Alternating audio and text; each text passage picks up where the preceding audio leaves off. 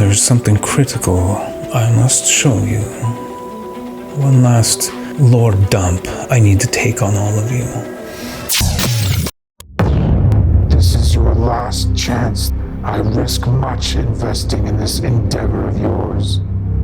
If all goes to plan, consider your debt paid. May fortune favor your boldness, Thrangoor. For if she doesn't, then take comfort in the fact that you will have eternity to atone. I am aware of the risks, Master. I will not fail. Careful. Such certainty may be shrouded hubris. Many eagerly anticipate your suffering, Thrangoor.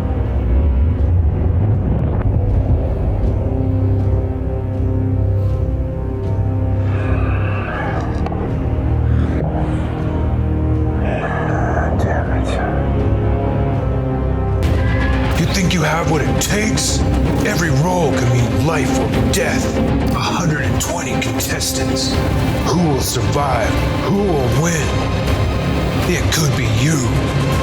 This is high stakes D&D.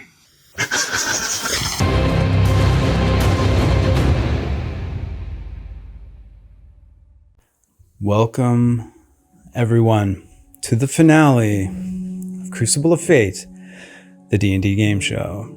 I am your host and killer DM, David Carter. And I am like vibrating with excitement here. It's been a long road, 2.5 years of some intense D&D. Oh man. I want to get right into the episode, but I just want to say first to everyone who's watching or who participated, thank you so much from the bottom of my heart. I didn't know if anyone was going to apply to play. And now we've had 120 people join our little community and our little adventure here. And it's been cutthroat and brutal and high stakes, just like I wanted it to be. And now we have arrived to the final 6.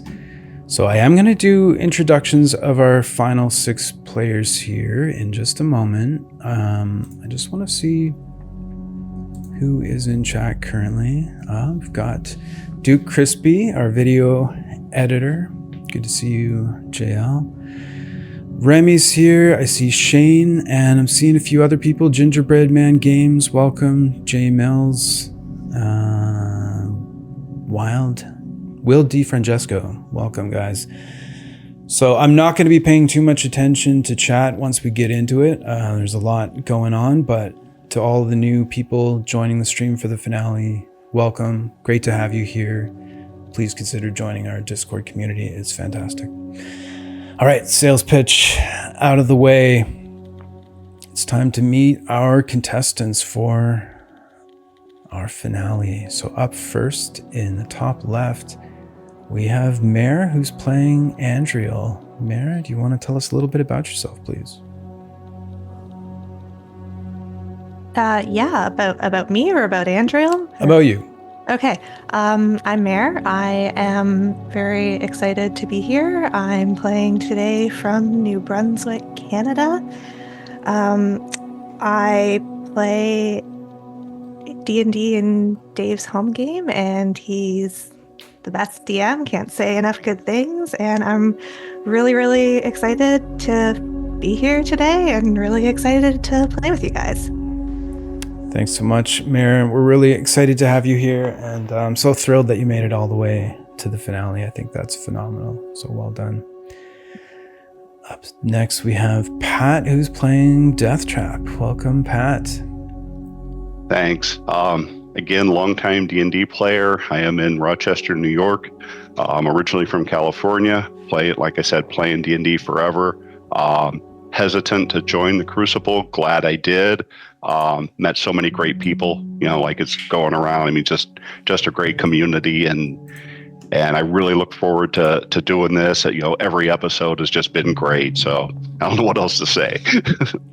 Oh, that's enough, man. You've brought a lot of spirit to the game, and your character has certainly had one of the rougher roads throughout this tournament. So it's really awesome that you've made it here, and it's going to make for an incredible story. So well done to you, Pat. Okay, top right, we have Dennis, who's playing, well, I don't know, I guess today he's playing Merrick, but we have a bit of a split personality between Dante and Merrick, but we welcome you back. Dennis, if you could tell us a bit about yourself. Thank you. Dennis, playing from New York. Just want to say thank you, Dave, for making this amazing game. It's been an awesome journey, and look forward to seeing how you build it. I also want to mention that even though Dante is gone, he's not forgotten. His name will always live on in my heart, as will Merrick. And as I continue to play Merrick today, I do look forward to seeing Dante in a few short months, as me and my wife are expecting a baby boy this summer, and we're naming him Dante. And I just cannot wait to show him when he's old enough how his dad kicked ass all the way to the finale. So this is for you, Dante. Awesome, man. That's so great to hear. Congratulations to you. Thank you. Bottom left, joining us here in cold Ottawa in the Fate's Hand Tavern, Kira has made the voyage from the US all the way up to Canada. Glad to have you here in the Fate's Hand Tavern. So guys, if I'm looking this way, it's because I'm looking at Kier, not looking away and being rude. So welcome back, Kier, who's playing Samoza. Why don't you tell us a bit about yourself, please? All right, if I'm looking this way, I'm looking directly at Dave. Yeah, my name's Kier, originally from Iowa, started playing in like 2027, 2028. Grew up thinking it was a way to summon demons. Played one time and realized that it wasn't. It was just a bunch of nerds role-playing and pretending to be knights and swords and magic. Had an absolute blast. Been able to meet everybody. Oh, sorry, 2017, 2018, not 2027, 2028. I'm not a time traveler yet. That still takes 2 years, apparently. But greatly enjoyed this game, grown as a player. Got to meet a whole lot of cool people, all 5 of you included, along with everybody else I've shared an episode with or shared a game with in the Discord. Just been a great time. Absolutely enjoyed it. Finally got out of the country for the first time to come up here to Canada. Long drive, but it was well worth it. Got to meet Dave, got to meet a few other people from the Ottawa area last night as well. Got to come and see the Fate's Hand Tavern in the flesh, and it is extremely cool. This is just a great time. Thanks for having me. Thanks for putting out the game. Thanks for remodeling your basement, which is how I found us in the first place. Yeah, just absolutely love it. Awesome. Well, thanks, Kier. And, the satanic panic wasn't really a thing up here. So we didn't really encounter that back where I'm from out east. But I don't know. I mean, you spent a lot of time with one particular demon. Just saying. All right. Bottom center, down under, if you were, or if you will. We have Paul, who's playing Matt / Zen Matriel. I know I've already forgotten to say like extra stuff about people, but I'll do that later. But while we're focused on Paul for the moment. Paul has been a very strong part of our rules committee. As you guys know, we had to put together a rules committee, seeing as how D&D is not built for PvP. So Paul and the rules committee have done a tremendous job trying to keep us legit and create an environment that works in a game that's not built for it. And on top of that, he's been taking meticulous notes, capturing all the statistics of like all the damage that everyone has done. I mean, I can't even do justice to the amount of work that Paul has put into this community. So thank you very much for that. Why don't you please tell us a bit about yourself? Thanks, Dave. I'm Paul from the land down under, Australia. Was originally in Townsville when I started this journey, and now I've moved to Canberra. Getting to a colder place is great, but yeah, it's been amazing to be here, even if it means getting up at 1 a.m. in the morning, or as for today, 11:30 p.m., so that we can roll all the way through to the 8 a.m. or whatever it will be. It's been a wild ride. It's been so much fun. And I just love Excel spreadsheets, which is why I've been doing the stat sheet. But yeah, it's been great to meet all these people as well. And I know everyone else has said it, but I commend Dave on you for what you've done here and what you've brought together. Oh, thanks very much. Appreciate that. Okay. Last but not least, we have Cole. Also, I don't know if New Zealand says that they're also down under. I think that's just an Australia thing, but certainly on the other side of the planet. Cole, you've been a huge part of our community as well, and brought a somewhat unique in the first round of competition in Sir Daelon's, death toll, tax receipts he's been collecting from the Abyss. And yeah, you've brought a very interesting character here that's made for a great story, as have you all. I don't mean to diminish anyone else's, but Cole, if you could please tell us a bit about yourself. Awesome, and thank you very much, Dave. Firstly, just want to say how much I really appreciate what you've done here with Crucible of Fate. Not a very long time player, so never really got introduced to anything D&D until around about turn of the millennium when Baldur's Gate was a thing on the PC. So I never really had any idea about how deep roleplay goes, but I learned to develop a appreciation for especially like voice actors that I've come across in my time that I've watched online and stuff, and how deep people get in with their storylines and revealing things about characters and telling those stories. And I'm a really big fan of that kind of stuff. So when Dave was looking out for contestants for Crucible of Fate about more than 2 years ago, I was a bit hesitant at the time. I was just learning how to play 5th edition, and Dave, you have no idea how much you've infected my mind with the will to learn. So Crucible of Fate was one of those things that really helped me to knuckle in and learn the game as well as I could, to the point where I'm actually telling other people around my regular table, hey, what are you doing? You need to be considering this, and these guys have been playing for years and years, and then I realized I punch myself and pull my head in.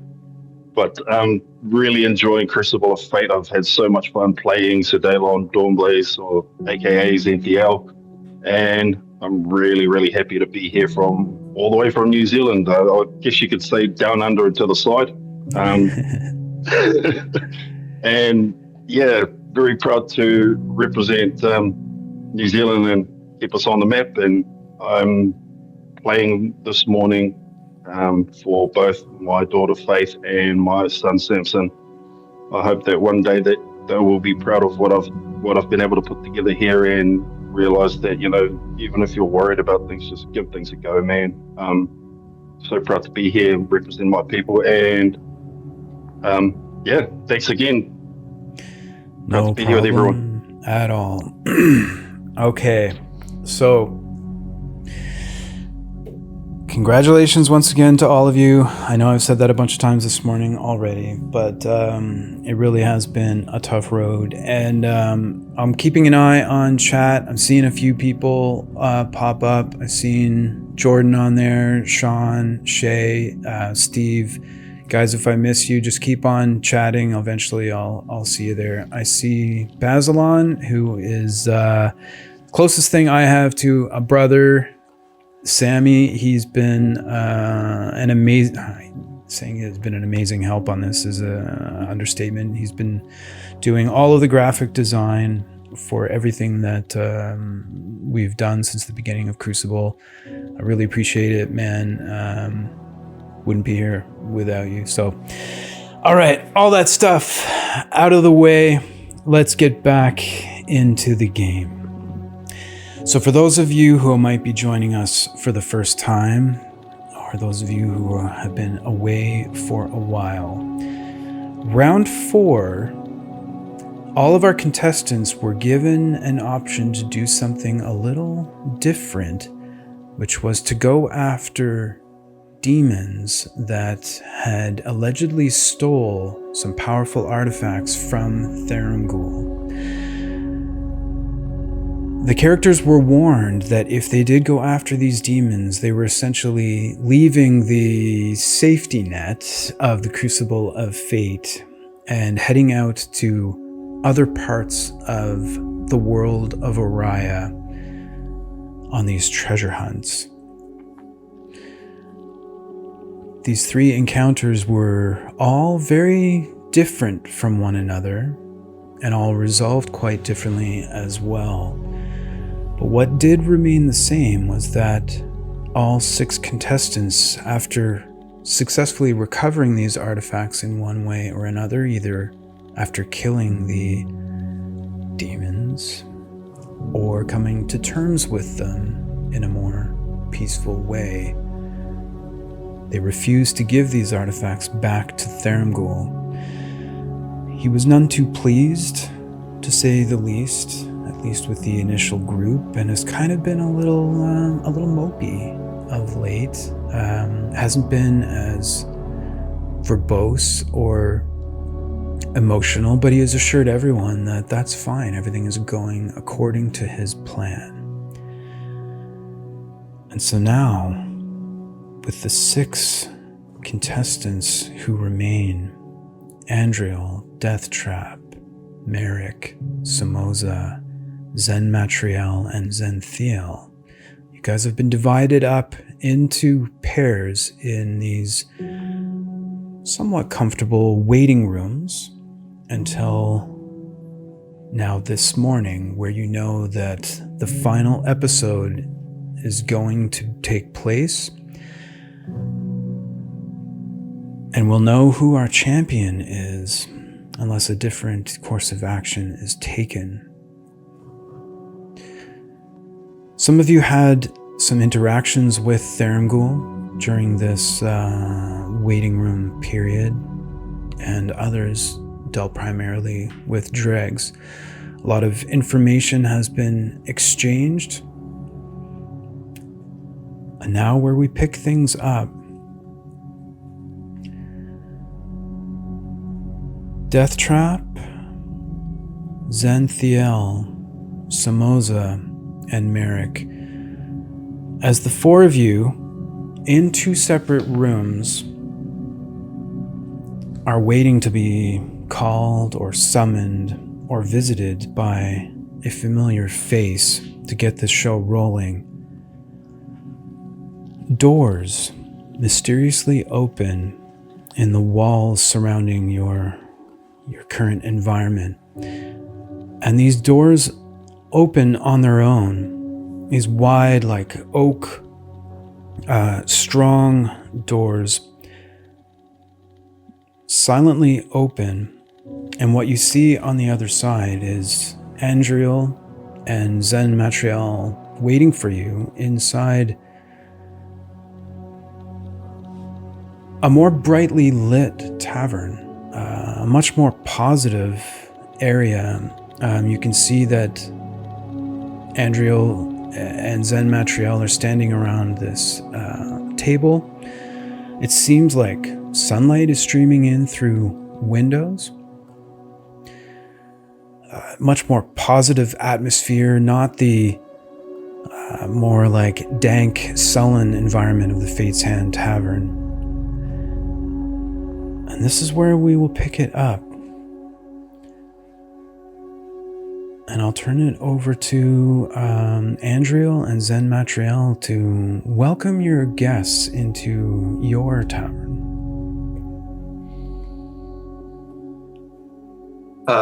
So I guess with each door opening, you would see the Zen Matriel would turn and look at you all.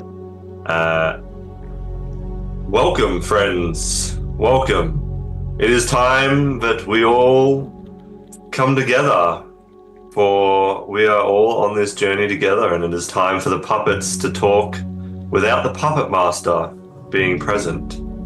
Step, relax, join us at this table, and you will see a round table in the middle which has 6 seats, and each seat is fashioned after what you would suspect is your chairs as well. So there is a chair there, which is just a simple chair, which Matt, Zen Matriel, stands beside. Welcome, come in and take a seat. You might have have changed my name to Zen Matriel, but as friends, you can call me Matt, because I am still that crazy guy who likes to have fun. You see Andriel standing next to a chair, which is this woody, beautiful wooden oak tree, which looks like it's been grown from a tree and curved into this lithe frame. There is a chair there which looks like a gnarly hand of bones stepping out, which looks like it's kind of decaying, but also extremely comfortable for someone who might not be able to feel comfort. There is a simple stool of stone on the ground for someone who wants to get rid of any earthly desires in a way. And then there are two high back chairs, one which is a simple padded comfortable chair with high backs and arms, and another one which looks a bit more intimidating, but more for that character who wears the black all across him with a giant M, and there's a couple of M's on his chair as well.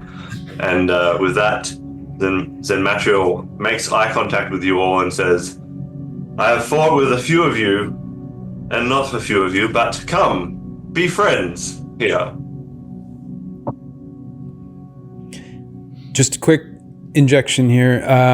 I totally forgot to thank our refs today. Remy is here and Dorian is also paying attention, and I can't express enough thanks to them as well.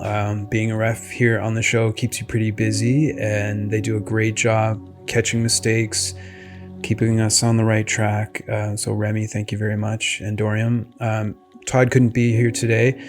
The only excuse that I would have accepted is one that he is using, and that he's playing D&D right now. So he has his regular game. But thank you very much, Todd. So right now, yeah, you guys are alone, and this is kind of an open role-playing time for you all. Thermghoul does not appear to be here, and this is open time for you guys to interact here for a bit. Andriel will take a seat in the chair that was specifically prepared for her. And she'll just kind of in turn nod at everyone as they enter and say, friends, it's really good to see you guys again. I'm glad that you've made it this far. We have much to discuss and potentially not very much time while our plans are not being overheard. So please come in. And I will say, finally, you'll see a shield on the table in front of Matt and a sword in front of Andriel as well.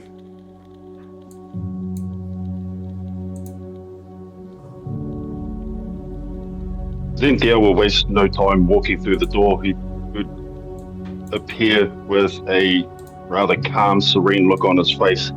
His eyes glow a warm gold. But as he walks through the door, he makes his way straight over towards the stone stool and removes a beautiful, angelic-looking longsword, a winged blade with a winged pattern as the crossguard, takes it out from his hip and kind of holds it for a moment with his head down, and then decides to hold it up and then place it down on the round table as he takes a seat at the stool, quietly, just silently looking around at the rest of the contestants that have come through and just slightly giving a nod to all. So I guess Death Trap will come in since we're going on that door. He'll walk up and nod to Matt. They shared an episode together. Also walk over to Andriel, and he pulls out a ring, and the ring has like wings around it where it would wrap around your finger. And he sets it down in front of Andriel, and then he'll go and take his seat at the high back chair with the arms on it. Not with the M, of course. So good to see you again.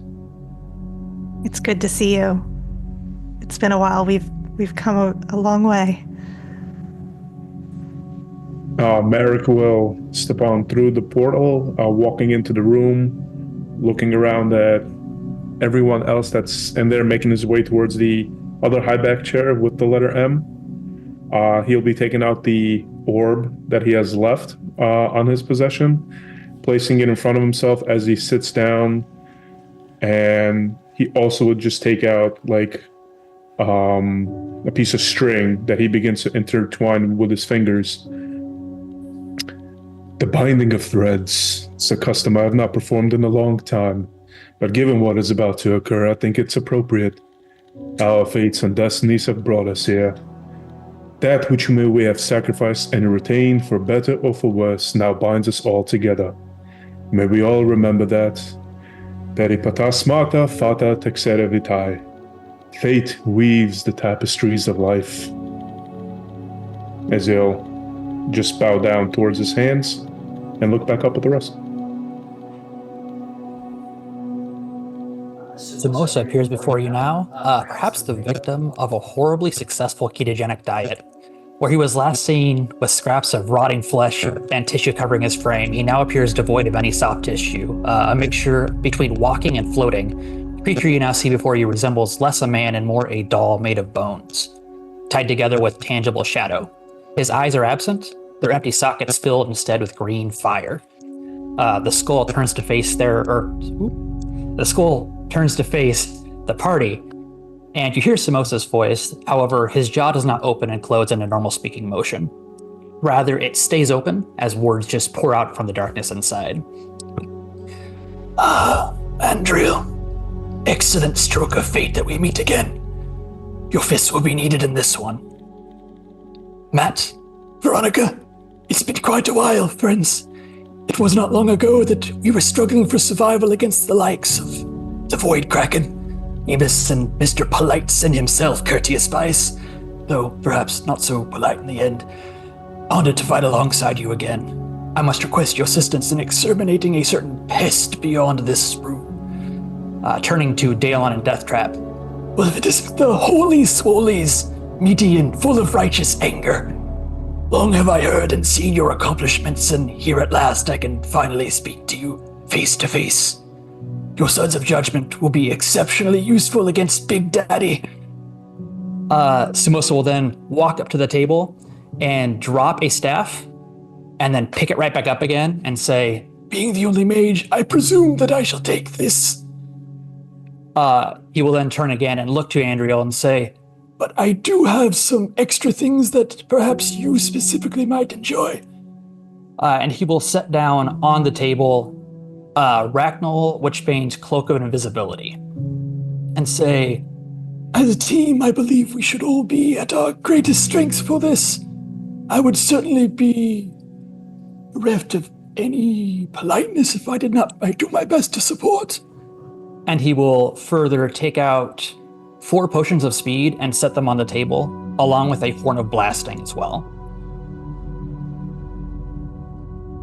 Andriel will pick up the cloak and just look at it. She's never seen something quite like this before. And she'll say, thank you, Samosa. I'm glad to see you again, and thank you. I also have an item that I believe that you would make good use of, and I completely agree that we want to be as strongly equipped as a group as we can going into this fight. And Andriel will take out the robe of the Arch Magi that was once Water Talkings, and will place that in front of Samosa. She'd also like to just kind of stand up and look around the table and say, to the group, we've all made sacrifices to get here, and we've been forced to play the Great Deceiver's games. No more. That time is done. We do not need to fight each other. Once Tharamgul is dead, his rules die with him. We don't have to do what he says. He wants us to turn on each other. Let's not fall into his trap. Let's give him the ultimate fuck you by fighting together side by side to take him down. And if he kills us all, then let's make him bleed first. Angelo starts banging the table in front of him, just like slowly thumping away at it, and then kind of like slams his chest a couple of times and nods at Andrea, saying, "Well spoken, Lady Fist Strike. It's good to see you here again, and it will be my honor to fight at your side once again." Kind of looks over at Death Trap and he goes, puts his hand out over the table, even though he probably can't reach it, says, "Lava brothers." I think it's obvious that I want to take down Tharamgul. Never was planning on hiding that. But I think we're all smart enough to know that he's not very honest. And I don't know that we're really going to get that chance, even if he says we will. We chose to fight a demon. We got a celestial. So don't lose sight of that. Fortunately, we have enough paladins that can hopefully see through that deception. But if we are on the same team, obviously all of us paladins have auras. I also plan on casting a pretty high level spell that's got a decent radius that should help everyone against spells, both to resist them and to negate the damage. So if you're within 30 feet of me, just keep that in mind. This is an excellent discussion, and I see that Veronica has made her way to Marek and really enjoyed cozying up to Marek. So Veronica likes you, then I like you. You are the only person I have not traded fists or fights or things with, and I had my reservations, but animals are a good source of character and can tell. And I appreciate what everyone has done here. Us making sure that we're all stronger together is excellent. Marek will lower his hand down to Veronica's head, like petting it. Like, what a fine creature. It is finally an honor to meet the two of you. I wish we have met earlier. Watching you fight was quite entertaining, as has watching you, Dawnblaze, forgive me, Santhiel and Andriel. It is finally nice, face to face, to all talk to each other. I will admit I'm the only one here who doesn't really have any qualms against Tharamgul, but do not fret. That does not mean I'm working for him. Just want to go home, and if that means striking that monster down, so be it. I just hope we don't kill our only vehicle out of here. Hopefully there's somebody else that can teleport us, survive us home once he's down. With that, Andriel will pick up the sword that was on the table when everyone walked in, and she'll get up out of her chair and she's going to walk around the table to Marek, and she'll look up at him and say, Marek, it's good to meet you. You are the only one in this group that I have not had the chance to fight with so far in this group, but I have been watching and I've seen what you can do. Also, I've seen what Dante can do. I will never forget when we first arrived, long before there was any magic items or artifacts in play, and I watched from stasis as Dante, using nothing but his shield, took the full force of a dragon's breath weapon and live to tell the tale. That was an epic moment. And that's the kind of courage and luck that we need today. So if part of Dante is still in there, and she'll lay the sword on the table in front of him and say, I call on Dante Wolfhowl to pick up this sword, and I ask for your solemn oath that you will use it to help us strike down the Great Deceiver. Marek will look at Andriel and look down at the sword. He'll pick it up. He's like, honestly, I'm a little hurt. You're thinking only Dante was the courageous one between us two. I was the one who taught him all, trained him in combat. So believe me when I say that courage that fueled him is also with me. Thank you for the sword. I see Deathtrap already gave you the ring. And then Marek will just take the orb and roll it towards Deathtrap across the table. It would only be fair for you to have an artifact too. But it is good to see you, boy. So I do have some extra supreme and superior healing potions. If anybody doesn't have to, let me know. Not sure if anybody needs them, if everybody's already stocked up, so. I also have an extra supreme healing potion that I would be happy to offer to anyone who needs one. The only potions of healing I have are potions of healing. The name brand, from the old Temu portals. So if anyone's willing to part with one or two of those in replacement of my weak ones, I'll gladly take it. So Deathtrap will walk over and kind of glare at him with his boy comment and set 2 potions of supreme healing and 2 potions of superior healing down in front of him. Thank you.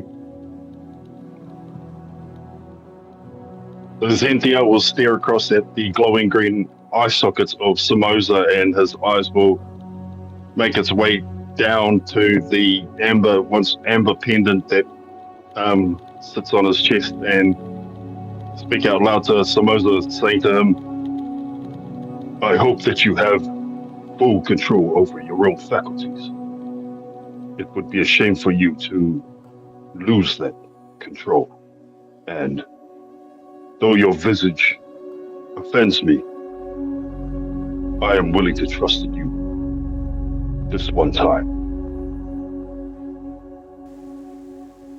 Sumoka scans across the table and begins to, again, unhinge his jaw as words flow out. My comrades, I apologize for appearing before you in this form, but stifle your fears. But the time is short, and I know now how much longer I may maintain consciousness. Know this, you should all in my power to destroy the one that calls himself the Great Deceiver. I have decayed beyond what most would consider healthy. The souls of my former comrades screaming unending in my ears. If I had known the cost of this horrible power I came to possess. You will look down at his black stone necklace, previously amber, but now completely blacked with smoke pouring out. If I could take back the actions that brought me to the abyss, I would do so in a heartbeat. Take courage. I will spend whatever life remains in this husk to ensure that Fairumpool does not oppress a single additional creature. Take arms, my friends, and I would certainly hope that we would all resist each other in sending this Machiavellian pretender to his eternal damnation. Just after that last little reply from Samoza, Zenthia will stare deeply at him and close his eyes for a minute, and then open his eyes again, staring straight into his sockets, and say to him, I will place my trust in you now. For we all know that we must work together if we hope to achieve what it is that at least I hope we are all set out to do here. The Great Deceiver must be vanquished, and there is still much to do on the mortal plane. And then he'll wave his hand, and then in a flash of light, the sword on the table will dematerialize and rematerialize in his hand as he's pointing it out to Samozo, and he goes, I will end you if you lose control. But know this, you have earned my trust for now. So too have you all. Let us stand together. Let us fight united. And let us destroy the devil who brought us all here. Well, crikey, guys, you are bringing a lot of things down here. It seems like you got a lot of issues going on here. We really need to, sort our shit out. But I'm glad everyone's worked that out and we're all friends for now. I mean, let's all park it. Let's all park it and just have a nice sit-down, final meal, final drink. I don't know if this place can do anything kind of nice, but let's see what happens. Yeah, let's get pumped, guys. And Angela's going to start doing some jumping jacks. At this point, a figure materializes on the table. And you can see that he's wearing black robes with silver filigree. And you see the face of Theramgul as he begins to look around the room. It seems I am late for my own party. You have all evolved so much. I'm impressed here. Matt, you have outdone yourself. So chipper in here. I have to say, I fucking hate it. And all Theramgul, I would like you to actually address me as Zen Matriel. Matt is only for those who are honored to be friends here. And don't you know it's rude to stand on furniture? Give me a persuasion or intimidation check, please. I'm terrible at that. We'll take it. 22. Oh, well, I apologize. And he disappears in a puff of smoke off the table and appears right behind Zen Matriel. But of course, well, I would not want to address you in any way that is uncomfortable for you. Is Matt now a dead name for you? No, he has not died. We are one together. We both share the same hopes and desires, but, you know, you're not as scary as it seems. That was a nice party trick, I guess.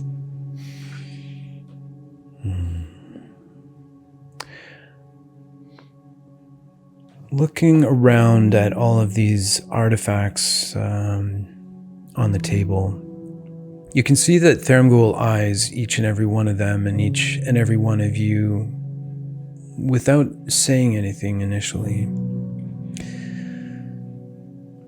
How interesting that you're just trading around my possessions as if they are yours to do so with.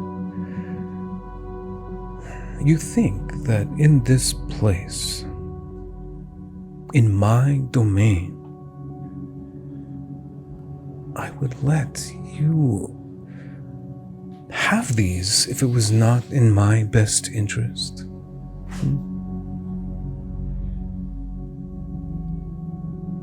Theramgul, cut to the chase. Your nonsense that you spew, just admit none of us will believe you. So get to it while we're here, and let's get this show on the road. Oh, man of business, Merrick. I like it and I can appreciate it.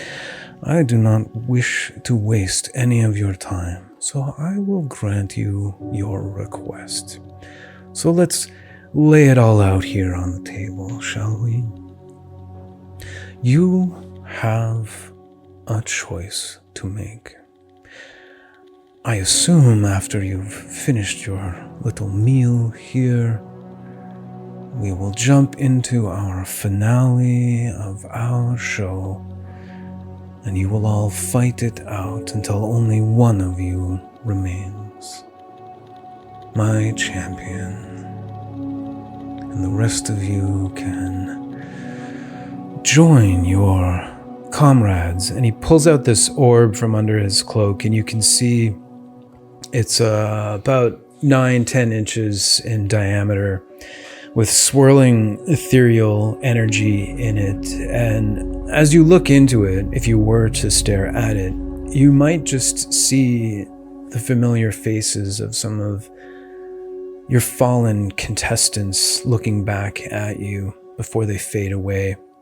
Each time you see such a visage through the glass of this crystal, they appear to be in immense agony, screaming silently, or at least no sound can be heard. The other 5 will join and be the final bit of energy I need to accomplish my tasks. So, are you all ready then to proceed with our final game?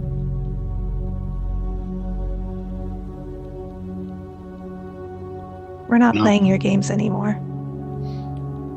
Oh, really? And in that case, what the hells do you think you're going to do, Andrew? I'm gonna punch you in the face. Oh, you offer me violence once again. And the rest of you, is this how you all feel? After the graciousness I have provided all of you a home away from home for the past month now, has it been? Have I not given you powerful items, made your souls more powerful themselves? You now stand here before me, towering over the pathetic whelps you were when you entered my domain. And you wish to offer me violence? Cut the shit there, Mgul. None of us came here willingly. If we're all here, how you say, home away from home, you could have let us go at any time. But no, you keep us in stasis pods like we're a bunch of vegetables. So stop talking. You know what's coming already. We want to go home, and if you're in our way, so be it. You insult yourselves. I do not see you as a turnip, Merrick. More like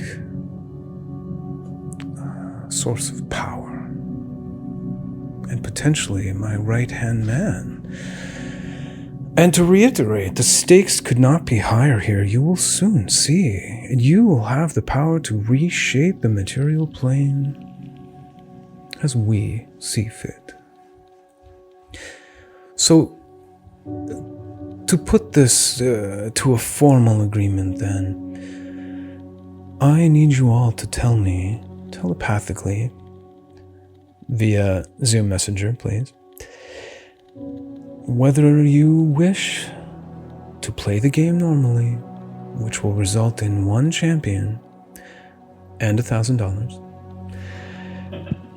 or are you abandoning such a conquest in a feeble attempt to stand united, shoulder to shoulder against an awful villain such as myself? This vote, majority wins. And if, in the event of a tie, well, I will cast the final vote. Zen Matrio will stand up and turn and look at you in the face, and whilst speaking telepathically to you, will also say out loud, "I will stand united against you." Death Trap stands up. I want to kick your ass. Forget your game. And telepathically, of course. Cynthia stands up too. And then he holds his sword out towards Therumgul, pointing the blade at him, saying, "Today is your day of reckoning, as I had promised earlier. You once offered me violence. Allow me to return the favor. It is your funeral. Welcome." Simbosa says audibly, Unless I am mistaken, I don't pay for well over 16,000 abyssal chickens, yet only received 10. I'm here to collect. and cracks his knuckles.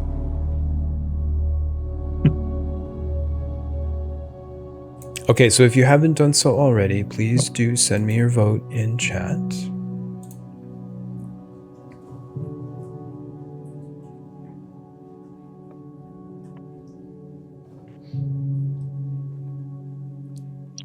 I'm missing one.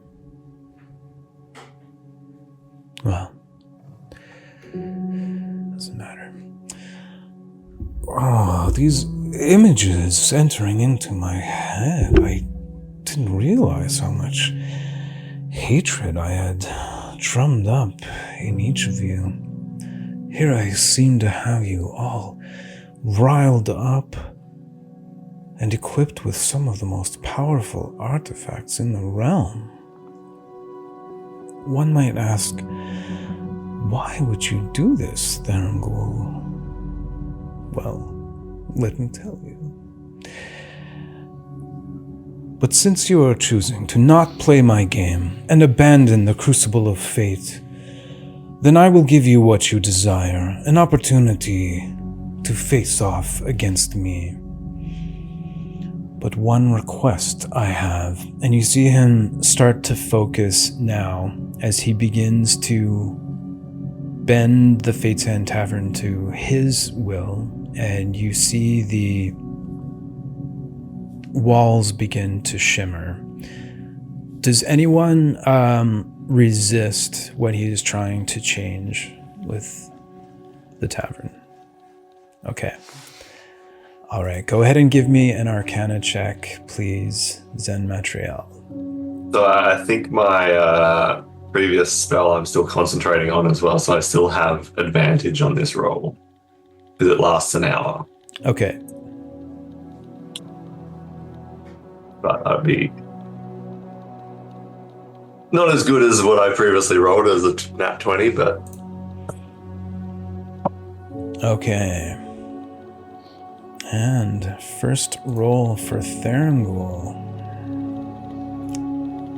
A 14. As the walls begin to shimmer, and as he goes to look behind him as if expecting something to appear, it does not, as you see in your mind, Zen Matriel, a portal rising up out of the ground that Therumgul is trying to summon and failing to do so. His head snaps around towards you, and you see his eyes glow bright orange, and you see that his form is beginning to grow as he grows taller, and you can see his muscular form that has been seen before begin to emerge as he just maintains that eye contact with you. And then he just breathes in deep, and you can hear this like guttural sound snarl within him, and he just slowly lets the air out as his form reverts back to his more humanoid host form. It appears my games are no longer as effective. Then truly, you are all ready for what I have in store for you. I leave you now. I leave you now to your own devices to prepare for the battle to come. When you're ready, enter through that portal. I trust that your host here, Zen Matriel, can make that happen for you. There's something critical I must show you. One last lore dump I need to take on all of you. And then you can make your final decision. But no, you have earned my respect here.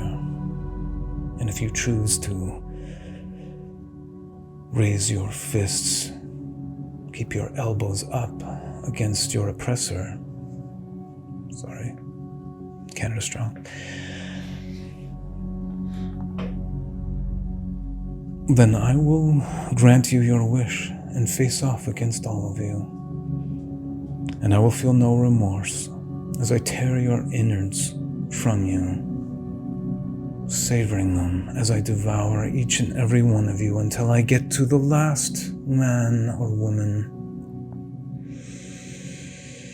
and offer them the chance to join me. Ta-ta. And he disappears in a blink of smoke, leaving you all to prepare together as per the prepare intermission action. So as quickly as we can, if you can all list off what you would like to do to prepare for this. And actually, we will roll some initiative here. This is going to be your initiative inside the encounter. So keep in mind, we are still playing by Crucible of Fate rules, so you can use your intelligence ability check, a perception skill check, or your normal initiative roll. So we'll start with Andrew, if you could please give us a roll. Okay, it's a perception check. 16. Death trap.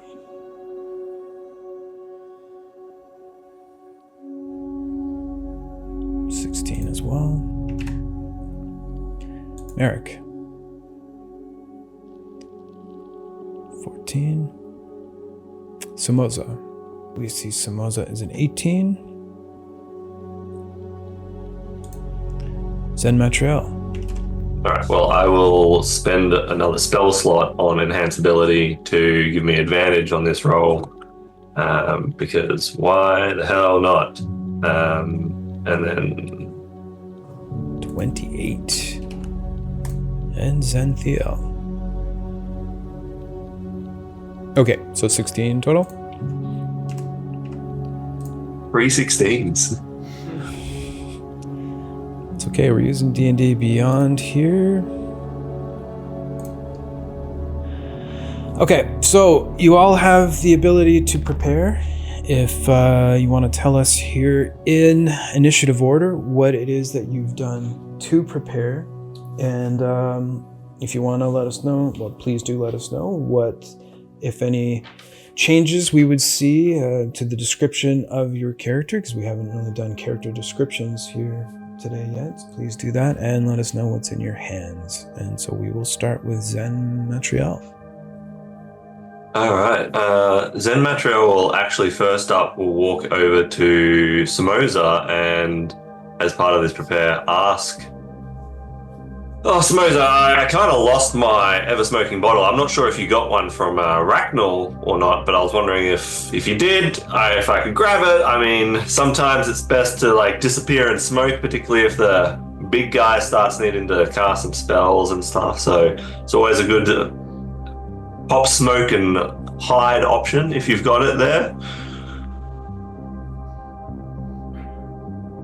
Yes, of course. Somoza pulls out the never-smoking bottle from his pocket. I've told you my purpose. And he like goes to reach it out and kind of like shakes away the smoke that is connecting all of his wrists and arm bones together, and just like and Matt will grab it and be like, "Oh, thanks, I love that. That was the missing piece, the piece de resistance of everything I needed." Not really, it just helps. And so with that, he will walk over to Veronica, which is still sort of like curled around Marek's. She's curled around Marek's leg, and he'll be like, "Come on, Veronica, get up. Let's get going." And he will tie off the bottle around her, and he will be like, "All right, so now the code word is not what we've practiced; it's what Racknell said." And I think he put obscure in.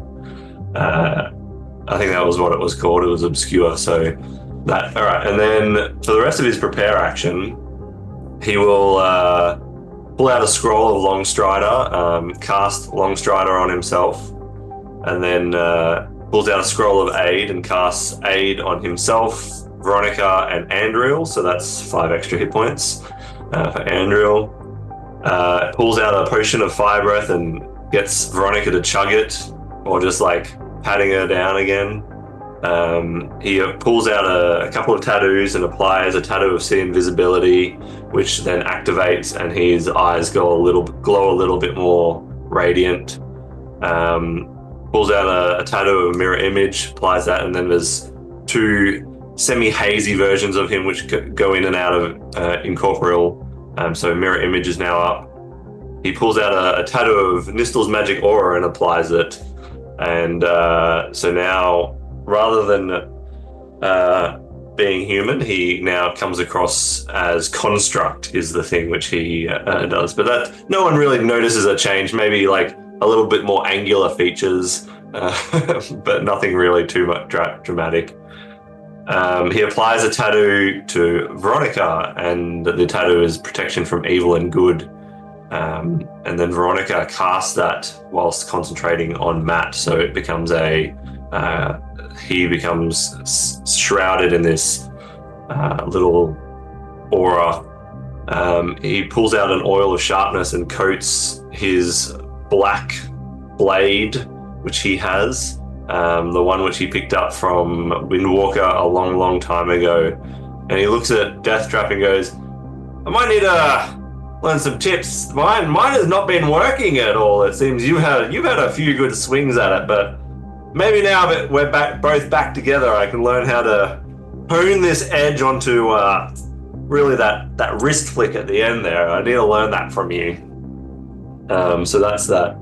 He will drink a potion of heroism, and also drink a potion of speed, as he's like, "I guess down the chuggers it goes," and this is the thing I am terrified about, because why not?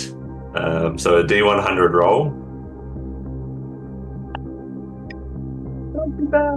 Okay, sweet. I think 84 is in the good range. I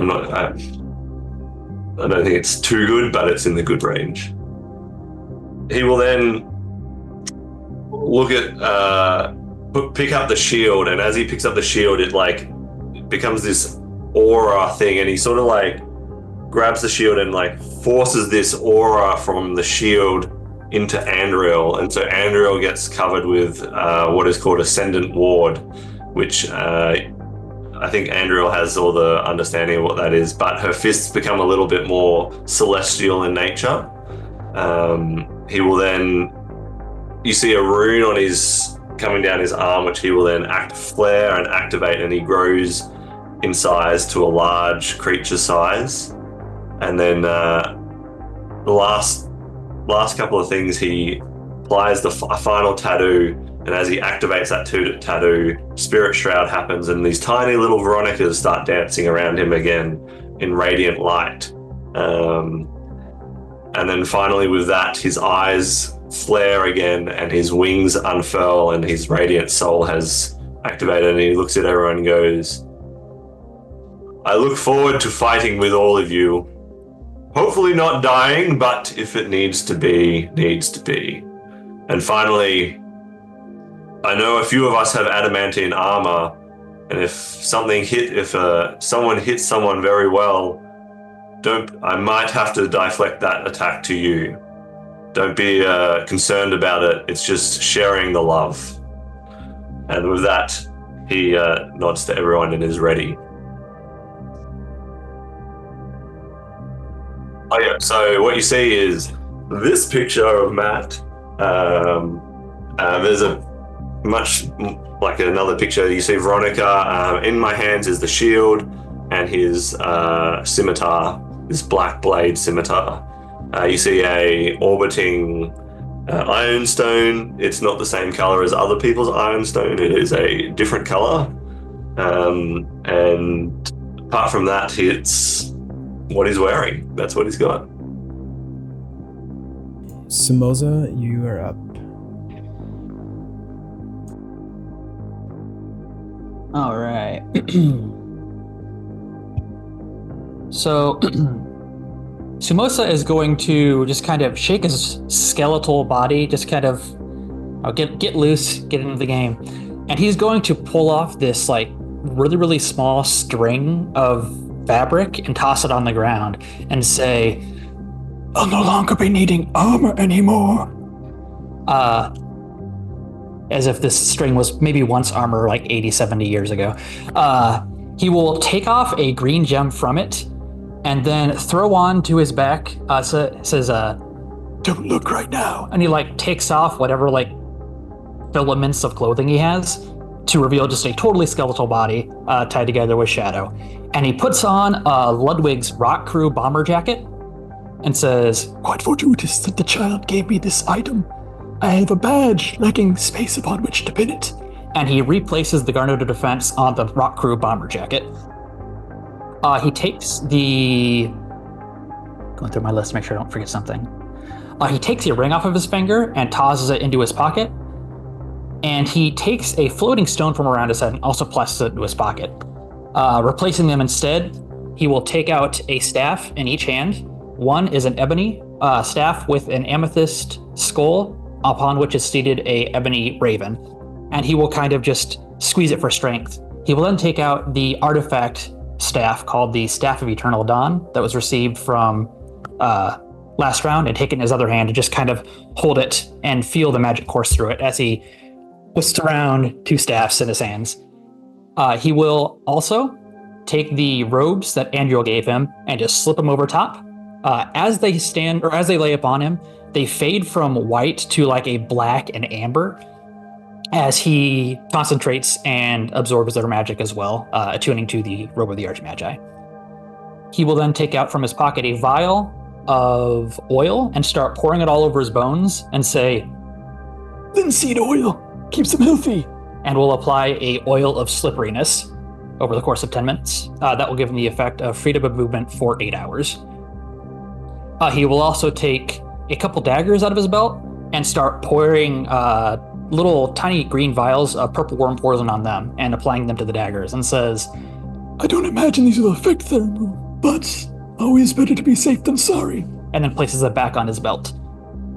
He will take a coin out of his pocket and flip it into the air, and as it lands, it will activate the feather token whip form as a inky black shadowed tendril just kind of wafts up from the coin and he activates that feather token. He will drink a potion of heroism. Up the top! Orc Cola, it says. He just goes and chucks that. He will use a second level spell slot to cast on himself See Invisibility.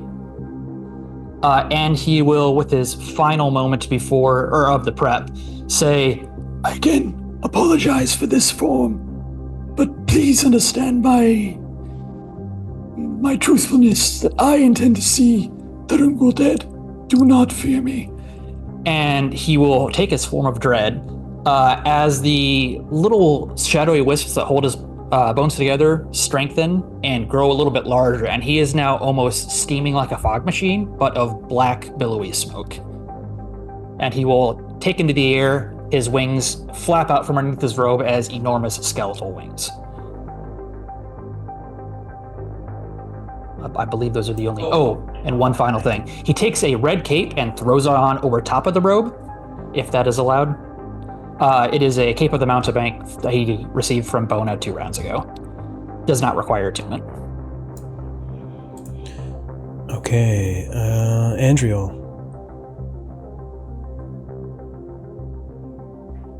Okay. First thing Andriel is going to do is she would like to walk over to Sir Daylon, and she's going to take out something from her pocket. And it's a scroll of Revivify. And she's going to say, I saw you use this to great effect the last time we fought, and I would like you to hang on to it in case we need it. And then she's going to remove the Helm of Brilliance, and she's going to remove the Cloak of Displacement that she was wearing.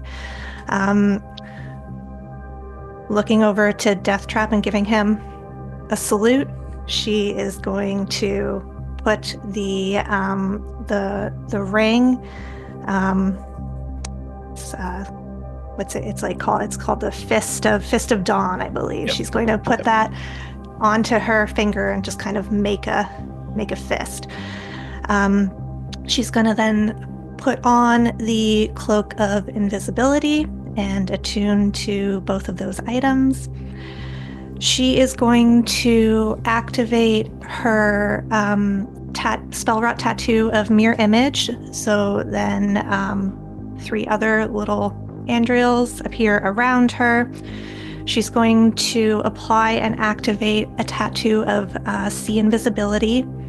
She's going to activate her tattoo of Jump, and she's going to activate her tattoo of False Life. Can I roll that D4 now? Is that okay? Sure. So I do not forget. So that's a 1 + 4, so I'll take my 5 temp hit points. She is going to apply the take out a vial, and she's going to apply a bottle of oil of slipperiness, just kind of rubbing it in all over her arms and legs and into her hair. She's going to remove from the pockets of the robe she was wearing and put in her pockets her Wand of Magic Missiles, her Chime of Opening, her remaining elemental gem, and just for the sake of a throwback to round 1, she's going to put 2 bags of ball bearings into her pockets. You know, you never know. She's going to then fasten some potions to her belt, so her remaining potion of speed and her 2 supremes and 2 superior healing potions. And she is also, she kind of starts like looking at her fists since she has the ring on, and since Matt bestowed the effects of the shield on her, there you just kind of see them when she like makes a fist, you see them just kind of glow, kind of a golden color. And lastly, she is, since taking her last long rest, she is under the effects of the Sanctuary spell because of her monk ability, Tranquility. Okay. And, sorry, thank you. She is going to, obviously, the main thing, she's going to then pop the cork of her potion of speed and say, man, what did I do before I found these things? And she'll just like swallow it in one gulp. And I'm checking my list, and that is everything for Andriel. Okay, thank you, Andriel. Death Trap.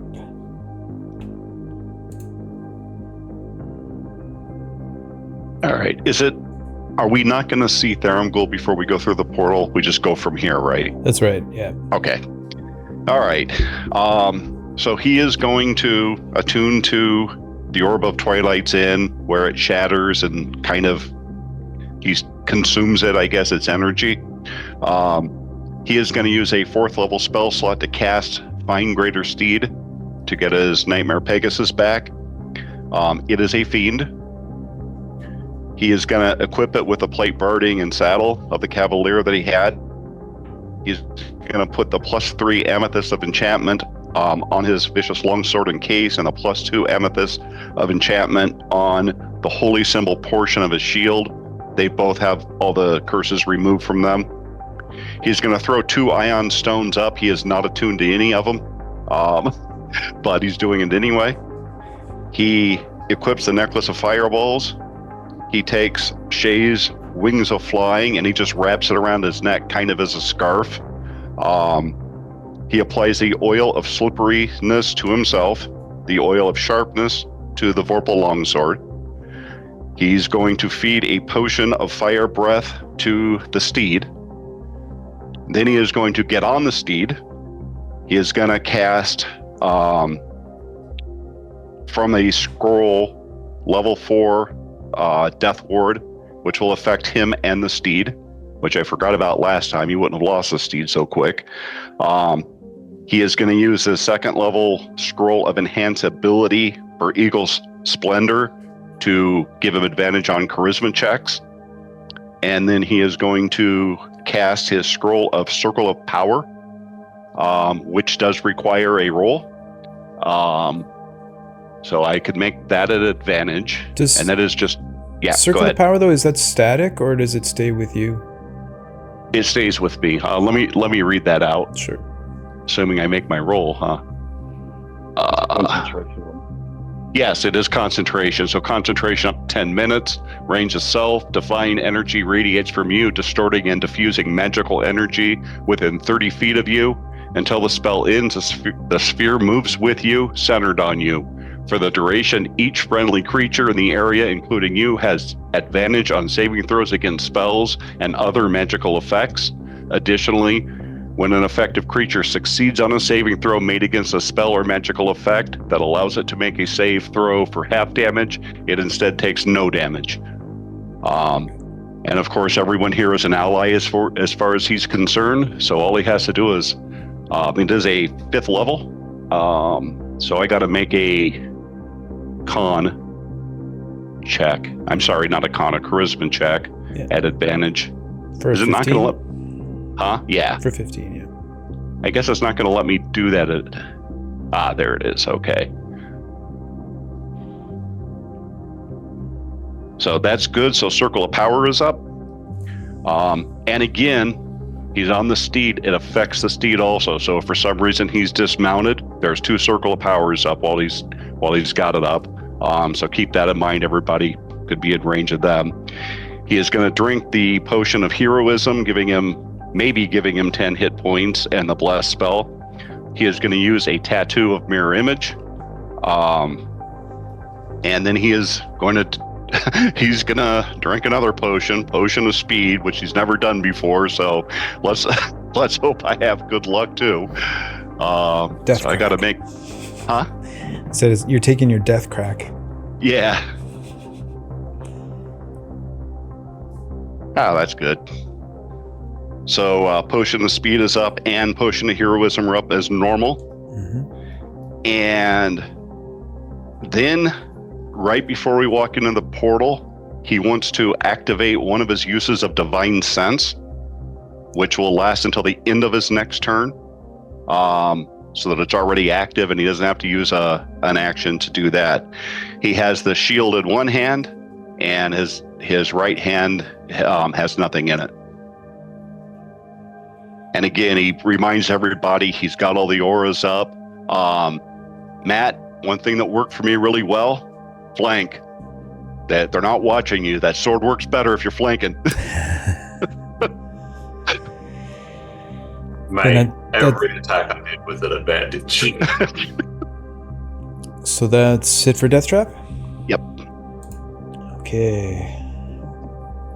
2 left. Zenthiel. Cynthia will start by taking the scroll that he's just taken from Andrew into his belt. He'll then produce a few more other scrolls. The first one being a first level spell of Longstrider, and he will cast that. Secondly, he'll take a 2nd level spell scroll and begin casting that as well, which would be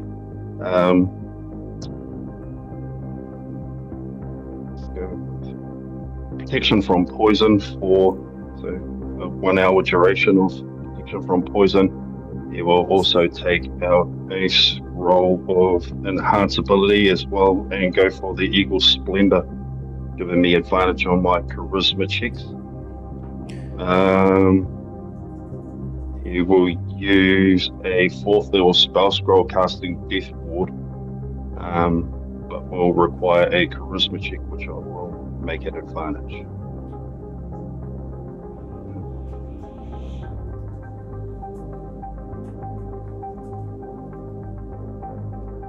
Okay, 24, no problem.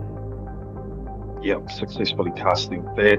He will also take out a oil of slipperiness and start applying that all over his armor. Take out a oil of sharpness and begin applying that to his new celestial blade. He will also drink a potion of heroism and a potion of speed, so require D100 for that. Yep.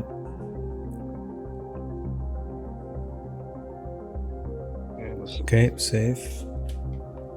And we'll take out one more potion, which is a potion of growth, and give that one down that one as well. What potion was this? A potion of growth. Growth. Okay, go for it. And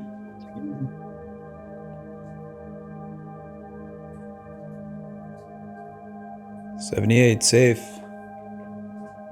Cool. And then he will de-attune to a couple of items by bringing up his new shield and attuning to his animated shield, and also will attune to hold an iron stone up and let it go and attune to that and let that drift as well, which is an iron stone of greater absorption. He will also reach into a pouch on his belt and find a little coin and flick that into the air as that becomes a glowing whip that seems to swirl next to him, which is the feather token whip.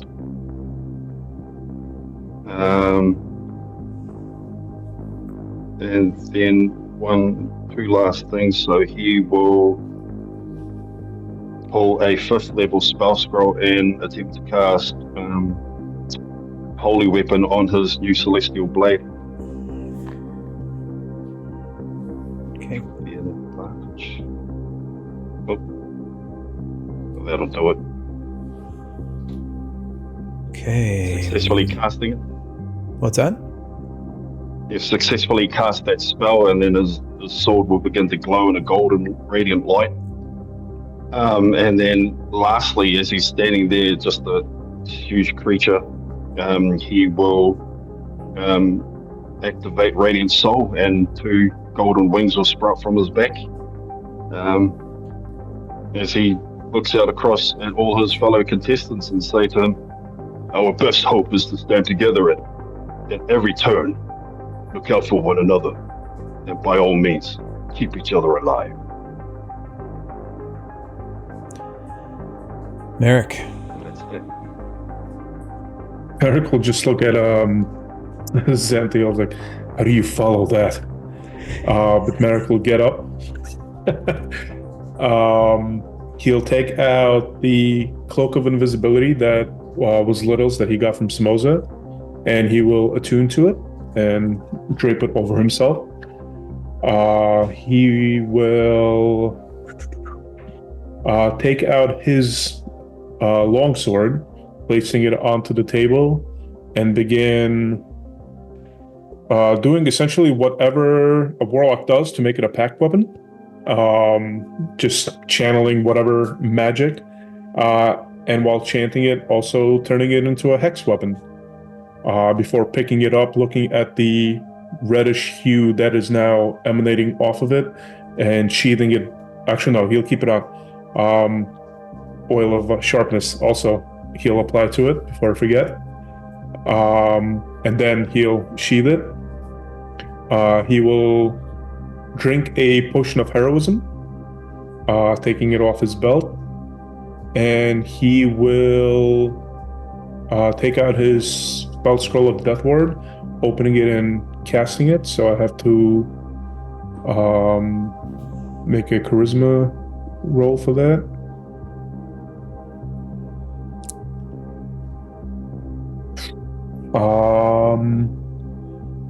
That's level 4, right? Yeah, I will bless one help with that. I'll use a Fate Sphere and re-roll it. Okay, Fate Sphere being used by Merrick. Alright, it's not meant to be. Alright, so that burns off. I will take the feather, the token feather that Samoza left on the table, and activating it for the whip, as the whip will essentially like snake itself around me and stay there for now. I will then take one of the potions of speed that Samoza left on the table and drink that as well. So let's see if this is any better. For a little D100. Okay, potion of speed. Yeah. What is at a 29 before I make a decision of Fate Spheres? Half. Both potions work, but their numerical effects and duration are half. Alright, I'll use a Fate Sphere. I'll do that again. Okay, another Fate Sphere being used. Jesus Christ. Okay. That's one potion loses its effect.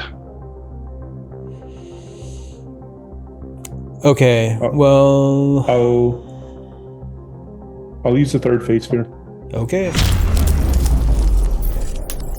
There we go. Alright, 54. Okay. So I have that. I believe that is all for me. I'll take the artifact sword and sheath it on my well, I guess on my hip as well. And that's it. I'll just put the cloak over myself. No, the hood of the cloak over me, going invisible. All right. With that, all of you, as was noted in chat by Eddie, all of you are now Super Saiyan. Well, there's a lot to keep track of here, everyone. So since this is the finale, and for the most part, you guys are currently at least aligned with one another, we're going to do our best to track all of this stuff. But I really need you all to be on top of your own things. Remy and Dorium and I will do our best to keep track. But if we miss something, it's okay. We're human. We're going to miss stuff. So we'll just do our best. So just try to stay organized. I did forget one thing, sorry. Sure, what's that? I'll use a spell slot to do Shield of Faith. Okay. So concentrate. Okay, so with that, I know that was a lot of prepare, but certainly a lot quicker than 3 IAs. So it's 12:37 now. If it's okay with everyone, we're going to take a break. And during this break, you guys are going through the portal, unless there's anything else anyone needs to say or do before entering. The only thing that Deathtrap's going to add before he goes through is, Nihralon, hold off using that scroll unless I'm down. I have the spell and spell slots to use it. So, don't waste it if you don't need to. Okay, everyone. Let's go ahead and take a 5-minute break or whenever anyone's back, and then we will jump into it here.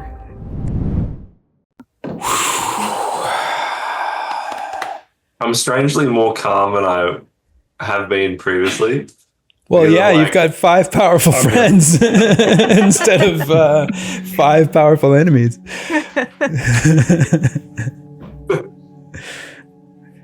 I heard you calling my name. I was making chicken nuggets. And we were talking about powerful enemies. And I showed up. How ironic. Right. Okay, everyone. As you all step into the portal, you feel the now familiar sensation of the shadowed hands grabbing onto you. The shadowed hands pass you from one set to another, grabbing you firmly, if not painfully, with some of the claws at the end of these shadowed hands. Like round 4, it takes a lot longer to get to where it is you're going. But after a while, the light begins to emanate from underneath your feet as you descend down into this room, which I'm not gonna show on a map, but is essentially just a large square cavern with like a earthen floor, earthen walls, and a portal up against the wall. And through this portal, you can see a silvery lake beyond, and you can also see the humanoid form of Tharamgul standing on the other side of the threshold of this doorway. Laying down on your side of the door is the bloodied corpse of a celestial who seems to have been stripped of its equipment. And as you all gather your senses and take in the environment around you, and you focus on Tharamgul on the other side of the door, and he just smiles. Please, come in. I'm waiting for you. Don't mind Zen Primaris, and thank you, Andriel and Zen Matriel, for ending their pitiful life that allowed this doorway to become open to bring you here. So thank you once again for such a critical portion of my plan that you executed perfectly. Please, don't be shy. Come in. And he seems to float backwards away from the portal, hovering over this silver lake that some of you have seen before, depending on events that have happened to you in the Crucible thus far. So assuming you step through, is there anything anyone wants to do before stepping through? No? Okay. As you all step through, a couple of sensations hit you. First of all, you step away from this earthen area, that damp, musty smell. You could tell that you were very deep under the surface of the world. That disappears into a lack of smell, if you will, but a very dry, staticky air. And you all feel your hair begin to kind of rise up. You feel goosebumps as this room is filled with some sort of powerful energy. As you take a step into this lake of like silver or mercury, it's really only about ankle deep, and you feel a solid surface underneath the water. You can't see it. In fact, the surface of this liquid is mirror-like, so as it like ripples and these small waves emanate out, it really distorts your vision of the room. You immediately begin to hear this high-pitched sound in your ear, almost like not quite like a beeping, but a constant high-frequency tone. It wavers slightly, but it's ever present as you're residing here in this space. You feel also overwhelmed by the presence of numerous powerful beings, and this place, you immediately learn or get a feeling that your mind is doing its best to process what is in this place into a three-dimensional space that you can comprehend. But you know that it is much more than that. Your eyes are drawn upwards, and you see almost a diorama. It's a scene frozen in time. And what that scene is a humanoid with its arms outstretched, and its feet, almost like it's hovering in the air, arms outstretched, legs fully like elongated as well, and its neck is arched back so that its head is looking up. And you can see that its mouth is wide open. Even though you're under it, you're gaining these visions as you look around. And this is part of my lore dump here, so bear with me. This is going to be a little while, okay? You can see that this figure is looking up and like as if it's screaming incessantly and like shuddering nonstop. You also see a woman in plate mail armor leaning up against this magnificent tree, a massive tree bigger than anything that you have ever seen. And its trunk extends impossibly high until it just disappears, not from your range of vision, but almost from your consciousness. This tree is just a symbol of some sort of root deep down here, wherever you are. Branches extending outward, too many to count. An infinite number of branches, seemingly, and roots as well.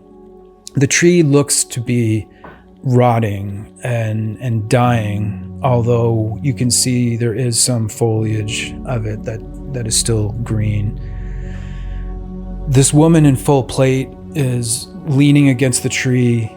She's slid down to a floor, and you can see a black spear that has penetrated her, a pool of blood around her.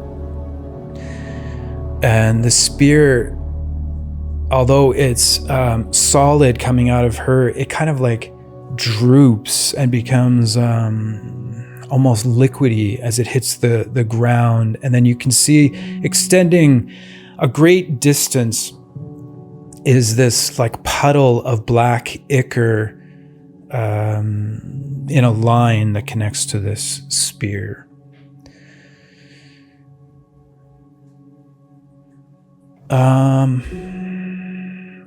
Everyone give me a perception check, please. We'll start with Andrea.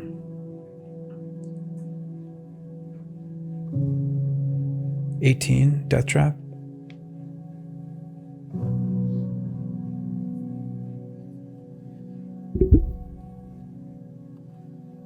$25, Merrick. Okay. It's okay, man. You're getting those awful rolls out of the way. You'll get it when it counts. Samoza.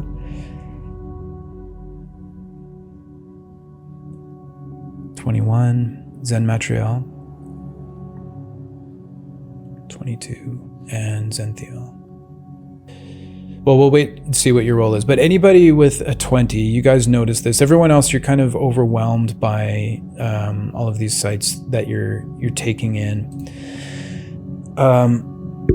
Clearly, this woman has been impaled to the tree by something. Those of you with a greater than a 20, you can almost see that the tree trunk itself, there are like two faces, female faces, that seem to emerge from the bark, and they are impossibly big, but like as you enter, they look down at you with this look that could only be described as both pity and pain and helplessness. They just seem to just stare at you as you enter into this space. Everything, though, is perfectly static in this diorama that you see. And at this point, Therangul, everyone pay attention. I know this is a lot to take in. It's been millennia since I've been here myself. What you're seeing is what your minds can create on the most pivotal moment of of the planet Oriah. You see, the barrier, as many of you have heard of, is underneath your feet right now. This solid surface under these undulating waves is what separates the light side of this planet and the dark. Do you want to know why the barrier was put here? Great, let me tell you.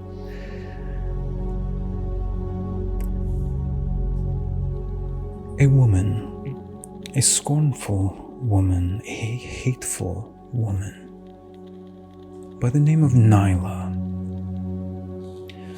did not like the status quo of life in the pre-barrier times, and so she took it upon herself to do a little ritual to bring about the destroyer of worlds. You may know him as Nihralon. And when Nihralon arrived, it was a very grand event.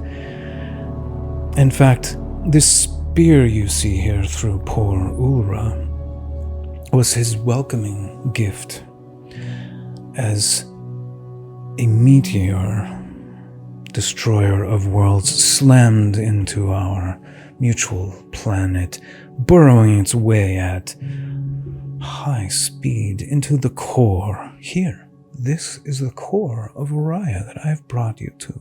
And you say I never bring you anywhere. When this meteor hit, it destroyed Aurelia. The tree of life died, and our planet began to explode. And if it wasn't for the sacrifice of Oriah, who threw herself without any hesitation to give her life essence to Aurelia, what a woman. Saved our planet here, kept it apart, together, my apologies, by just the smallest bit of luck. And that luck was caused by that motherfucker right there. And he points up towards the humanoid that's spread eagle, head up, screaming. And you can see now as, like, Thermgul seems to be allowing more and more to be seen as you spend more time here. That is Kairos, your little deity of death and logic. And in the moment that our planet came into this cataclysmic, world-ending event, he reacted, one might say.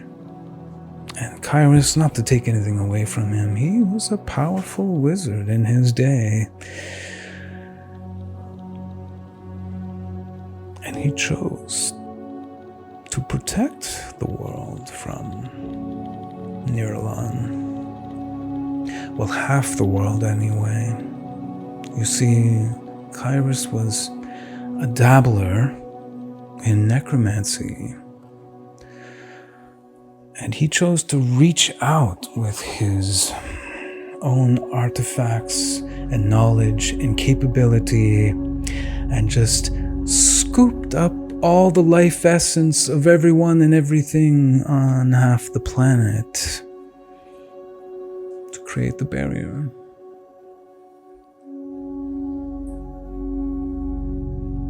That was a hard day. My family was on the dark side, as were millions of other people's families. But such a logical man, he decided, well, if I can't save everyone, I might as well save half of you, right? Logical. Those of us left on the dark side weren't too happy about it, at least those who managed to survive dark times. And so, to bring this grand, lengthy story to an end, this was my birthplace in a way. Although I was known by a different name in the Empire, after Kyrus made his decision, I was there. I was a player. I was in the mix. And in my rage, I killed him. And that's why he sits here like this, in eternal agony, well-deserved, I might add. A little special touch with the time stop there to keep it going forever. I killed him and everyone turned on me, saying I was the bad guy. His body was taken away somewhere. Doesn't matter, I'll find it eventually. But his spirit remained here with all of those living things and people that were destroyed. So your barrier, you see, is made of the souls of those sacrificed to keep all of you on the light side, living in the sun or under the moon, happy with food, contentment, socializing, while we wade through undeath daily. So things have to change. And that's why I am here and why all of you are here as well. You see, I have gone and given you the opportunity to be equipped with everything you need to destroy me. But what would that accomplish? This is not my home plane. It may kill my physical body. No one will ever really know. I will recover. Weeks, months, years, it doesn't matter. I'm a patient son of a bitch. Maybe you'll save yourselves and maybe even the souls of those that were fallen before you. But if you want to make a real impact, well, I offer you the opportunity to destroy the true evil. Not me, I am a planner. A schemer, perhaps, but with noble purpose, I assure you. See, after I killed Kyrus and people were a little mad at me, I had to flee and hide, and I was looking over my shoulder for centuries, but then I found a place. A safe place within the abyssal stair, and it was a little scary at first. But I learned the ropes, had a few mentors who were tough on me. But I climbed the ranks, and now this moment, right here, the 6 of you, you have the opportunity to be historic saviors. Your names will be recorded in the annals of history forever. And you don't even have to mention that I was here. How generous of me. So what exactly am I asking of you, you may be wondering. Well, you see, Nihralon and his little spear, well, they were cut off, literally, before they could do their most damage. So underneath our feet right now, and I'm sure your footfalls are a little heavy, and that's just the barrier trying to rip your soul from you. Should you die, gone. But I can stop that from happening. I could join with you. We could stand shoulder to shoulder on the same team to save the world and kill the spawn of Nihralon, for which this barrier was initially created. You do that. The barrier comes down by me and all of the souls of your fallen, a little bit of magic, bring the barrier down, we unite the planet once again. We give Aurelia and Araya room to grow. Let their roots spread. Let life return to the dark side. All we have to do is destroy about 25% of Nihralon together. Now, as a warning, because this may influence your decision, when I bring that barrier down,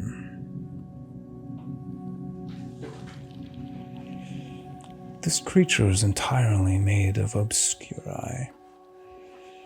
In fact, it is obscuri by name. And what is obscuri, you may ask? Well, let me tell you. It is the opposite of the goodness within Zenthiel and Zen Matriel, Zen Primaris, Secundus Triundus, Palion himself.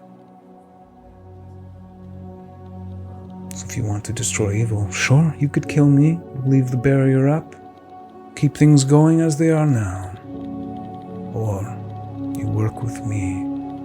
I protect you from the evil, depression, overwhelming hatred, wrath, fear, everything negative in the world that you will feel at levels you cannot comprehend without me protecting you from it. And you use those artifacts that I have provided to you to kill this thing.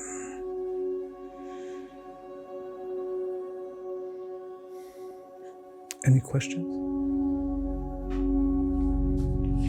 Not that my rolls are any good, but can I do an insight check? Absolutely, you can do an insight check. I would also like to get in on that insight check. Merrick 11. Zen Matriel 9. Samosa would like to make a statement without making an insight check. Sorry, I forgot to bless if that matters, so go ahead. I'll just roll my d4. 12. Sure, sorry, I wasn't waving you off, Kier. I was just waving. Just one sec. Okay, any other insight checks? No. Yep. Go ahead. Yep, I'll take one.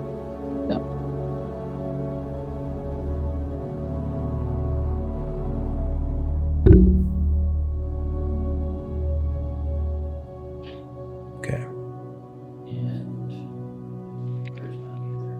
I will also add, since I'm going to make a speech, I might as well just throw an insight that way. I'm also going to add my bless from Potion of Heroism, as well as 1d6 from my knowledge of a past life. Just confirming to everyone, bless doesn't go on X. Right. Yeah. Yeah.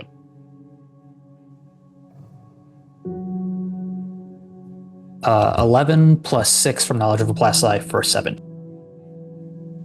Okay, before you do your speech, if 17 is the high roll, I hope you can all understand that a 17 insight may not be enough to determine whether the Great Deceiver is telling you the truth or not.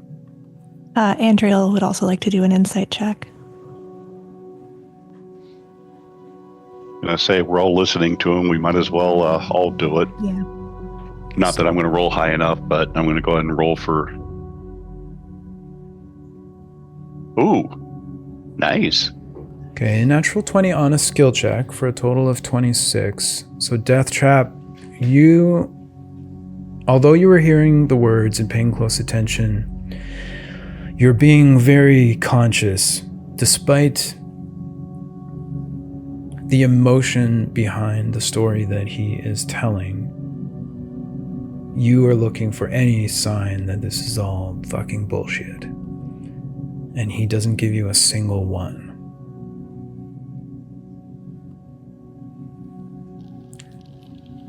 Go ahead, Samosa, if there's something you want to say.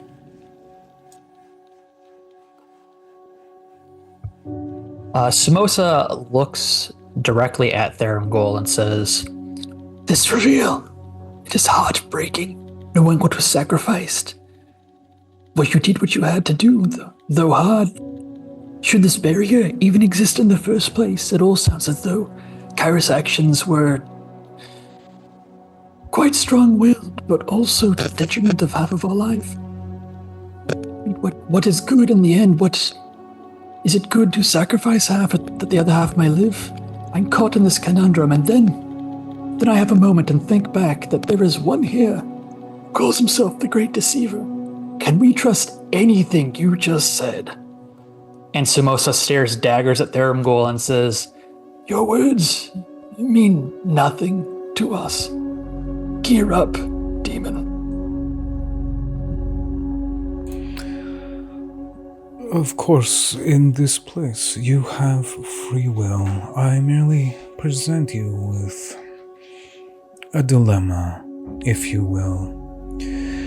But to help perhaps in your decision, let me reveal this spawn of Nihralon to you.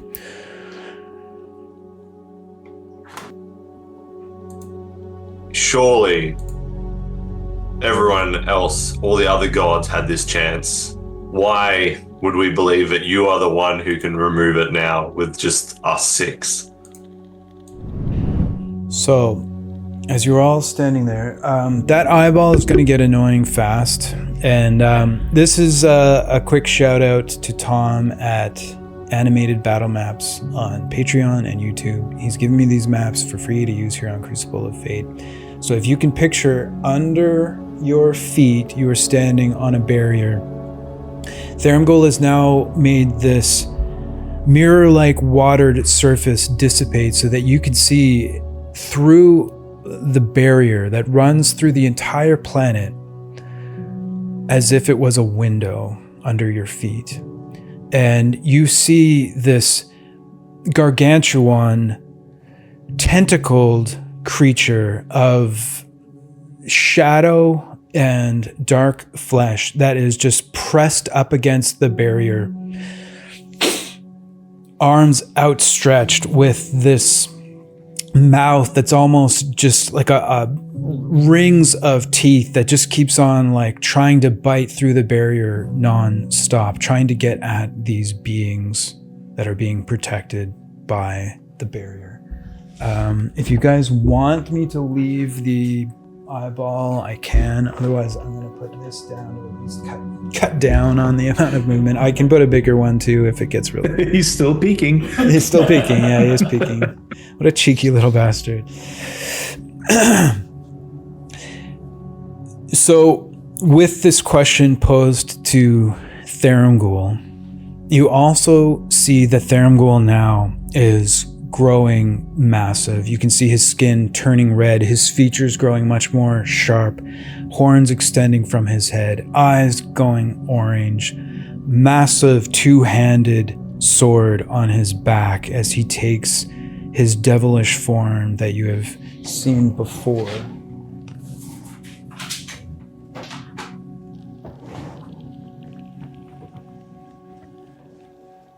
And I apologize now, I could not get him painted as much as I wanted to, but this is him so far. Holy shit, that's cool. Yeah, he looks like he's 3x3. Yeah, he's huge. He's huge. 3x3.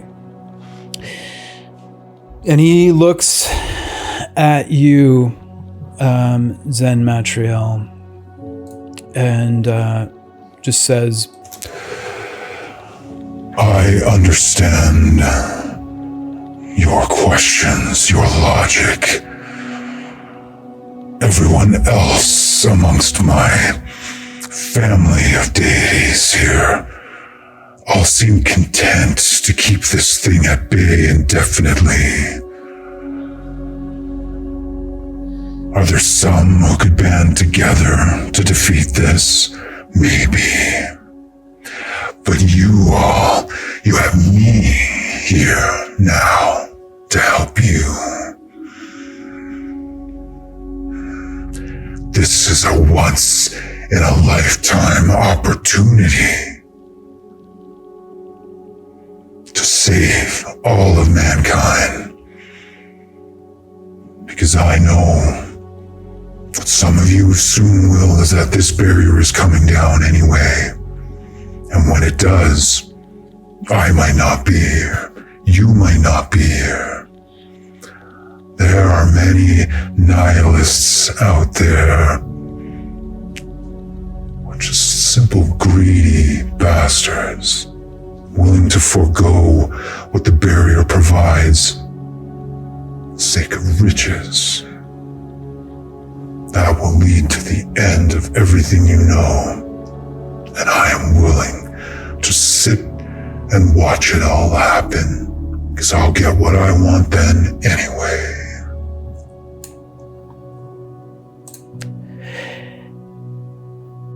So at this point, Therangul looks at you all with great anticipation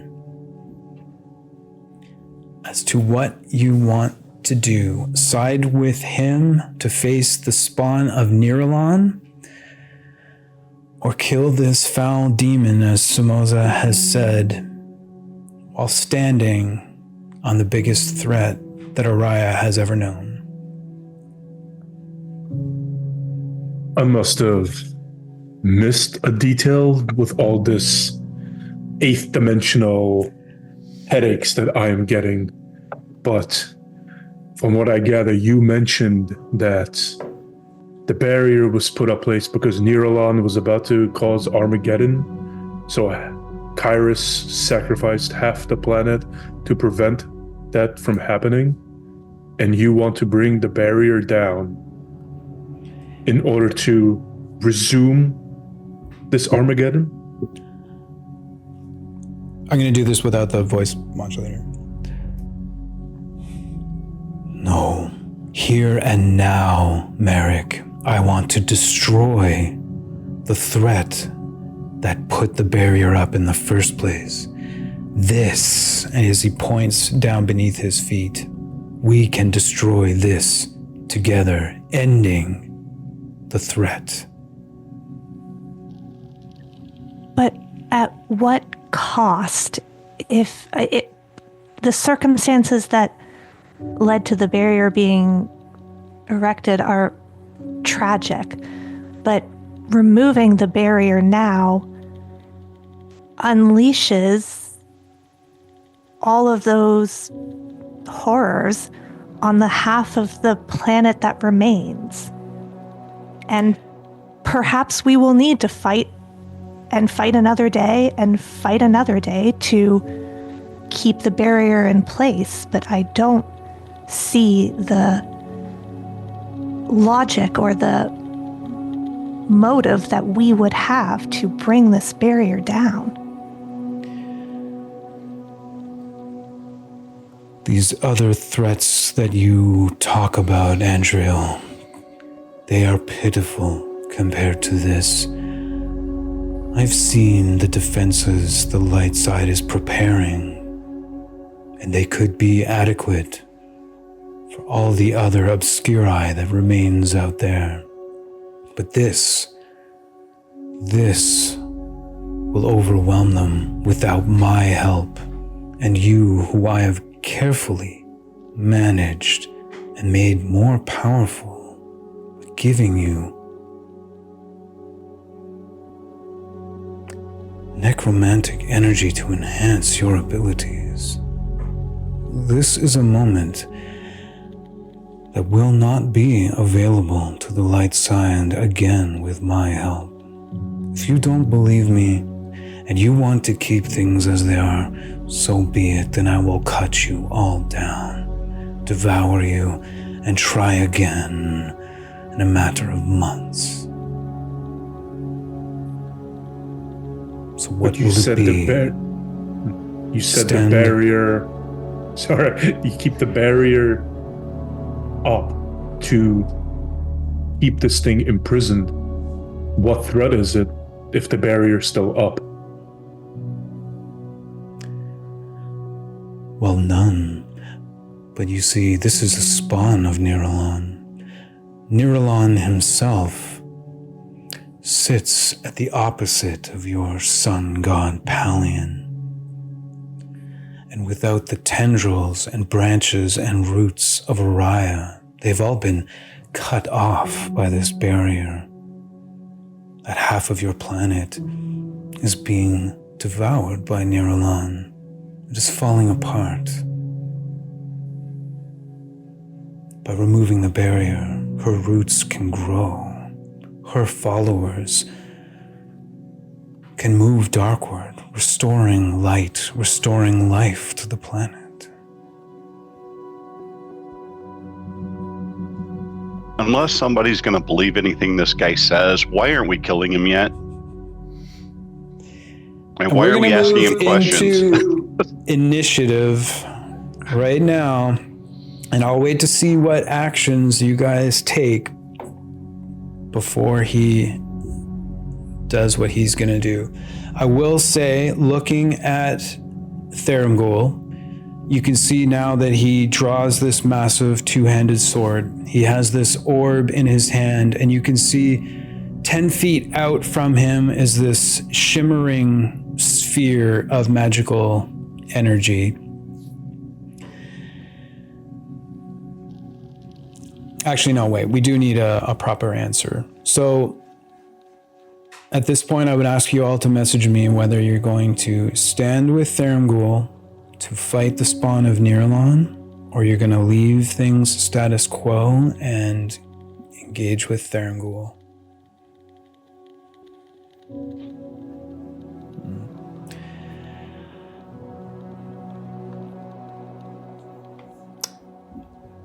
One abstain, and a vote of 4-1 to maintain the status quo. Very well then. You have chosen violence with me, you fools. I will destroy each and every one of you. And that is where we will begin, everyone. That brings us to Zen Matriel at the top of our little encounter here. And just for layout, I know it might be a bit hard to see. Across here is about an 80-foot diameter circle.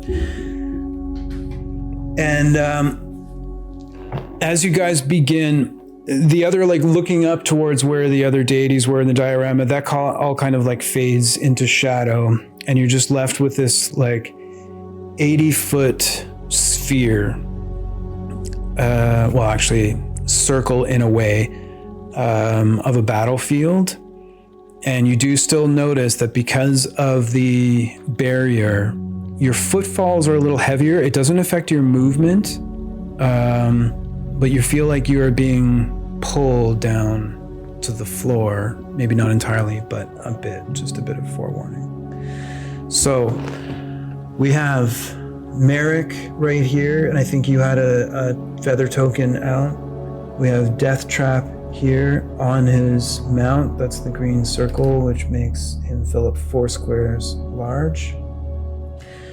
We have Zenthiel here, who is enlarged, taking up these 4 squares. Another token, and these are Zenthiel's condition rings. We have Andriel here, Zen Matriel, and Sumoza. Is Veronica? Veronica. Is Deathtrap actually mounted coming through the portal or next to the mount? Through this one, you're mounted, yeah. Okay. Sumosa would also have a feather whip token as well. Okay.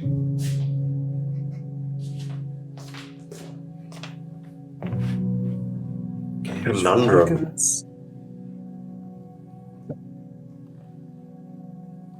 Okay, so just keep track, guys. The green, like falchion, is the feather whip token for Merrick. The red sword is the token for Zenthiel. And then the greenish yellow morning star is for Sumoza. Okay, and if this is too hard to see, we might be able to switch maps to something that's easier to see. We'll just remember that this is what's underneath you, but I can switch maps if you guys really have a hard time seeing this board. Okay, Zen Matriel, your turn.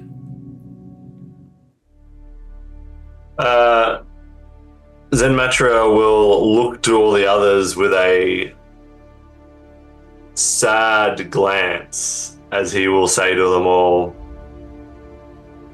I will request to the what everyone wanted, but we could have fought him after we dealt with the evil.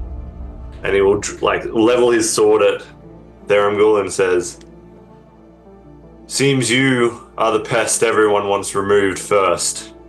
And he will then leap into the air and fly directly at Theramgul, taking up a flanking position. He has 80 feet of movement. Okay. So if he can move. Yep, 80 feet of movement, no problem to get you around to the other side of Theramgul. What you do notice is that you have to put tremendous force into using your wings, and you're only able to get up to a max of 15 feet in height. That's fine.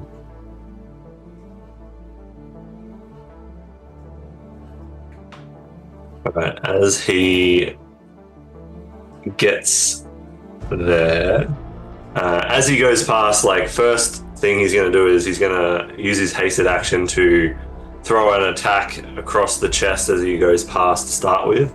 And so let's start rolling some dice. All right. A D20 plus 15? Man, maybe you guys have been geared up a little too much here. A 34 will hit Theramgul. Okay, so we know the AC is at least below 34. Yeah. All right, so let's do 11 plus. Okay, so 12 slashing damage. Theramgul cannot resist. Plus, rolling great for my damage dice. Plus 16 radiant damage. Okay. So 12 slashing, 16 radiant?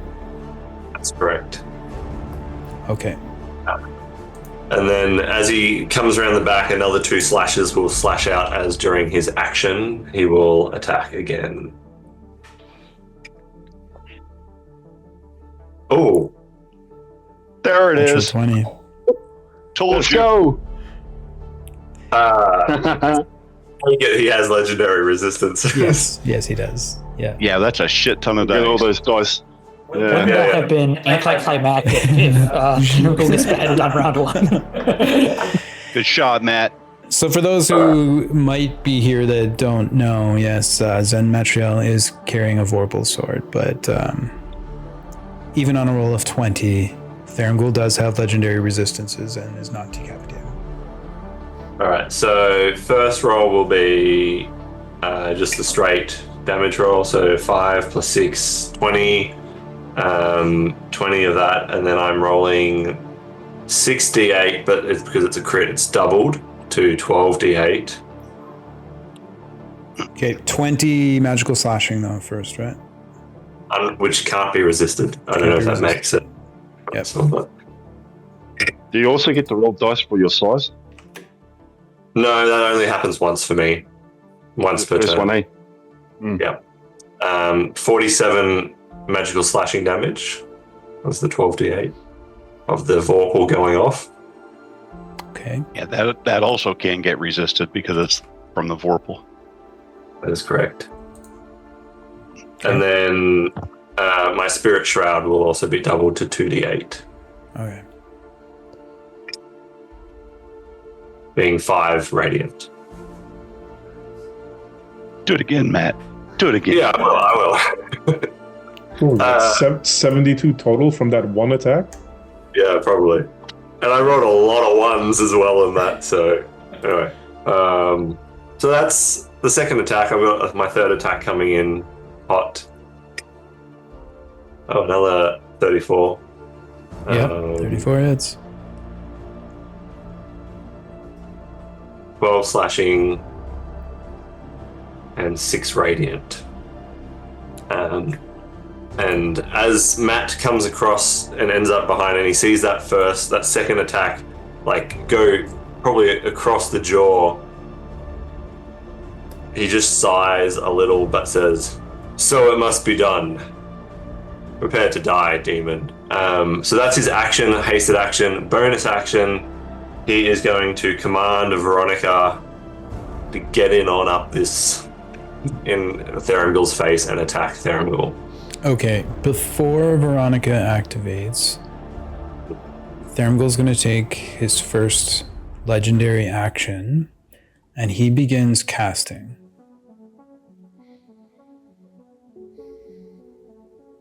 And I am pausing and writing to the refs, to Remy, what he is casting. So just give me a second here. I'll use my reaction as an Arcana check to see before, if that's okay. Okay, go ahead and roll your Arcana. Just wait, hold on. Let me send it to the refs first.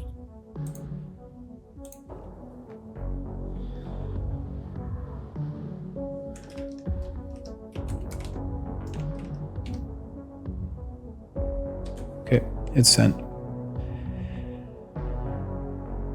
Did my Arcana come through? I don't know if it did. Not yet. I didn't see it. Well, thank God, because it was a pretty terrible roll, so I'll roll. I mean, that's not much better. You have no idea what he's casting. Okay, so I'll counterspell it anyway. I'll use my reaction to counterspell it as a tattoo on my arm flares. Okay, tattoo flares, and you successfully counterspell the spell. Veronica's turn. Okay, so Matt does that. He's like, "Not right now, demon." Okay, Veronica will use her 40 feet of fly to... I think she's got enough distance to get to the other side of Therimbul, so she's flanking. Okay. How much movement does she have? 40 feet. 40? Okay.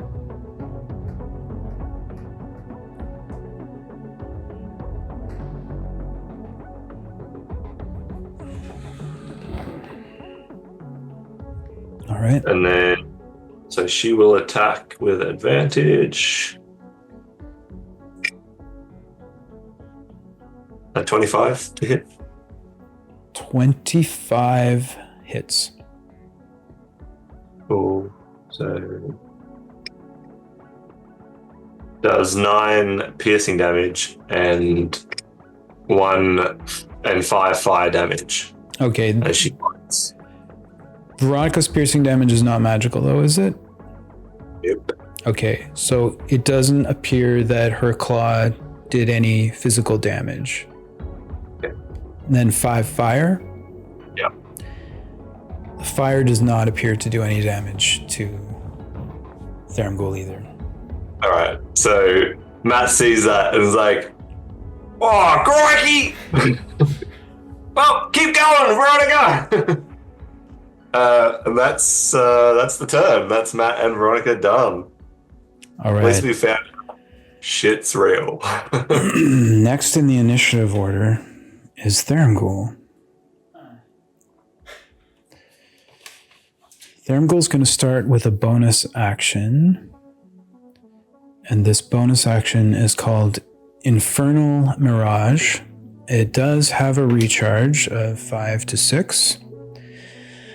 Therimbul creates illusory duplicates of himself. Until the start of his next turn, attacks against him are made at disadvantage, and successful hits have 50% chance of hitting a duplicate instead, dissipating it harmlessly. So it's like mirror image, but there's an infinite number. So what you guys see is as he takes a couple of slashes from Zen Matriel and just kind of ignores Veronica coming in, he spins around and just kind of raises up a hand, and you guys see all of these versions of Therimbul, and they all kind of shimmer and rotate around, so you can't tell which one is the real one. But you can still target the miniature. That's still the real target, but these effects take place. So attacks are made at disadvantage and 50% chance of hitting a duplicate. That's his bonus action. For his action, in the center of the room, you see him stare intently at where the eyeball is of the spawn of Nihralon. And you see cracks begin to appear in the barrier. And he concentrates on it. And then the center of the barrier shatters. And I need everyone within 60 feet of that, which is everyone because it's in the center of the room, to make a wisdom saving throw. So Andriel, I need a wisdom saving throw. Okay, I believe I'm making... Sorry, who's in range of Death Trap? Is it a magical effect or a spell? It is a magical effect. Okay. Then, yeah, if they're within 30 feet of me, then they get advantage on it. All right, so we would have Zenthiel and Merrick are within 30 feet of you. I don't think anyone else is. Andriel, because of the effects of the shield, has advantage on saving throws. Okay. So that's the first one. Nice. And there's the second one. Okay. Any adjustments you want to make? No, we'll stick with that. Okay, so I'm just going to mark down 28. Death Trap. All right, so he gets advantage. You said wisdom, right? I did, yep. So 18, and he'll add a plus to that. So 27, 30 wisdom save. 30. Sticking with that, of course. Merrick. You said I'm in range of Death Trap's aura thing? You are. So with advantage? Okay.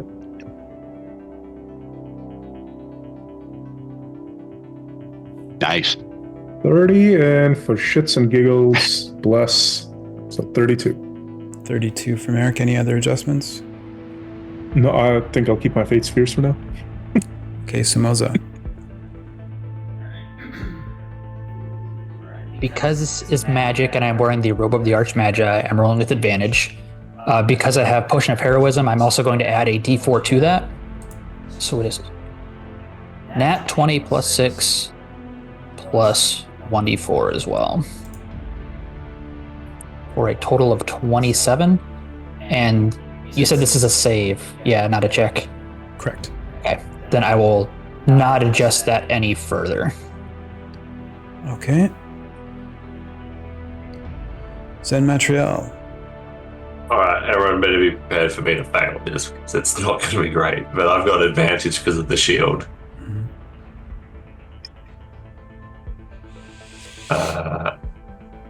And I will roll a d4 on top of that, because of bless. Taking it to 21 for myself, and you want me to roll for Veronica? Yep. So Veronica, because she is so much better than me, she gets a +8 to this. But she fails, probably, with a 13. Okay. Zenthiel. So I get to apply the advantage, correct? Yep, you're in range.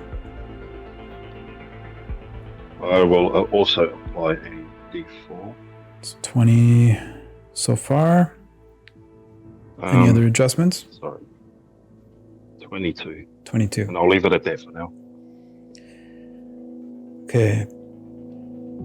Death Trap and Merrick, you succeed. Everyone else fails. 28 failed from Andriel. As these cracks form and you begin to see this dark shadow creeping in as the spawn of Nihralon seems to be entering into this realm,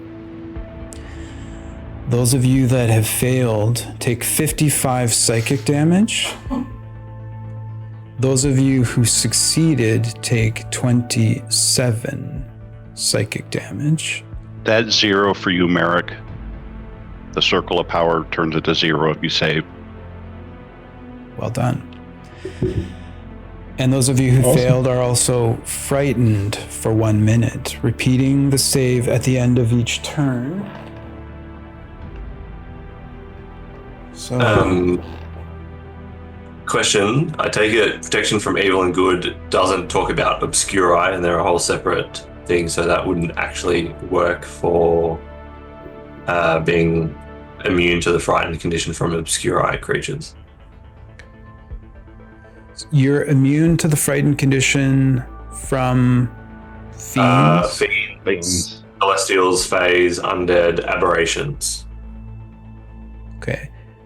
You are not affected by the frightened condition. Sweet. All right. Andriel, are you frightened? Or do you have something? I am frightened for now, but I have resistance to all damage, so I took half of that. Okay. Death Trap succeeded. Merrick succeeded. Samoza. Can you be frightened? You're in form of dread right now. You're immune. Correct, I'm immune to fighting. Zen Matriel has just shown his spell protects that. Zenthiel, are you frightened? I am. Okay.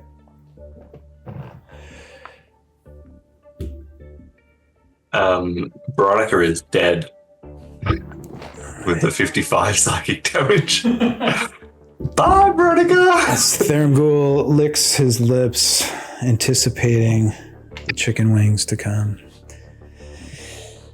Okay, so that was bonus action of Thurmgul. Movement for now, not going to move. I believe that is the end of his turn, which brings us to Samoza.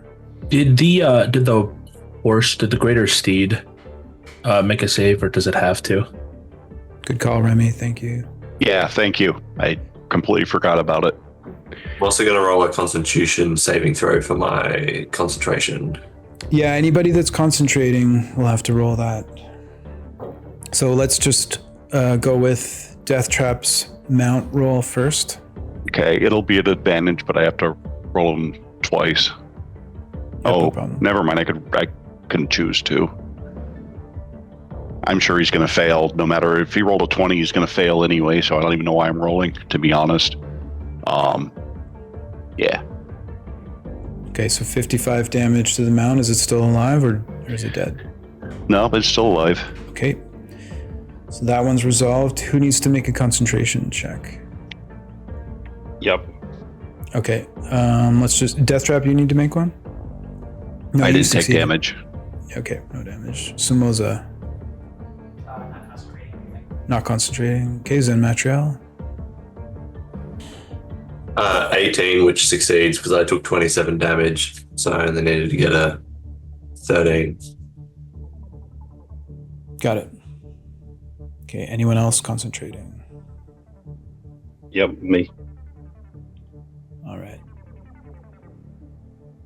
21. How much damage did you take? I took the 55, so it's like 27, 28, I think. Yeah, Pass. 27. So concentration drops. I'm going to roll blessed. Okay. So what's that give me to 22? Yeah, I think half the damage was 27. I am going to roll favored by the gods. 27. Okay, you maintain your concentration. All of that resolved. Just checking chat. Why doesn't Thurmgul have to make any saves? Yeah, he's not concentrating on anything right now. If that's what you mean, Joe. No, I think they meant the wisdom save. Oh, it was him that did the effect. Yeah. Oh, was that just Yeah. a joke? Oh, okay. No, I think somebody explained that to them. Oh, They okay, thought got it it. was like the effect of the eyeball, I'm assuming, shattering, whatever. Oh yeah. Well, for clarity, just because now it's a 1 per day ability of Thurmgul called a mind-breaking illusion. Thurmgul manifests a terrifying illusion in a 60-foot radius sphere centered on a point within 120 feet. So don't worry, the barrier is not cracking, and the spawn of Nihralon is not actually coming through. But That's his mind-breaking illusion ability. Okay, Somoza, your turn. I was more than a little afraid that was going to be an every turn thing, so that's very good. I do have a question. Is soul decay no longer a thing with this? No soul decay. Okay. All right. Sumosa will, part of his turn, talk and address everyone and say, For clarity, I was the abstention for the same reason as Matt. If we could have taken down this thing as well as Thurmgul, it would have doubly benefited. But, understandably, we must take down Thurmgul first. Sumosa will further continue. I would lie if I said I had seen more frightening things in my lifetimes. But this massive eyeball cannot scare me. And he will reach out dual fisting staves, point them both at Thurmgul and say, You can be killed, and we will see to it that you are. And cast Eldritch Blast against Thurmgul. Okay, go ahead and make your attack rolls, please, Somoza. How many blasts do you project? As I am level 15, this will be 3 separate blasts. Okay. And I believe we're at disadvantage because of his ability. His Army of Minions ability. Yeah, disadvantage on attack rolls. Yeah. So I'll roll. First hit. That is, I think an 18 is probably going to miss. Goes wide. Second beam. That is an 18 again. And third beam. Wow! An 18 again. Okay, that also misses. Yeah, he seems to shift all over the place as your beams pass right through these illusions. Sumosa will take his bonus action to re-up Form of Dread, as that 55 damage was definitely enough to knock down the temp HP he previously had. So I'll roll that die now. That will be a minimum of 1 plus 11 for a total of 12 temp HP. That is his action and bonus action. And do you want to move the figurines, or would I be able to move them? Oh, if you can reach, go ahead, man, yeah. The less work I have to do, the happier I am. But it's probably easier for me to do it. You're a bit further away. Which one is Death Trap? That one there? Okay. Sumosa has 30 feet of fly speed. He will move as close as he can to get behind Death Trap. That's not Death Trap. Oh, sorry, my bad. Okay. Sorry. Who is the purple? Is that Dalon? Yes. Yeah, that's Zenthiel right here. Sorry, Zenthiel. Sumosa will use 30 feet of movement to get behind Zenthiel if he can. Yeah. That's fine. And we'll say, I trust that your magic aura extends to me. I feel like I might need it. That is action, bonus action, and movement. And Sumosa will turn again to face Thurmgul, but stare at him angrily. He has no facial muscles, but you can tell it's an angry skull. And we'll end his turn there.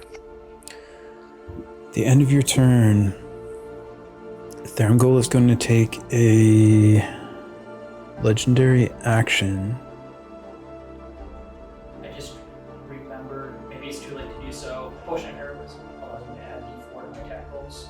Is it too late to add them back on? No, but with an 18, even with a +4, wouldn't it? So, yeah. Okay, at the end of Sumoza's turn, second legendary action for Thurmgul. His eyes begin to glow with an intense heat and magical energy as he scans around looking at all of those assembled. He stares at Sumoza.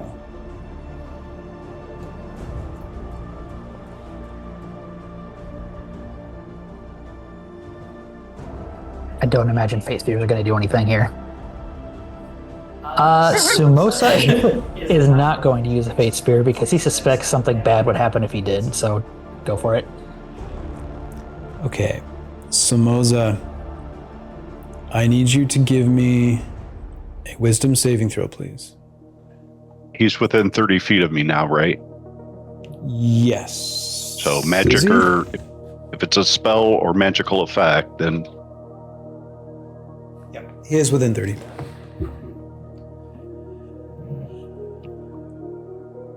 So would I add +5 to that roll? No, it's advantage. Oh, it's advantage. Is there any effect of a paladin currently adding from their aura protection to this roll? I don't... You should have +5 from mine. Okay. Yep. So I'll roll that with advantage from Death Trap and then add 5 to it as well from Daylon. Okay. So that is... I'm officially large. That is a 13. 13 plus 5 for 18, plus a 1d4 from my Potion of Heroism. Remembering it this time. That is a 1. Okay, so 19. Let me see my roll again. It was a rolled 13, right? Yes. Okay. Well, can't take them with me. I'll use one of my Fate Spheres to reroll if it's possible here. My understanding is it would be used on myself here rather than on Theramgol, if that works. Yeah, you go ahead and use a Fate Sphere and it works. Okay. So I'll reroll that advantage roll. Yep. That is... Oh dear, I'm getting these out early. Definitely not enough to pass. I think that's 19 total. You all watch as Somoza bursts into flames as the intensity of the stare of Theramgol seems to burn and ignite this infernal fire within him as you take 23 fire damage, Somoza. That ends the legendary action. We move now to Andriel.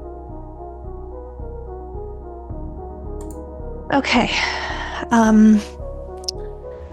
For Andriel's action, she is going to take a deep, steadying breath, and she's going to use Stillness of Mind to end being frightened. Okay. She is, his duplicates. Does blind sight have any impact on those? Blind sight does not have any impact, no. Okay. So she would like to, she's going to run right up to him. Now, being invisible, she would normally have advantage, and then she would have disadvantage from the thing, so I believe this would be a straight roll for an attack. Yes, correct. So she's going to get right up in front of him, and she's going to say, I have family in Araya, you bastard, and if you want that barrier down, you are going to have to go through me first. And she's going to pull her fist back, and she's going to punch him square between his eyes. Okay. So, okay, this is her hasted action. Now this roll is going to have +2. So a 19. It's at disadvantage too, so I guess you don't have... Well, but it would be advantage because... Oh, straight roll. Yeah, visible. you're right. We just covered that. Yeah. So a 19. 19 does not hit as he quickly, his wrist, you can see that on his forearm, it's all armored with this like ancient bronze armor. He just deflects your blow out of the way. Okay, she is going to spend a key point to use Flurry of Blows, and she's going to pull that fist back and try and hit him again. You said her blind, and you said her blind sight doesn't see through his duplicates. I don't think blind sight does. I think blind sight, isn't that only when you're actually like blind? Blind sight does from a mirror illusion. It does. Okay, it does see through illusion. Then yeah, like it sees through the mirror. It would see through his illusions then. Yeah. So then it wouldn't be the disadvantage. So I guess your first one would have been at advantage. then. Advantage, yeah. So go ahead and re-roll that initial one. Okay. Yeah, my bad, guys. No. It's all right.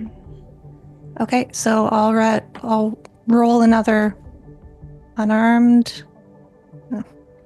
That +2, so 18. So that would have missed anyway. But my first flurry of blows was a 28. 28. Okay, so now it did technically hit, but there's a 50% chance it hits a duplicate. So roll a D100. Well, she would still see through that, right? With the blind sight. Oh, yeah. It hits. Go ahead and roll your damage. Okay. Thanks, Pat. Is Therangul considered an obscuri creature? He is not, no. Okay. Mare, did you roll that second attack at advantage? Oh, no, I did not. So yeah. Damn, Pat came to play. Hey, this guy's tough, man. Yeah, no, you're right. Messages me. Absolutely right. Okay, here's my second. Okay, go ahead. Oh, sorry. Okay, definitely a hit. While you roll your damage, I'm going to ask Pat if when he was putting on his bandana, did you at least think of Rambo this morning? Actually, no, I didn't. But originally, that's kind of why he started wearing it. So it's funny you say that. Okay, go ahead and roll your damage. Okay, Dave? so yeah. Oh, no, never mind. No, sorry, I'll stay out. Okay. Okay, so Andril's base, this is going to be a D8 that I have to roll manually because of the martial art die in D&D Beyond. I couldn't make it work, so this is going to be a D8 for her regular attack, and this is going to be +9. Okay. All right, so 14. Okay, and then she has 2 additional D8, one from the Fist of Dawn ring and one from the effect from the shield from Zen Matriel. So these ones are radiant damage. Okay. Is he obscuri? Do you get that doubled on him? He's okay. not. No, he's not. Okay. So another 14? Yes. And then she's going to spend another key point as her fist connects right between his eyes. She's going to try to make that a stunning strike. Okay. So What that is the DC? It's a con save. It's a DC 16.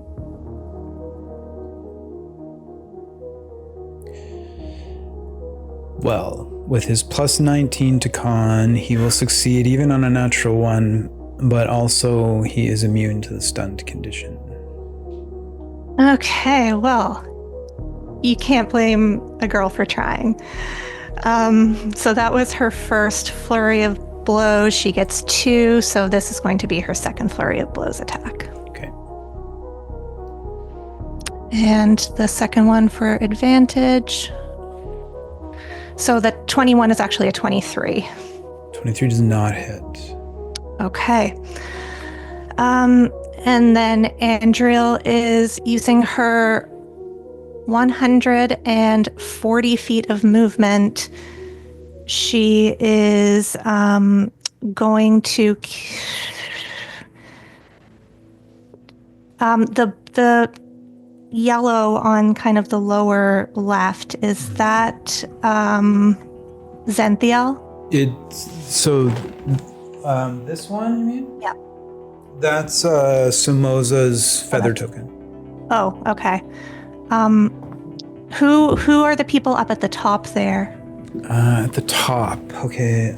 Sorry, it's backwards for me. This is Merrick here. Merrick's token, Death Trap, Zenthiel, and Somoza. Okay, she's going to go kind of straight up to the middle top of the board, like between Death Trap and Zenthiel. Okay. And can you be opportunity attacked? I cannot because I took a swing at him and I have the mobile feat. Good to know. There you go. And that's it for you? Yes, thank you. Third and final legendary action of the round for Therangul.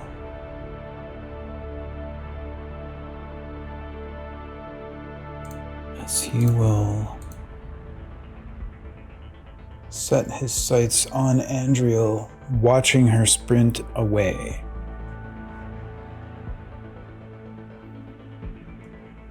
Alright, I need an intelligence saving throw, please, as he seems to stare daggers into the back of your head and looks to be concentrating intently. Okay. I'm going to make this at advantage because of the effect from the shield.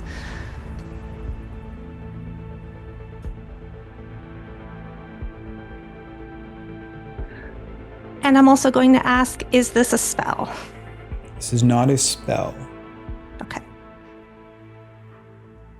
Okay. A 9 does not succeed. You see an image of yourself. Sorry, did someone say something? Or is it... Oh no, he's in my head too. Sorry. Yeah, go ahead, go. She just gets a +5 from my aura if she's in range, and then it helps. Okay, so up to a 14. Still not enough. You get an image, Andriel, in your head of you coming in, punching him in the face, getting out of there quickly, being nimble as you are, but then like tripping and stumbling over your own feet, and him stomping towards you and like lifting you up by your hair. This is all in your head as you are hit by his psionic lash. For, get out of the way, dice, 23 psychic damage. Okay. That ends his legendary actions. Andriel is finished. We are now up to Death Trap. Dave, just for clarity, legendary actions reset on the creature's turn, so he'd still have... Yeah, sorry, I meant for like the ones he has on this round of stuff, but yeah, I got you. Dave, just to clarify, did you change the secondary effect on Psionic Lash? No, I didn't. Oh, yeah, thank you for being here. I was so excited to deal out damage. I didn't even realize that Andriel is also incapacitated until the end of Therangul's next turn. Remy, I thought you were cool, but that's the third time. You guys have Pat. He has me.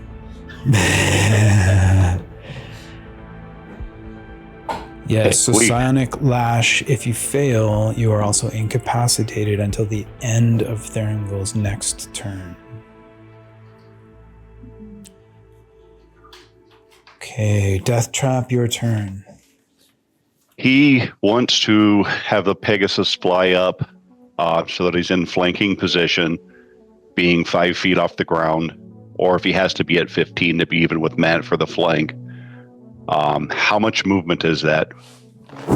Because he's probably going to want to move after.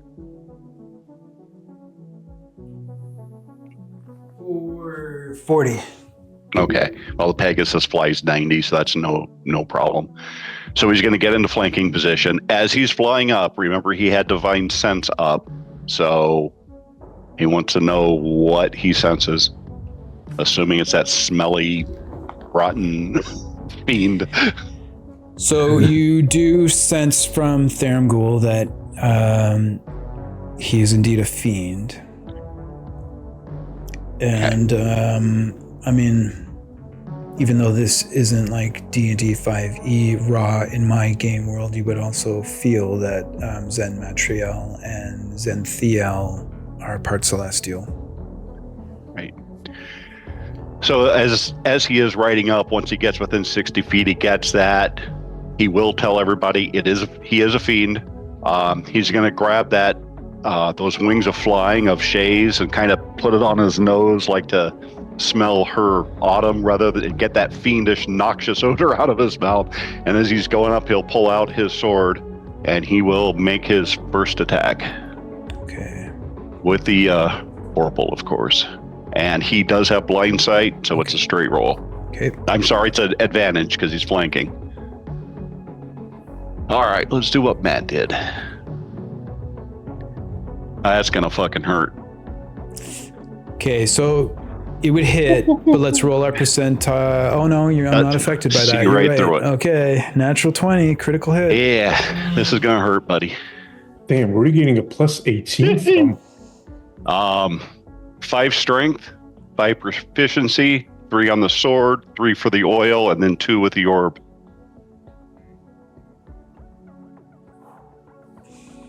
Don't use that against me. All right, so flat roll for the damage. That's nice. So that's 29 to start with. Okay. He is going to do 12d8 for the extra damage. Oops, not, wow. I put it up to 20d8. Can I have it? Nope, no. All right, so this is the extra damage of the Vorp. So 46. And is that's also slashing? Yeah, slashing that he cannot resist. Okay, all of that is non-resistible. Okay. Right, that's all the Vorpal weapons damage. Yep. Okay.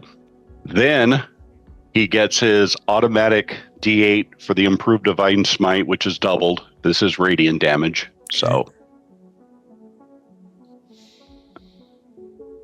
that's only a 3. Mm-hmm. He gets an extra D8 from the orb of radiant or force damage. Do we know if he's resisting the radiant, or do we not know? He does not appear to be resisting the radiant. Okay. Seems to be having full effect, yeah. Okay. So then he's going to double the 1d8 radiant damage on the orb, which is another 13. And then he's going to drop a 4th level smite on him. Okay. So let me check that spell off. And at 4th level as a fiend, that is going to be 5, 6, so another 12d8 for the smite.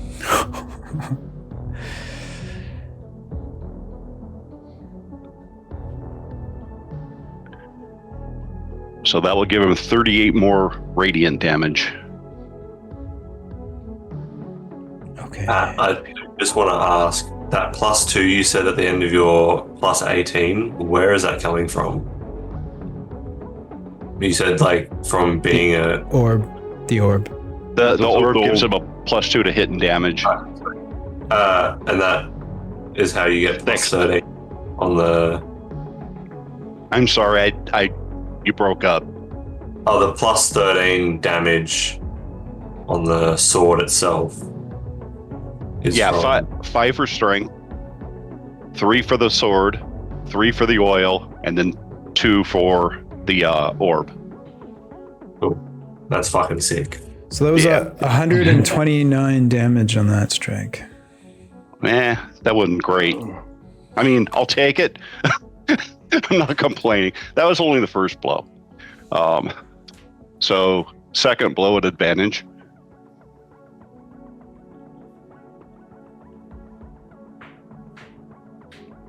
Is a 37. 37 hits. So that is going to do 21 from the sword, plus 8 radiant, from the improved Divine Smite, and then plus 3 radiant from the orb. And for the hell of it, he's going to drop a 2nd level smite on that. Okay. Can't go to bed with the spell slot, so we might as well use them. So that would be 48. Because he's a fiend, so another 19 radiant damage. And then his 3rd blow from the hasted action. So that's 51 for that one. Yeah, that's what I got. Some numbers. Man, it's probably gonna do it. I'm going to drop the bless on that. So 27 to hit. That hits. Okay.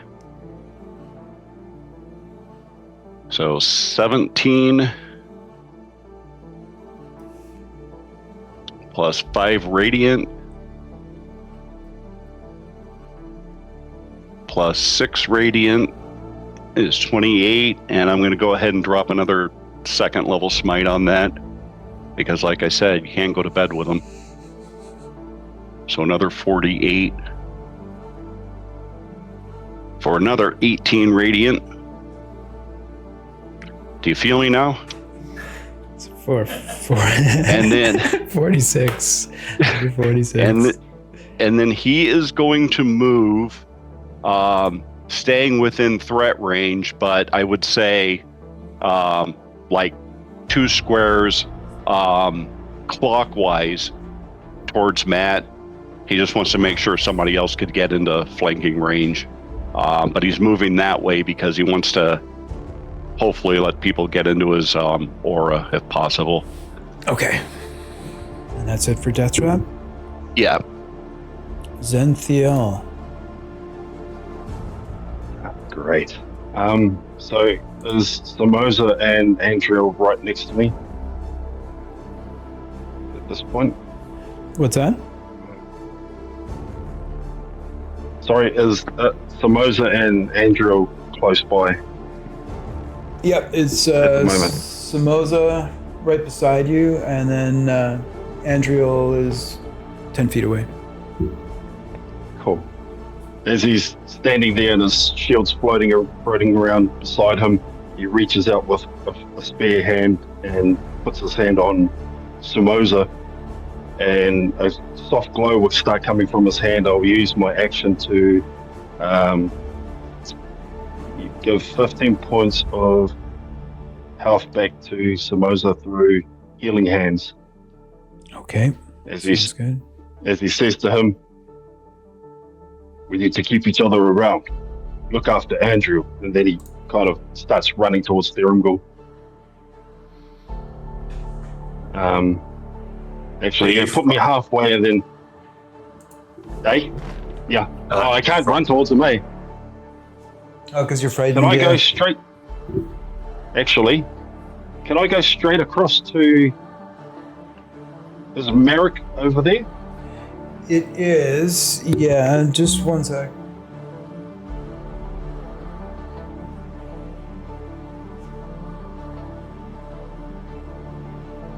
Yeah, you can go... You'd have to come down 5 feet.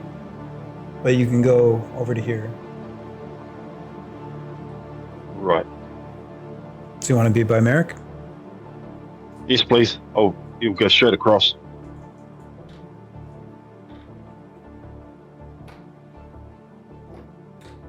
Does Merrick have visible auras? Yeah, the aura of courage and protection.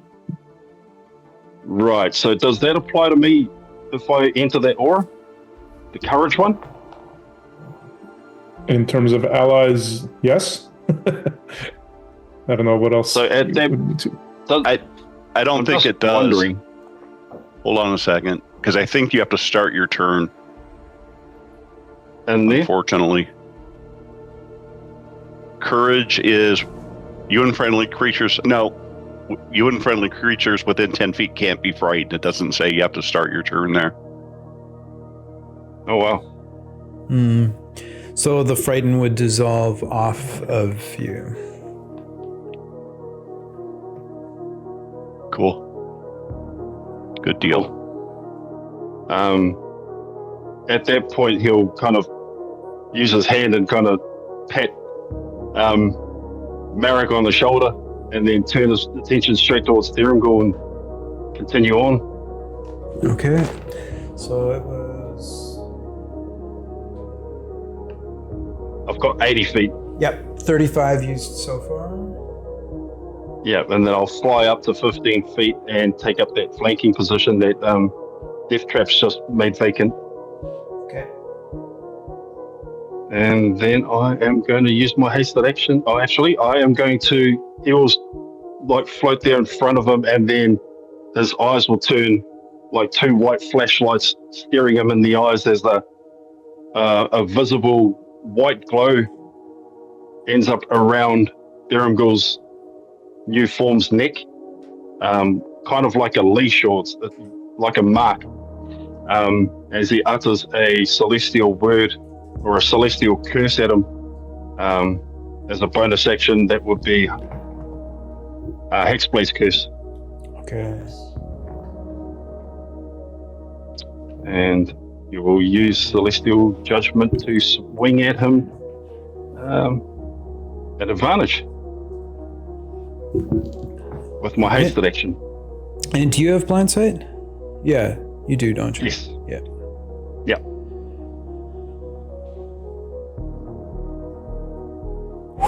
Man, you guys, what the hell? You're killing me here. All right. Another crit. Just to confirm, is Zenthiel still within the aura of courage currently? No. Or is it doesn't remove the frightened condition, it just suppresses it while inside? Can't be frightened. Oh, I see what you're saying. I mean, if you're going immune to frightened, wouldn't that automatically get rid of the frightened at that point? There's no condition on the person if you're immune to it. There's a Jared Crawford tweet I'm looking at right now, is that good point. In response to aura of devotion and aura of courage, it is suppressed while in the aura. Okay, so as soon as you would have stepped out of it, then you become frightened. Yeah. Again. So I'd have to take my... I assume there's more than 10 feet more than 20 feet between Merrick and I, because he might go right into my aura. Is the aura 10 feet? Yeah, at this level, yeah. In fact, my horse would make it a little bit further from him, so... Yeah, you guys daisy chain the auras. Yeah! Right. Fuck yeah.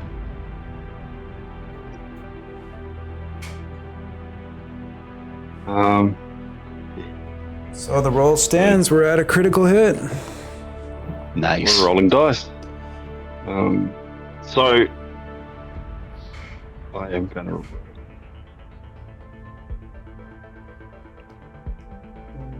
Paladins are a lot cooler when Sorry, I've rolled 2. Okay, 29 magical slashing. Sorry, that should have been 1 dice. Yeah, it's more. It's Oh, 32. it's just 10, yeah. Okay, so it's 5 more than that, we'll say. Okay. 34. Oh. Because of my size, I get to roll 2d4. On top, that's extra slashing damage. I will apply 4d8 for Holy Weapon. And that's radiant damage.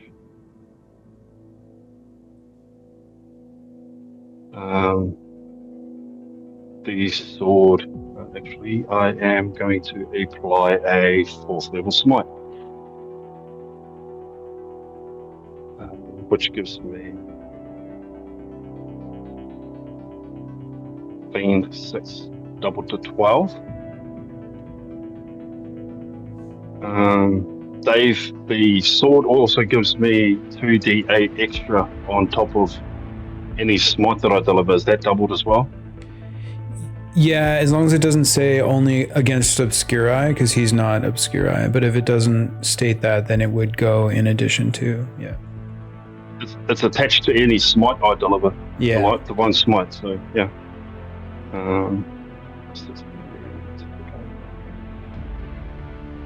That's a lot of dice. Oh.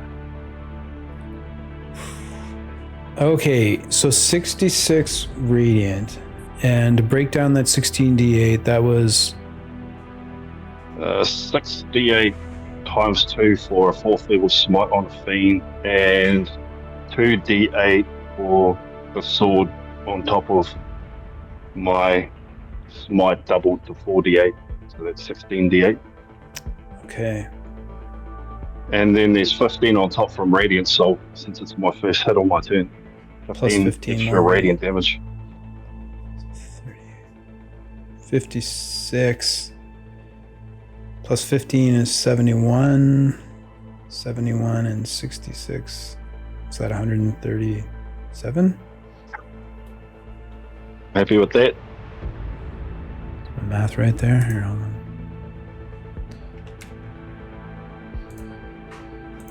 Okay, what's next for you, Cynthia? I will also shift. Well, am I close enough? Actually, I'll bunch right up next to Death Trap. Actually, I'll get as close to him as possible.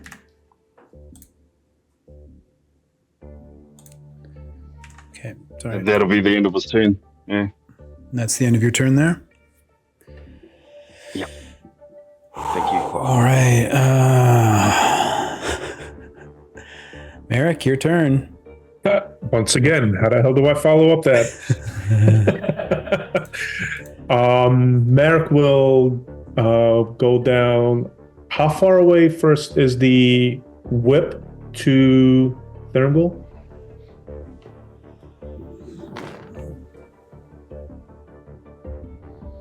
30. 30? Perfect. So I'll use my bonus action to move the whip 20 feet, and it has a 10-foot reach, so it should reach him.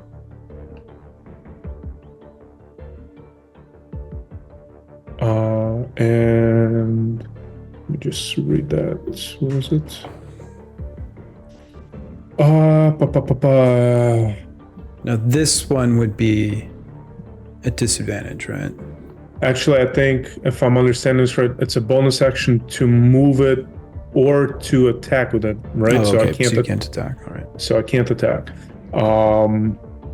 Instead, I will move myself down to be within 5 feet of Thurmbull, but also within. I think I would be within range of Death Trap's thing, because I think it's 30 feet. So yeah. So you want to move up towards Thurmbull? Thurmbull, yeah. To note, you can attack with that bonus action to move the token. Oh, I can. Okay. Yeah. With a bonus action, you can fly it up to 20 feet and repeat the attack against a creature within range. Okay. In that case, I will attack with the whip as part of that bonus action. It is a +9 to hit, so I'll roll a d20. I'm assuming 19 misses. 19 does miss. Okay. And then with my hasted action and free object interaction, I'll pull my sword out. I'll attack with the hasted action Thurmbull. Question: Zenthiel's Hexblade's curse doesn't affect me, right? Since Thurmbull's cursed by the Hexblade.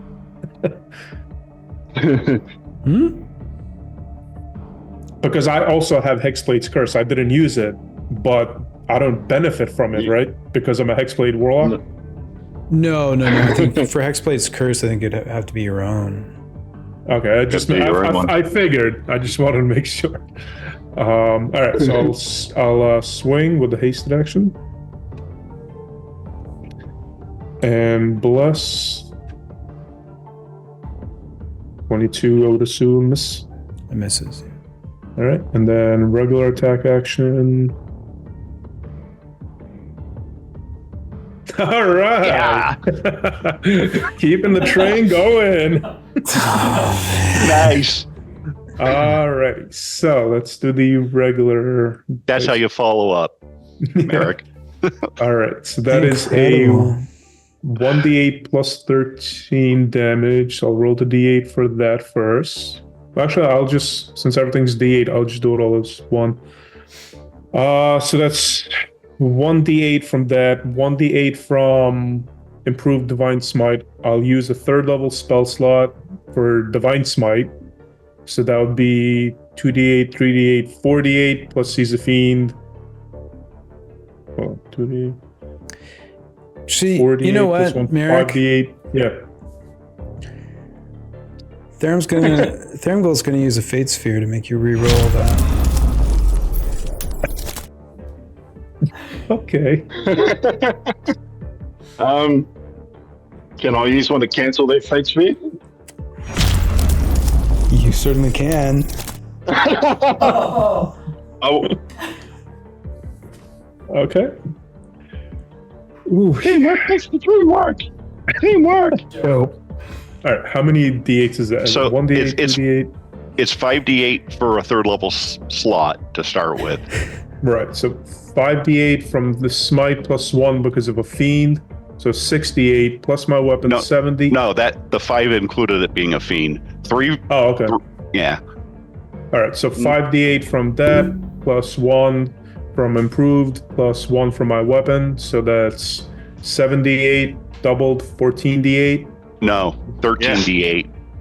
13. Because you don't double the damage. You automatically get 8 on. Oh, okay. 13d8. Okay. Yeah. So 8 plus 13d8 plus whatever bonus. What about your artifact also? I didn't attune to it, so I'm guessing I don't get the benefit of it. Gotcha.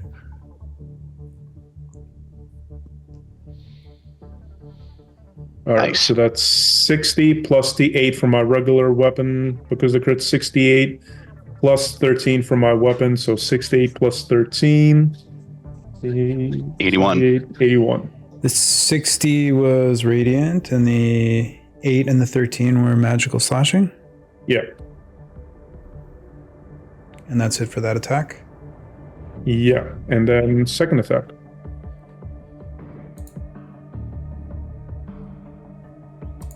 Plus 25. A 25 does hit. Okay. So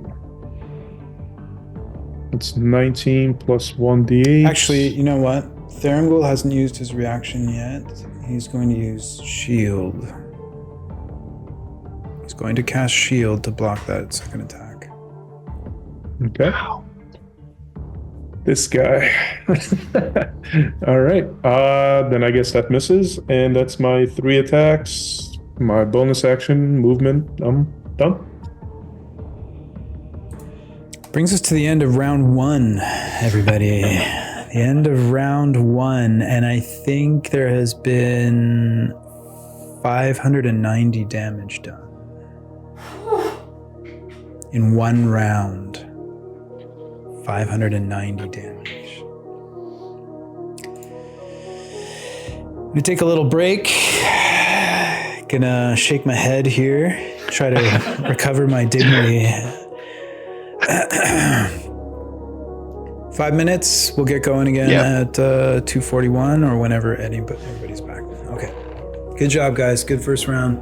Nice friggin' job, everyone. Champions of Araya. Man, that's a lot of crits. Yeah. That's a good point. If Merrick doesn't have blind sight, then there's some. But I do have the invisible thing, so it wasn't at disadvantage. Yeah. Roll a D100 then for the one that hit. And if it's 1 to 50. The duplicates. So it missed. How much damage did that do? It was 81. Damn it. Oh, so it would have been at disadvantage then. No, he had advantage. Well, it would have been straight roll because I have the invisible. Cloak of invisibility. Okay, so straight roll, but a hit has a chance to hit the... Okay, so I get 81 HP back. Looked fucking cool, though. Yeah. Yeah.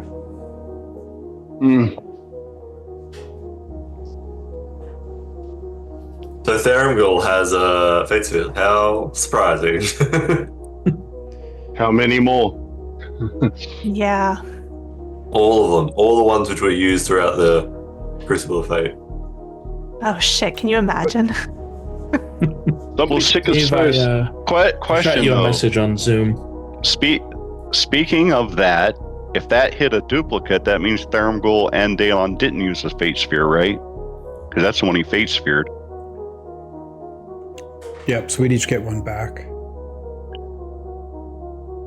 I mean, not that I want to give Theramgul one, but... Traitor!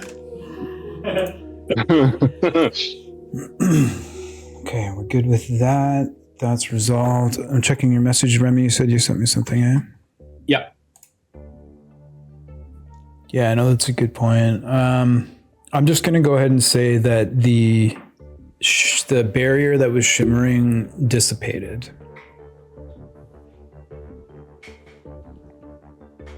All right, that's the end of round 1. Well, what barrier was that? The one that was around Theramgul. Oh. There was a shimmering like sphere around him, like a magical sphere. It's now gone. Okay, Andriel, it is your turn. However, you are currently incapacitated. Oh no, Actually- Zen Matriel. Sorry, I'm looking at the wrong sheet. My bad. Okay. Yeah, Zen Matriel is your turn. Okay, so I mean, I guess I'm in a flanking position, and the party's all here. So now that we've seen where the weak spot is, Matt's just gonna do what Matt does, and so I'm just going to attack. Action, attack. Very non-standard, but with advantage because I've got blind sight. I'm flanking. 30 plus a bless if I need to, but I think with the 25 and shield still hits. That hits, yes. All right, so let's do all the things. So that would be 17 slashing damage, magical slashing, unresistible.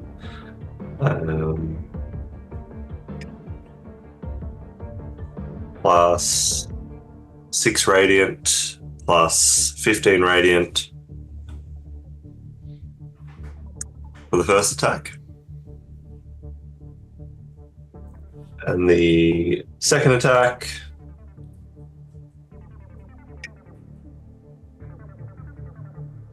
probably also hits. It does, yeah. Just let me get that damage again. It was 17 slashing, then 6 radiant, then 15 radiant? Yes, that's correct. Okay. Right. I think so. We just pull up the... Yeah. Second one hits. Yep. Doing 10 slashing and 8 radiant. Okay, 18 total. Yep. And then hasted action slash with a hit. Jeez.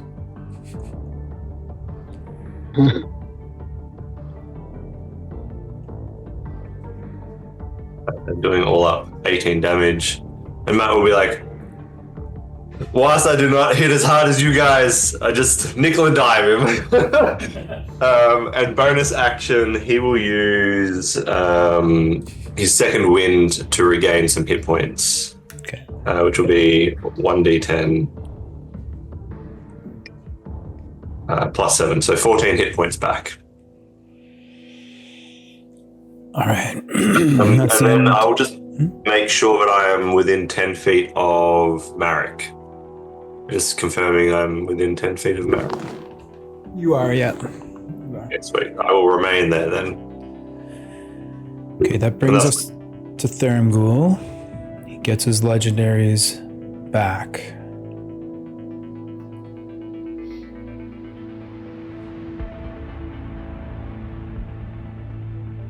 For his action, he is going to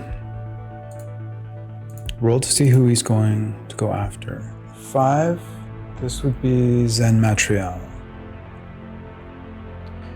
Zen Matriel, this is a psionic lash. So I need an intelligence saving throw, please. Yes, what I'm excellent at. Most people are. Advantage because I'm within 30 feet of Death Trap, and I guess a +5 from Marek. Yeah. Sweet. I'm going to need all the help I can get with that. Nat 20! Yeah. Plus a d4 makes that 23 plus 28. 28. Any additional changes? No, because I rolled a 20 and that's all I can do. Yeah.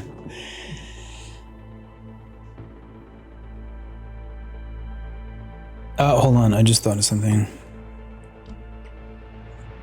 Remy, I'm just sending you something in chat.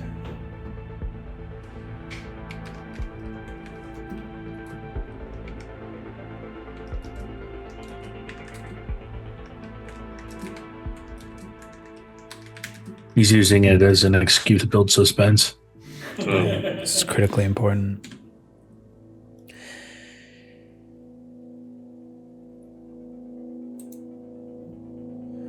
That is a fail, Zenmatriel, as you take 19 psychic damage and are incapacitated. Good thing I am not flying in the air because I was on the ground. 19. Okay. And my shield does not halve that damage because it's not he's not an obscuri, so kill. That's correct. Yeah. So I do have the multi-attack ability, which does allow me 3 attacks. So the second attack is now coming. Is he concentrating? Theringu? Oh, I am, yes. Oh, I can't fail. Good. 9 damage. I mean, I'll roll it for prosperity's sake, but... Cool. Does incapacitated have anything to do with concentration? Oh, yeah, I think so. Yeah, if you're incapacitated, you cannot concentrate. Then I am not concentrating. Oh, shit. Okay, just make sure you keep track of whatever drops. So that second attack was coming towards Zenthiel. So Zenthiel, I need an intelligence saving throw as you two are being psionically lashed. Why not? Punished by disturbing imagery for your insolence. That is the advantage because of death traps aura.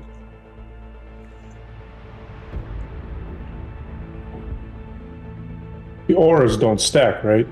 Like the two of the same type of aura? No. No, you can only so benefit from the same thing once, yeah. Yes. It's just a magical one, yeah. Quick question. Does it look like Theringal is having to see us to do this?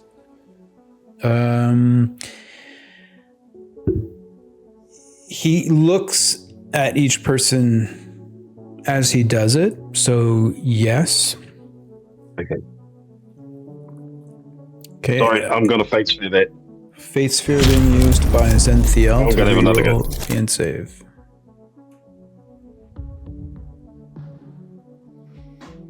Not much better. Oh, wow. Yeah, that's the worst. Okay, any other adjustments? No, I'm going to leave it at that. Okay, then Zenthiel, you two have imagery of your own impending failure. So you see yourself falling to your knees, a bloody mess, as you take 57 psychic damage and you are incapacitated.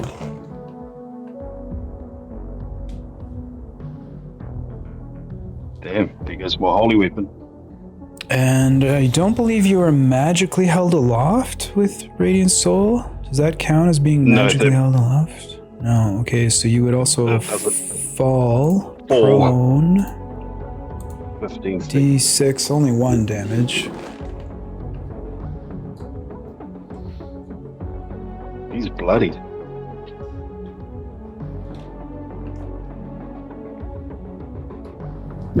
Third attack from Theringal in round 2 from his multi-attack is at Zenthiel. So you see him raise the infernal greatsword up to slam that down into you. This attack would be at advantage.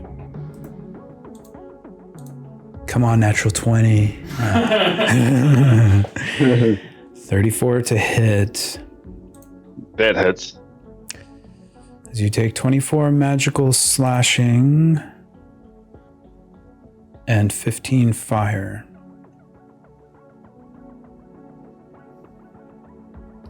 That is the end of his action. Just rereading my bonus. Bonus action, he's using Infernal Mirage again. Oh, it's a recharge. Let's see if it does recharge. It does not. So those illusions now dissipate. And that is the end of Thurangul's turn. Do we know how long the incapacitated lasts? Yeah, I revealed it. It's until the end of Thurangul's next turn. Yeah. Okay, so... Steve, I also sent you a message. I just wanted to confirm that happened. Okay, checking it now. No. Because if you read... Oh, got it. Yeah, I read it. Okay. Makes sense. Sorry.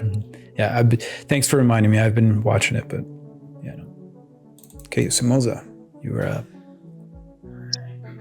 Sorry. Hexblade's curse is down as well. Okay.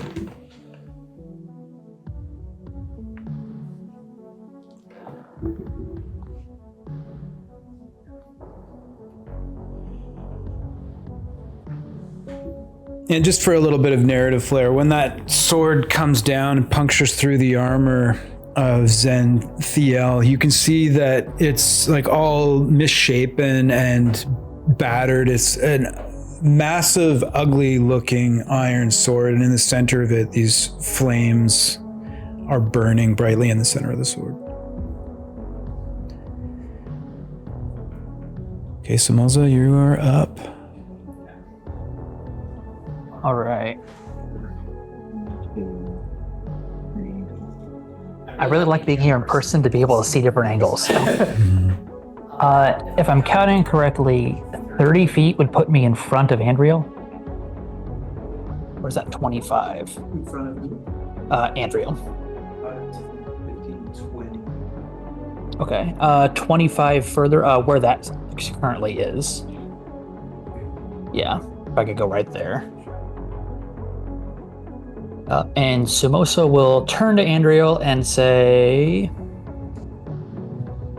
"If you excuse me, my dear, I'm fine letting the armor-clad tank stand over there to box him in. I like our seats." And he's going to point toward Thurangul and say, "Without your armor, without your army of fiery things, it's easier to hit you." And he's going to stick out his hand and cast Eldritch Blast to him again.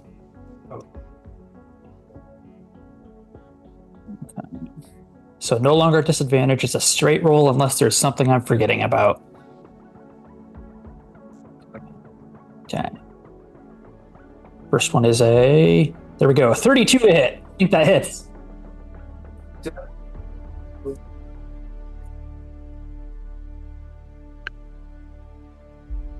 Okay. Okay, I have two more beams regardless of what I do next. So I'll roll those next two. 22 and 28.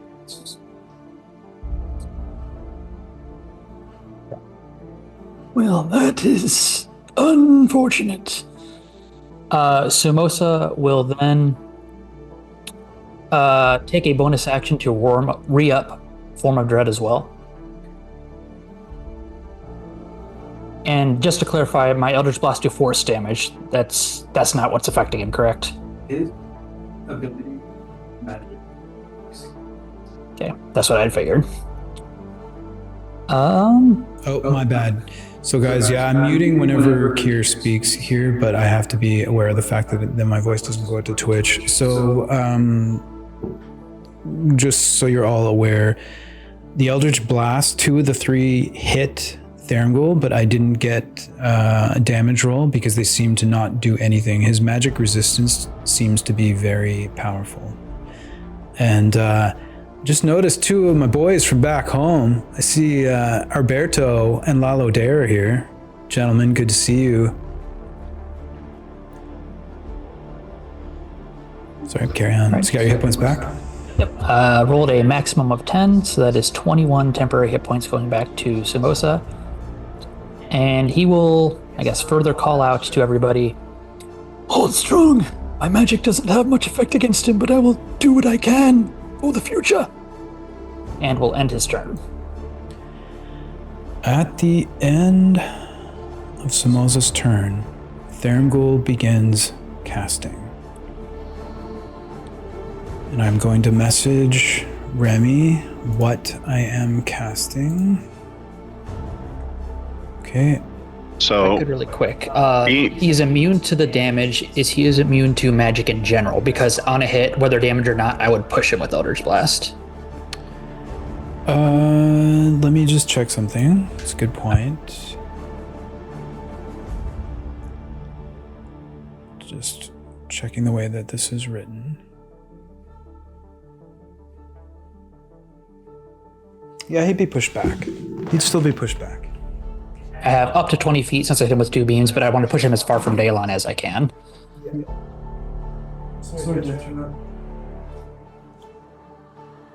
Sorry, as far from Cynthiel as I can.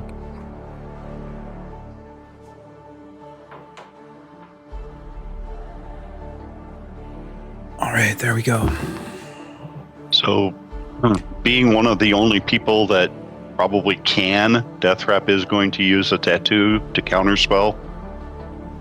Okay, let me just double check something with that counterspell.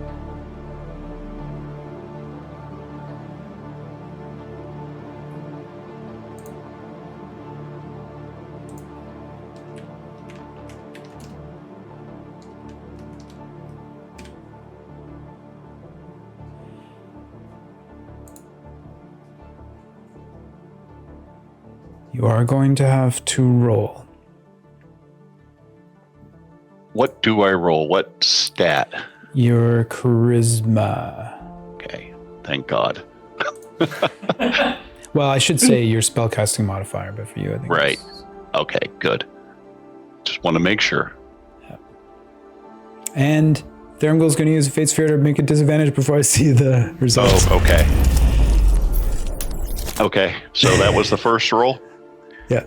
And this is my second roll. Are you casting from a tattoo? Spell you know, or are you casting from a tattoo? The tattoo has a predisposed spellcasting modifier, so you will not be using your charisma. I believe at 3rd level it's a +5. Yeah. It's up +4 at 3rd level.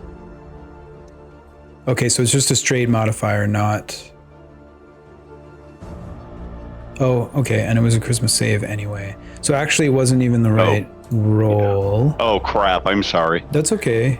So sorry, guys, is it still charisma but plus static number? Or it's just a plus? It would just be a d20 +4. D20 +4. Okay, so you want me to roll 2 d20s and then add 4 to the lowest, right? That's right.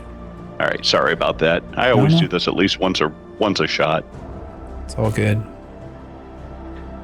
Okay, so he is going to use one of his lucky points to re-roll the 5. Okay. Can lucky be used on a ability check? No, I'm sorry. You're probably right. I think it's only a saving throw, and that's not considered a saving throw, an attack or a saving throw. I'm glad you caught it before I rolled, but let me double check. I don't think it's lucky is actually special. Oh, ability check. You have 3 luck points whenever you make an attack roll, an ability check, or a saving throw. Okay, you're good then. And lucky is not re-rolling either. It's rolling another and adding it to it, and you can pick any from the pool. True, but I mean, if the 5 stands and okay. He'll keep the 5. So 5 plus 5 is 10, so that's not going to do anything. But first up, lucky makes you allowed to choose one of those 3 dice. Yeah. But it's so it says you one to roll an additional d20 and you choose which die to use. Yeah, that's what I was trying to say. You can turn That's so disadvantage strong. into super advantage. Oh, wow. That's really powerful. Oh, so I don't have to, it doesn't have to be disadvantaged and roll the worst. I could actually choose to take the 11. Yes. I did not know that. Why aren't you guys just tricksy? That's why they haven't mentioned it in 2024. So then the 11 would stand. Plus the 5 is, it was an 11, 16. wasn't it? Yeah, it was an 11, yeah. Okay, so it'd be 16 then. 11 plus 4 is 15. Yep. Oh, 15. I thought he said plus 5 for some Regardless, reason. it's counterspelled. Cool. Oh, yeah, sorry, I was just reading the thing. It got counterspelled. All right, so that was my legendary action after Samoza. So we're moving now to Andriel, who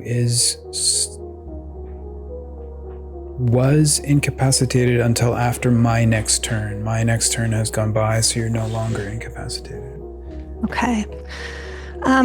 First, just as a correction, Andriel's effect from the shield, the resistance was only against obscuri creatures, so I did not have resistance to the damage from the attacks that I took, so I've adjusted my damage accordingly. Yes. Okay. And then I have a question. I know for my hasted action, one of the things you can do with it is use an object. I wondered if giving someone a potion could be used as a hasted action. No, I don't think so. I think it means you actually have to interact with an object. I don't think you can just hand off stuff for a hasted action. Use an object. I would have to use my regular action for that. Yeah, do free object, I'm asking the refs here too, well, I mean anybody, do free object interactions count as they use an object? Sorry, and I guess I should clarify, I don't want to give somebody a potion, I want to pour it into their mouth. Oh, okay. Okay, then yes. For raw, potions of healing are considered magic items, but I think we already established in previous rounds that we have special rules and we can count those as objects, if I'm not mistaken. I'll allow you to use your hasted action to do it. Okay. Andriel first would like to use one of her potions of supreme healing, and she's going to look at Samoza and be like, he's taken a beating, but I mean, so are some of us. And she's gonna pop the cork on her potion of supreme healing, and she's gonna drink that. And that is, and I'm gonna do, that's my bonus action, sorry. Mm-hmm. So that's 10d4 plus 20. So we'll do that first.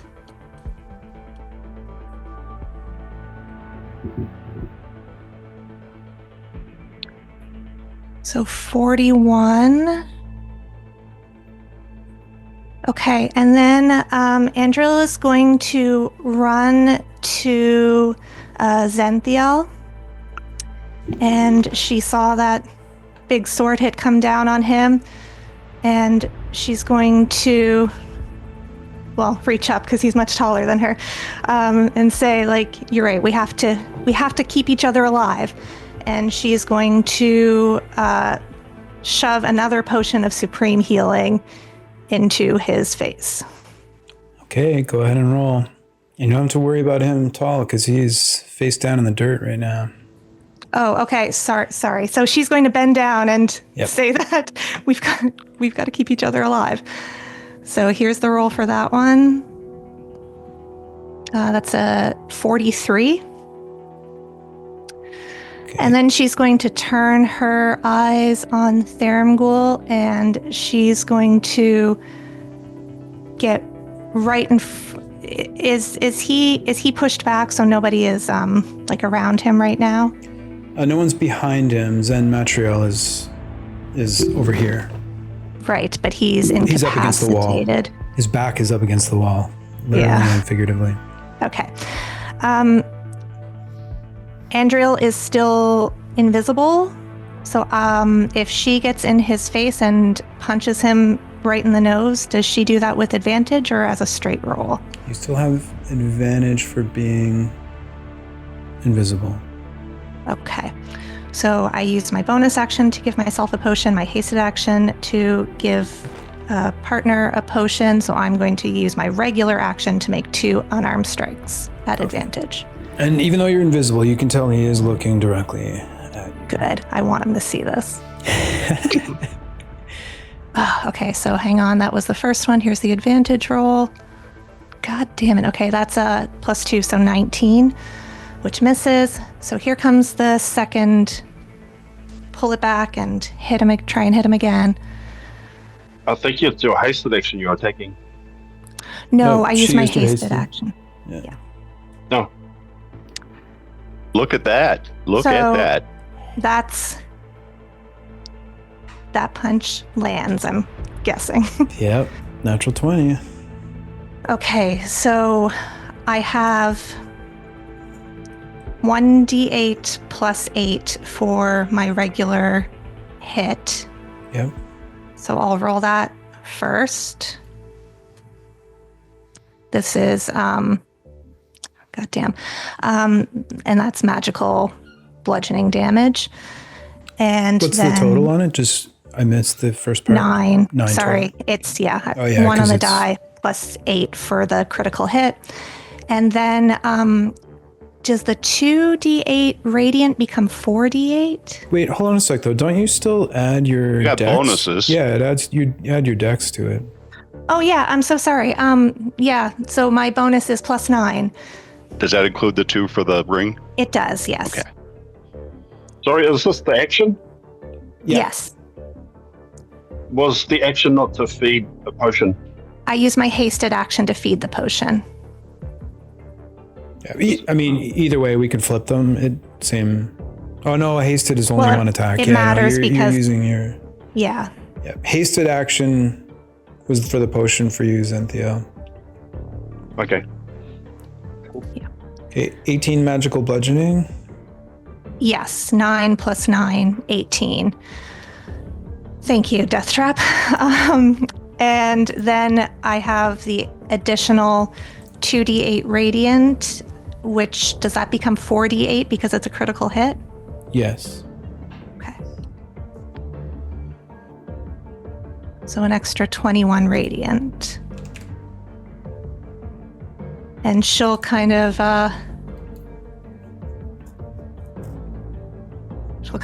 wipe a little bit of blood off of her face, and then she's going to, with her 140 feet of movement, I think she can still get back to where Samoza is. Back to beside Samoza.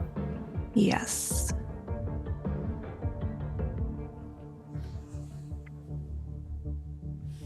Okay. So that's action, hasted action, bonus action, movement. That's it for Andriel. Okay, legendary action. Thermghoul begins casting.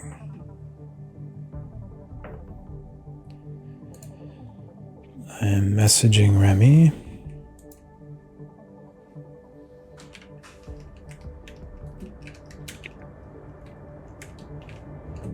Okay. Opportunity for counters. Nothing heard. All right. A shimmering energy barrier fueled by Thermghoul's dark magic begins to emanate from within him, extending outwards in a sphere 10 feet beyond his base, hedging out. Oh, Zen Matriel, you fucker.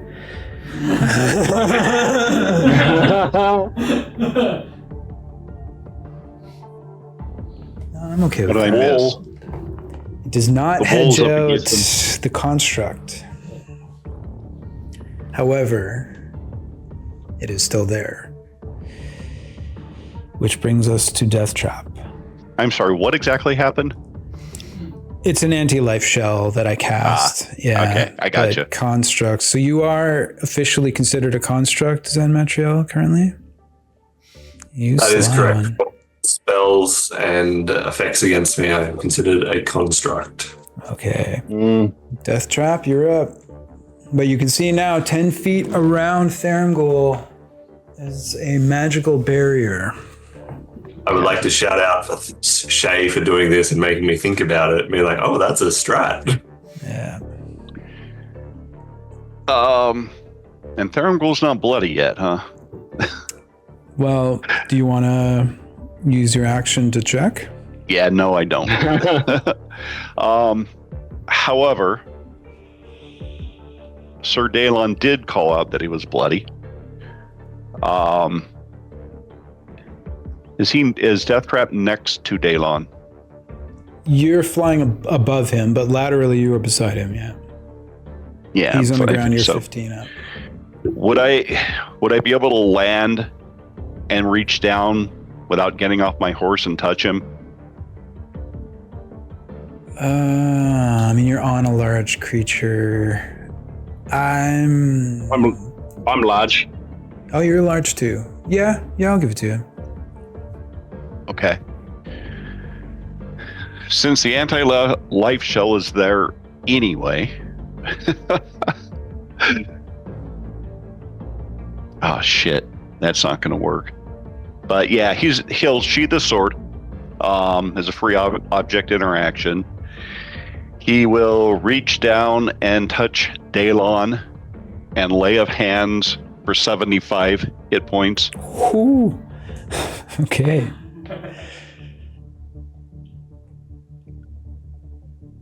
That's using everything he's got on the lay of hands. So just to be clear. Resources being burned. I like it. Yeah. Yeah. So feed. So that is an action.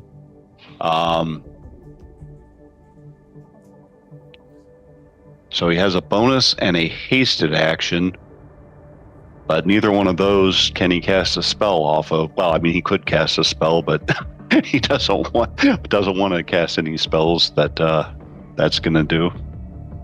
Oh yeah, fuck it. Why not?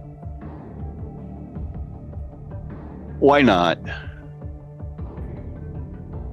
Let's hit him with a guiding bolt. Probably won't do anything, but what the hell? So this is a hasted... Oh, wait a minute. He can't do a guiding bolt. Sorry, never mind. For some reason, I had it in my brain that I could use it as a bonus, but that's not a bonus action anyway. God damn. I don't like you. Can't do that.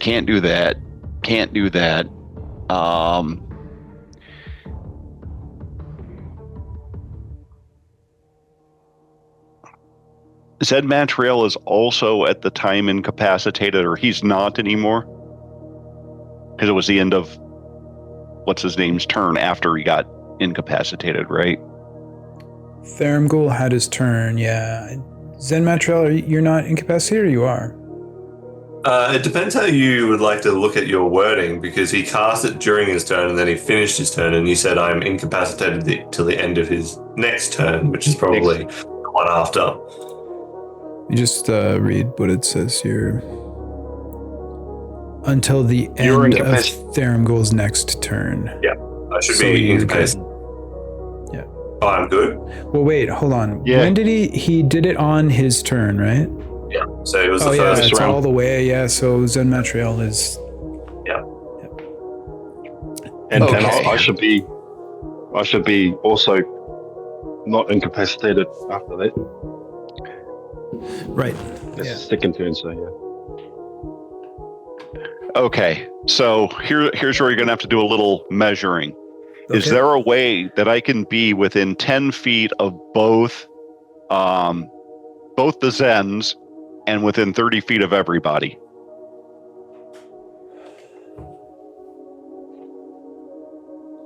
You already are. Okay, You got to move 5 feet. but I would be within 10 feet of both Zens? Yeah. Okay, that's where I want to be. I want to be within 10 feet of the 2 that are incapacitated within 30 feet of everybody on the field. Okay, sorry. If you take a step forward to be within 10 of both Zens, you become 35 away from Samoza and Andriel. So right now you are...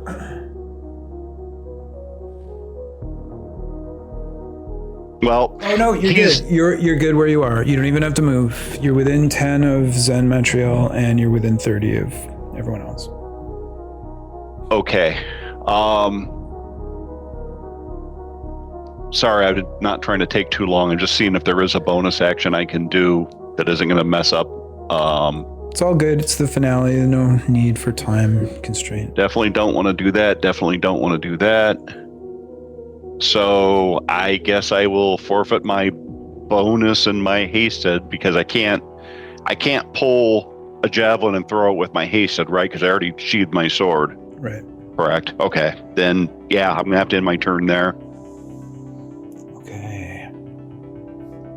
So that is the end of Death Trap's turn. So Thrangle will use his final legendary action.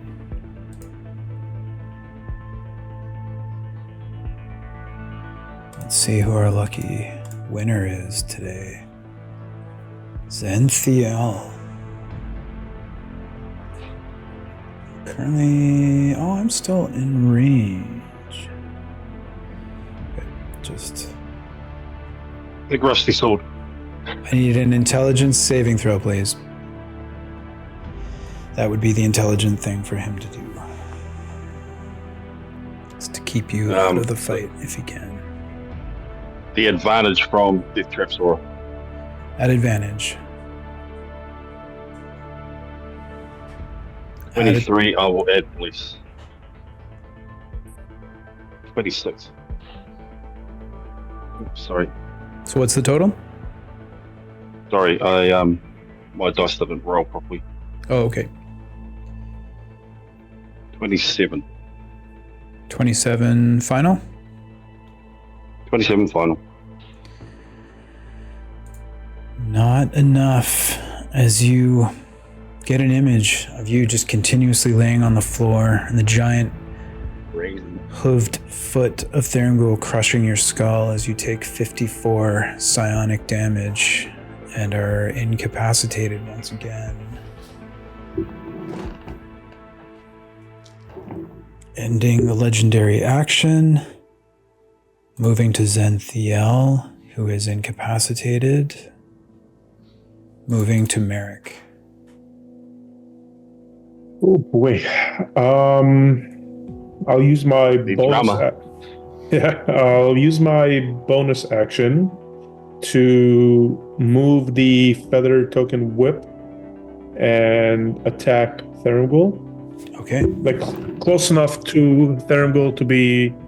Well, I guess it doesn't matter for the anti-life shell, right? But either way, it has a 10-foot reach. So. Yeah, I think this can go through an attack, though, right? So it's yeah. all good. All right. And then I'll attack. That's a +9 bonus. All right, so that misses.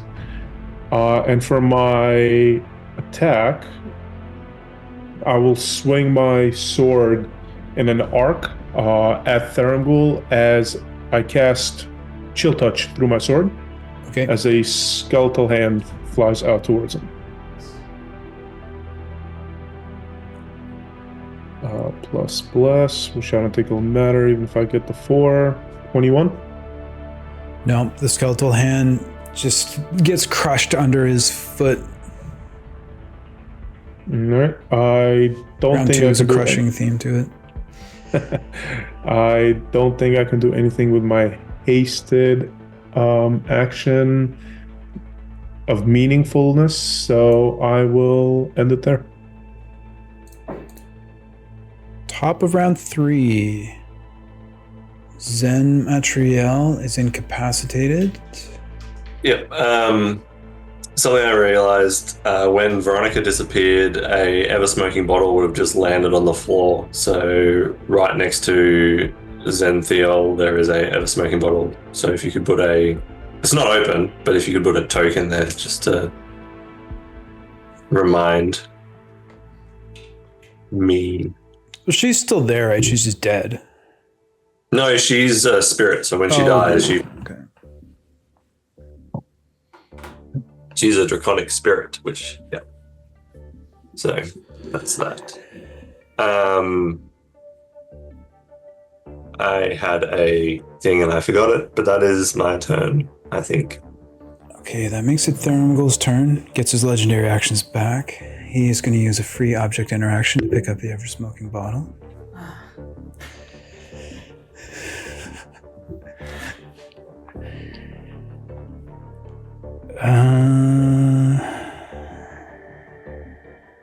Eat it. No. For now, it's in his hand. With his action, well, we'll roll and see who our target is, shall we? Number 2 is Death Trap.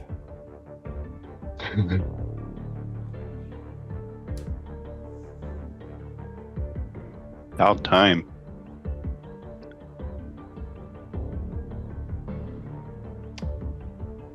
So he's not going to move. He still has that anti-life shell up. He is going to reach out to you telepathically, showing you falling off your horse and being crushed under the weight of it. I need an intelligence saving throw, please. He failed. I mean, there's just no way, even with a 20. But I'll roll it. Okay. So 18, you could add a plus to it, but like I said, then we know what 24 isn't even going to do it. So. Well, you are within 10 feet of me, or you're a plus 5. You're a plus 5, right? Right. Okay, Yeah. so that would add 2 to it, so that's a 20, and then 3 is 23. But like I said, even if he rolled a 20, it's only a 25. He's going to fail, so.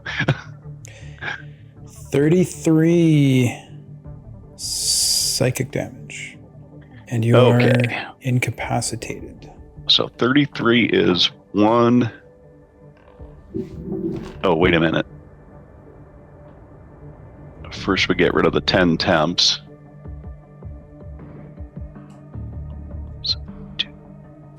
I don't think, Dave, that he falls because he's in his horse and his horse is flying. Yeah, and he already flew down as well, I think. Quick rules check. If you're incapacitated, do you drop what's in your hands? No, incapacitated just says that you can't take actions or reactions. Okay. Yep, good enough. Does that extra effect of not anything you're concentrating on, once you're incapacitated, it's gone. Okay, so his circle is gone. Circle of power. All right.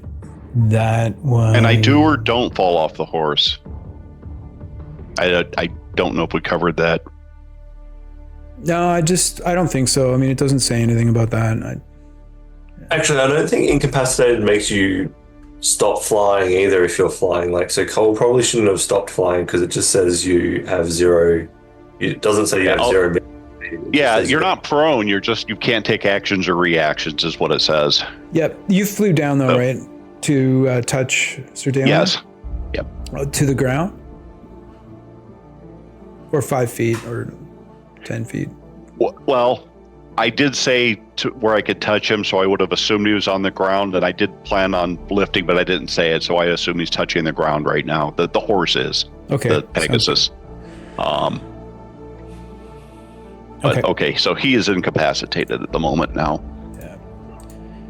I do have to make... Oh no, I don't need to make a con save. I already lost the circle of power, so never mind.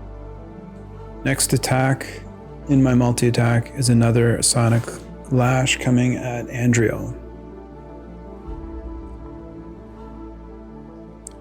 Need an intelligence saving throw. Oops. That's all I got. 8, 19. Nice.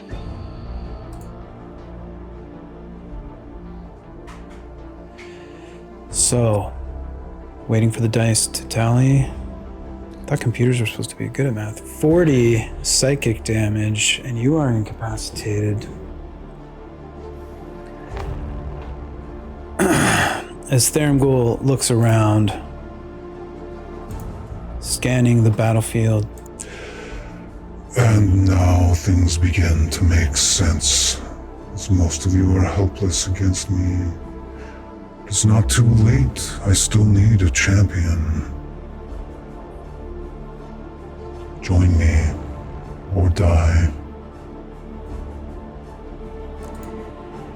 Third,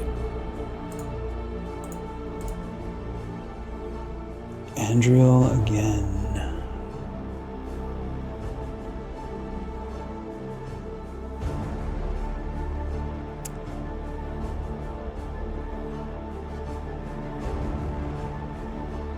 Thermgul begins casting.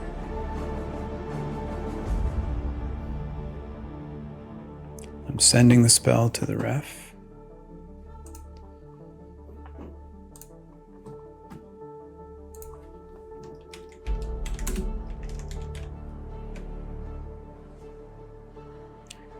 Any counterspells? No counterspells. Andriel, I need a wisdom saving throw, please. 16 total. Andriel, you hear a voice in your head as Thermgul begins to speak to you. Come now, Andriel. I believe it's time that you joined my side. Fight with me, shoulder to shoulder. As he has just cast Dominate Person on you. Dave, You will be concentrating on it. For now, you're charmed. is Anti-Life Shell the one he casts also concentration? Ooh, that's It is a concentration spell. That's a good point. It is concentration. Floodgates. I'm gonna say he breaks his concentration on the anti-life shell. Okay, He is- Andriel. Sorry. Go ahead. I do have advantage on effects against being charmed. Okay, go ahead and reroll. Oh, good lord. Okay.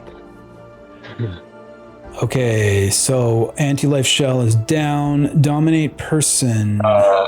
Dave, I would like to use my Fate Sphere to get Andrew to re-roll that advantage, please. Okay, Fate Sphere used. Go ahead and reroll at advantage, Andrea.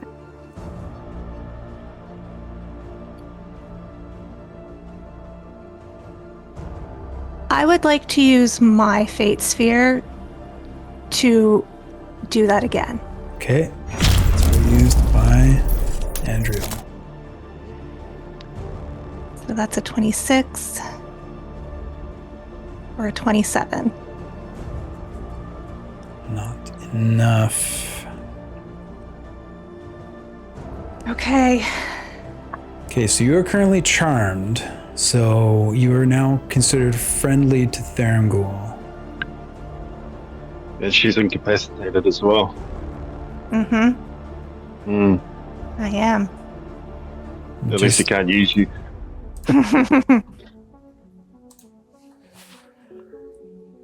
Well, I mean, it's till his next turn, and then she follows his turn directly after, so unfortunately, that doesn't work in the best interests for us. That makes it the end of Thermgul's turn. Bonus action, he's going to see if he gets his illusions back. I do not. That makes it Samoza's turn. Dave, did you take radiant damage that round? Since Thermgul's last turn? Yeah, I damaged him before that. Oh, thank you. Yes, because last round of combat, you were Ooh. You took your turn, then he yeah. incapacitated you. Yeah, but I think someone did attack him between them. Yeah, Andrew will hit him with a nat 20. Thank you. There it is. Okay. But yeah, I've just had my turn. Now it's Samoza. Okay. Alrighty. Sumosa, observing from behind, or from the back row, has he noticed Thurngul healing at all? You haven't noticed anything unless you want to take an action to... No. Okay. Not willing to lose that. Okay. Sumosa is going to look at Thurngul and grit his teeth a little bit, and he's going to look back at Andriel and say, I have known many monks in my time. One in particular. And he will grit his teeth. I hated him.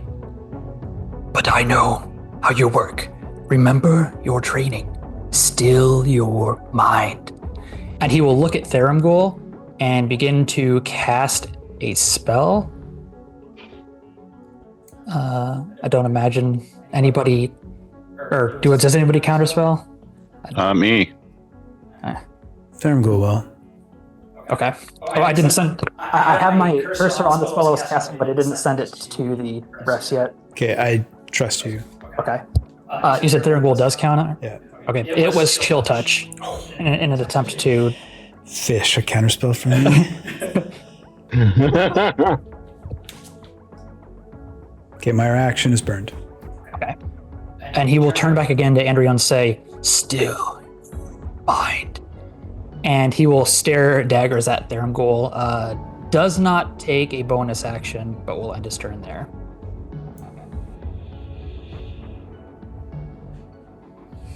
Okay, at the end of Samoza's turn, I've gotten my legendary actions back. Let's see who is up on the targeting board. Oh, it's Andriel again. Thurngul doesn't want to target her. I'm going to re-roll. 2, 3. I'll even use a Fate Sphere to do that.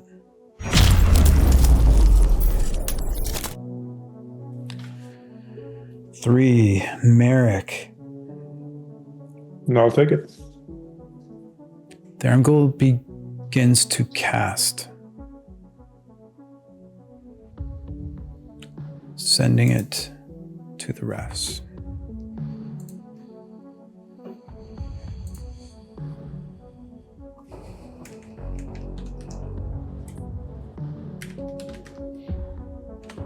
Okay, any counterspells? No counterspells.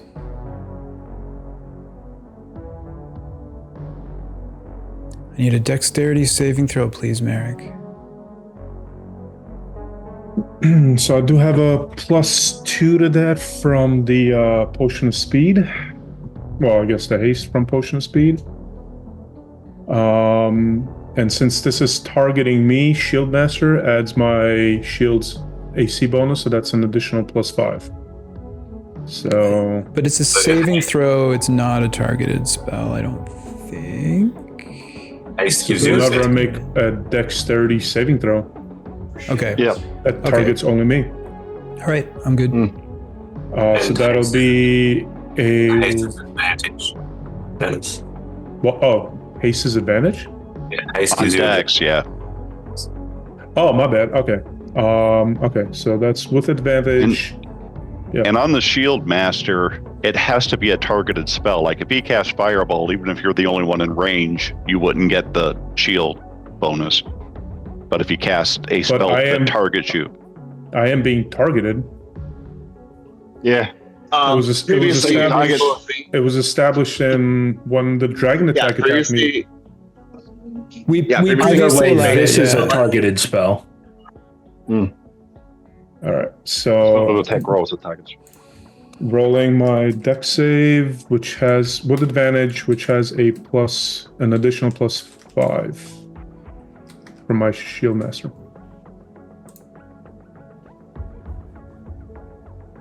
Uh, 24 plus 28. 28's the final one? Yeah. is not enough. Damn.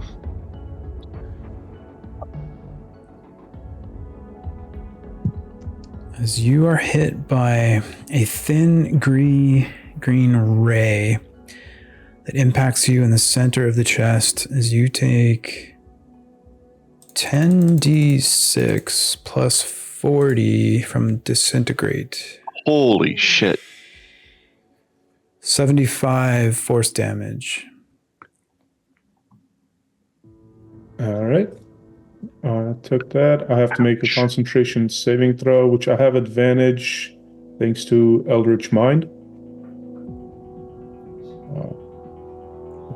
Okay. What's called? Advantage. Jesus Christ, these fucking rolls. So that ends my... Do I get blessed on that? Still, right? Technically? On a saving throw? Yeah. What number am I looking for? So it's half the damage, so 75, 37. I'm not getting that. I'm going to waste my time. All right, so my concentration drops. Ah, shit.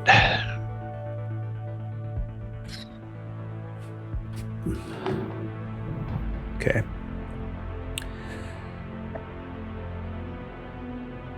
That was my legendary action after Samoza, correct?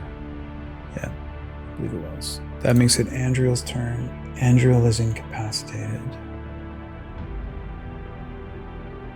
At the end of Andriel's turn, Thermgol will use his second legendary action, this time coming at Samoza.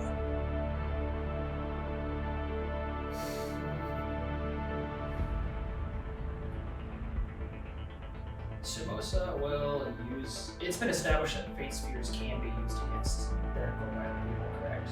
No, they use Fate Spheres on the rolls. You can still use your Fate Spheres, just not on his rolls. Okay. Samoza will use a Fate Sphere here. Okay, re-rolling the targeting die. Zenmatriel. Zenmatriel is going to take a swing with his sword. Or, Thermgol is going to take a swing at Zenmatriel. Incapacitated. That doesn't affect my attacks on you. Nope. So, straight attack. Big roll. 35 to hit. So, 25 slashing. And 16 fire as the massive blade cuts through your defenses. Okay, so I only take half the damage for fire, but so that's 25 plus 8. Okay. Death Trap's turn. Death Trap is incapacitated. No. No? Because he did it before his turn, didn't he? I could be wrong. I thought he did it as a... Maybe not. Maybe it was on his turn. Let's just check back. On his turn... Oh, I think you're right. I think it was a third target or something, maybe. Well, two of the targets, one was Andriel to be incapacitated, and one was the spell against Andriel, but I can't remember who the first one was. The first one was against Death Trap. Okay. Sorry about that. Okay. Then I guess I'll do nothing. Okay. Final one. Once again, Zenmatriel. Thermgol will begin to cast. Sorry, did you roll another... Oh, this is his legendary action again. Yeah, this is his legendary action after Death Trap's turn. Oh, and you rolled? We can't see your dice. Oh, sorry. 4. Was not me. I think there was this It's one where I Samoza. took... Yeah. Oh. Samoza's full time. Oh, yeah. But you use your Fate Sphere, and then did I re-roll? No, that was previously. So if you scroll up, you'll see a 4, and then you'll see a 5, and the 5 was the reroll. Okay, so it's coming at Samoza again. There's another Fate Sphere there. That's my third. Merrick. Sorry, Smozo here was muted as well when he said something. Using my fate sphere there, I believe that's my third if I'm counting correctly. And then it's hitting me. I'll use my fate sphere. Okay. 2. Death Trap. Yeah, I'll take it. Thermghoul begins casting. Oh, he already cast. I already cast. Can't move. The only thing I can do is I need an intelligence save. Yeah. Can't resist it. Oh, man. He failed. 38 psychic damage. And incapacitated once again. That's the end of my third and final legendary action. It's Zenthiel's turn. Incapacitated? Correct. No. You should no. You haven't been targeted since his last turn. Oh, So great. I should be aware. round 2 was when myself and Theo got targeted with incapacitated. Okay, I'm taking it off. I'll try to do better to mark down who's affected when. That's why we're here. Yeah. Zenthiel, your turn. At this point, he will, get himself up off the ground and look across and see the two paladins, both incapacitated, I suppose. I'm not incapacitated. Oh, you're not? No, I just took a disintegrate. Oh, shed some weight off me, but I'm still alive. Yeah, so he'll call across to both Zenmatriel and Merrick and say, we really need to take him down quickly. And then he will begin to cast the spell as a bonus action. Actually, Thirumgore doesn't have a reaction. Does anybody else?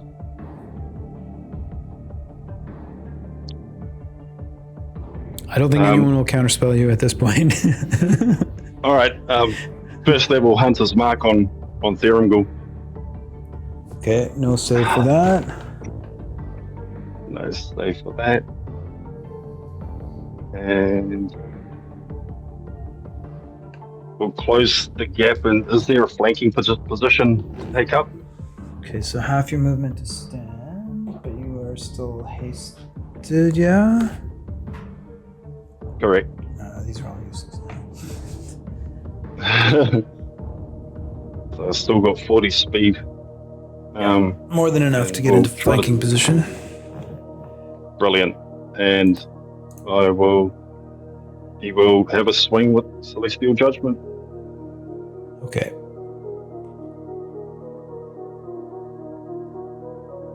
$28 to hit. 28 hits. It will be 15 magical slashing. 15 slashing. Still large, so I just make that 16. Okay. We'll use. Oh, sorry, I need to. One for Hunter's Mark.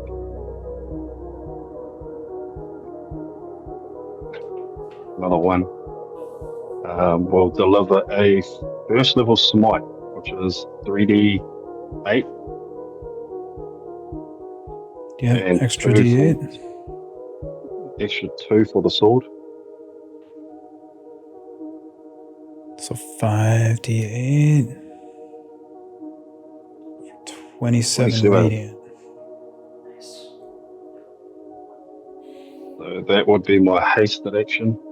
And as the action, I'm going to take 2 more swings. Okay, 49 damage on that one.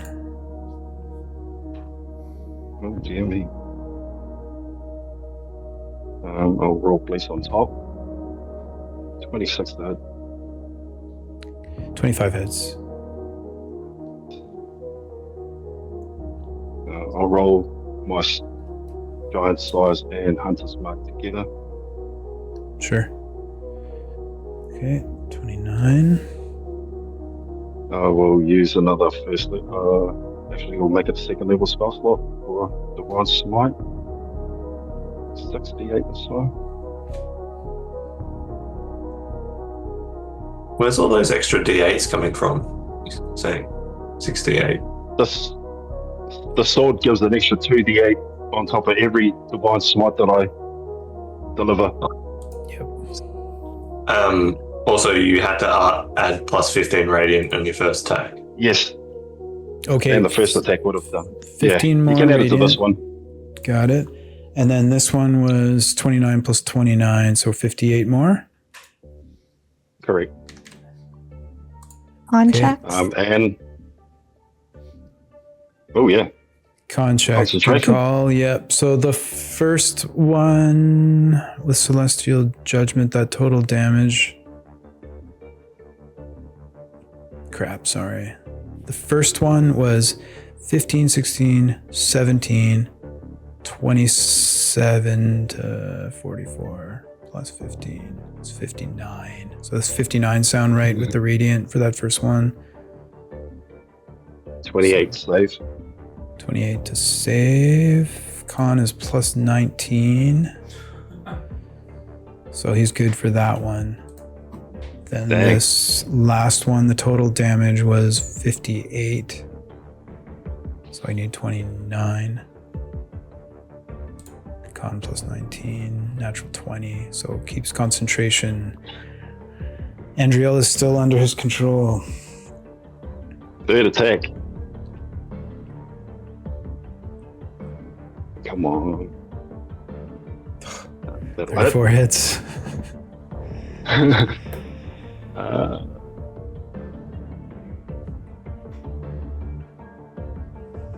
Oh dang. So I've got a fighting style where that allows me to, because I'm swinging this two-handed, I can re-roll a 1 or 2. Okay, for your damage dice. Yep. Go for it. It's a bit better. So 17. Yep. And the D4 and the D6 behind his mark and giant size. 24, I think. Yeah. 24 total. Is that right? Yep. And then I'm going to drop a third level smite. Third level smite. So we're at Let's 24 right now, plus 36 for a nice 60 additional damage. Yep. As those three Screw it. hits carve into Theramgul, he kind of like puts one hand out on the wall to stabilize himself and pushes up, teeth glaring as he stares down at you, Zenthiel. He's got one more con save. Yeah. Oh, con save. Okay, and that one was 60 damage, so we're looking for 30. Nat one. Natural 20 again. Oh shit. All right, screw it. I'm going to use action surge and have 2 more attacks. Okay.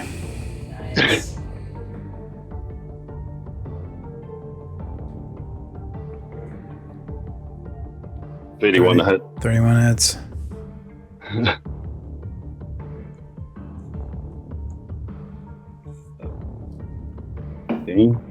Slashing. Do the giant size on the hunter's mark again. Extra 5 to that. And then I'm going to drop another first level smite. First level, okay.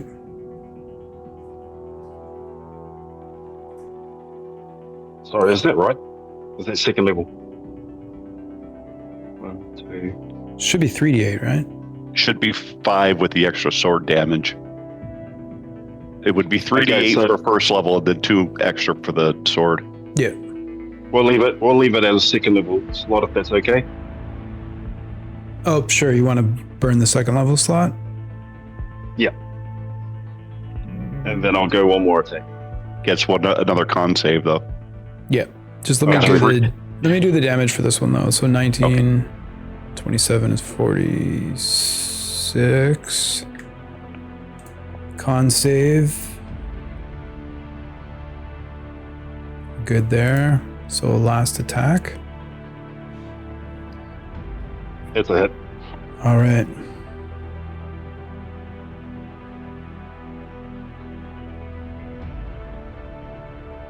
I'll re-roll that as well. Thank you. Okay. Much better. Giant size and Hunter's Mark. Ooh. And I will drop another 3rd level smite. Ooh. An extra 25 radiant damage.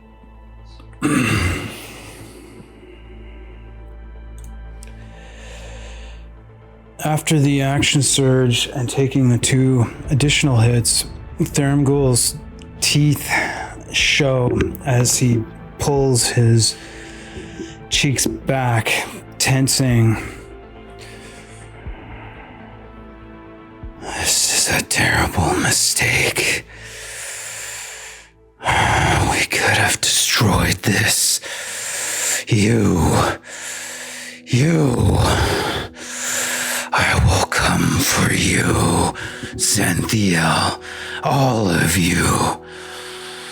I will come for you. And he stumbles forward, collapses down in front of you all, and dies.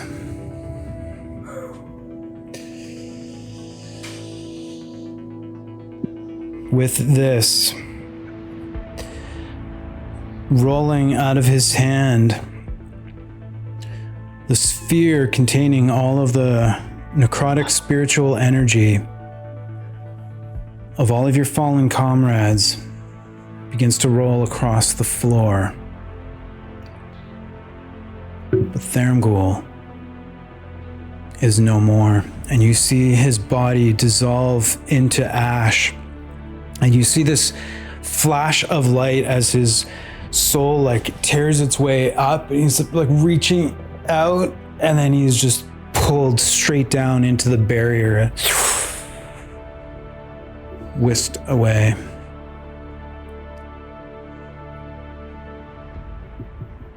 In the stillness here, the mirrored surface of this liquid returns, and I'm just going to shift something to get rid of our eyeball here. It is now Merrick's turn. Oh, sorry. I still had an object in direction. Oh, okay. Okay. Could I try to collect that sphere? Yeah, you can. That's what he will do. All right, you pick it up. It's about this big around, and you just see those spirits swirling around. We'll stand there staring at it for a moment. In silence. Merrick, your turn. Does anything happen when he picks up the orb? Not immediately. I mean, it's only been like a second since this has happened, so for the moment, everything is quiet.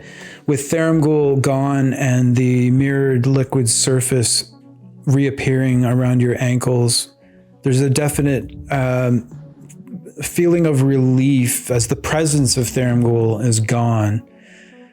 And now up above, you still see this diorama of deities stuck in a moment of time as you all just kind of stare at one another.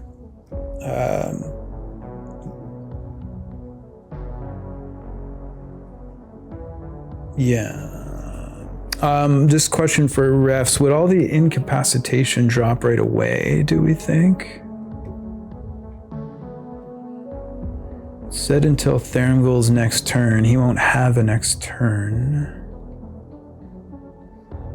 I would say no one is incapacitated and the charm drops.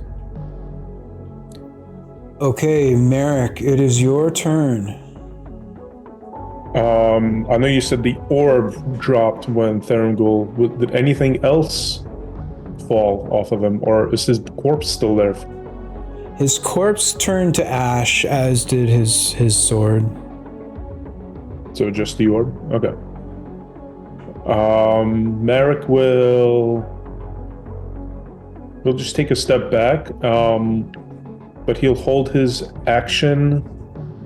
You don't have to worry about soul decays. He'll hold his action in case anything else comes up, like as an enemy, or if any sort of violent action, he'll attack that. Okay, Zen Matriel, then it's your turn. I'm going to give everybody a round here. I guess Zen Matriel will, as a bonus action, will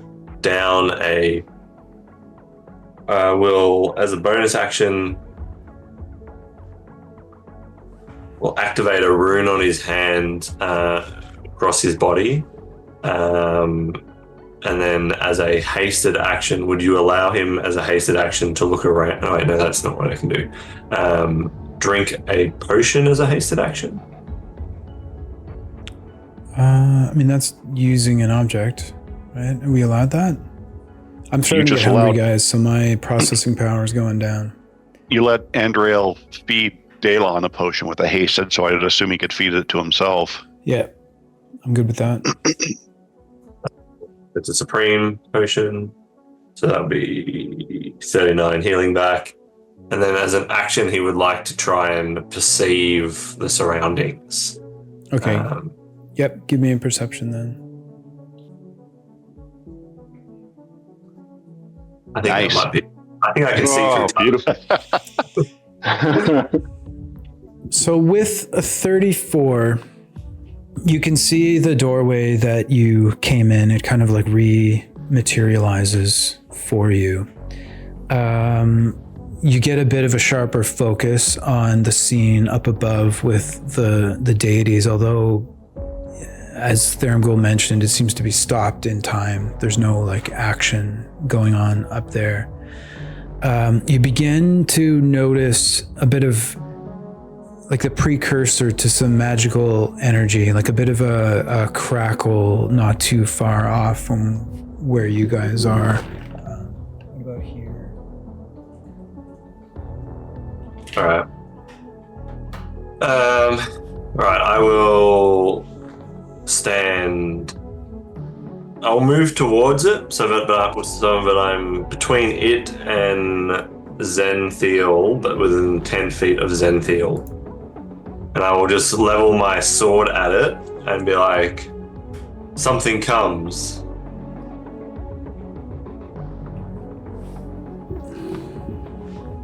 Samoza, your turn. Object interaction. Okay, sorry. Because I'm sure it didn't disappear.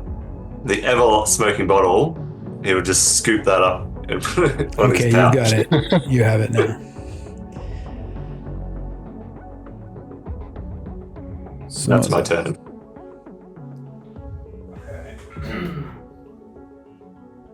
You said there's like a magical portal crackling on a blue spot? There's like magical energy beginning to appear there that Zen Matriel has noticed, but no one else has noticed that yet.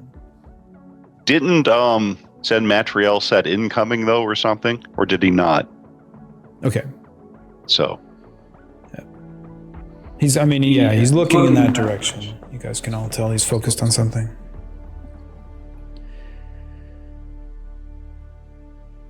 Yeah. Yep, you're good to go. All right. Okay, excellent. Yeah. Samoza is going to turn and look at the portal, and then turn and look at Daylon and begin casting a spell.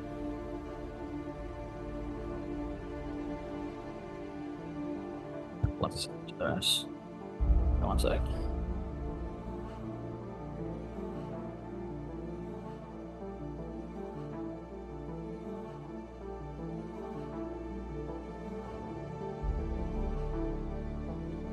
Send to the refs. Okay. Anybody counterspelling? No? Okay, what spell are you casting? Samoza is going to cross his staves and point one of them at Zenthiel, and use the ability on the Staff of Eternal Dawn, the artifact that he has. A save is made at disadvantage as he points at Zenthiel and says,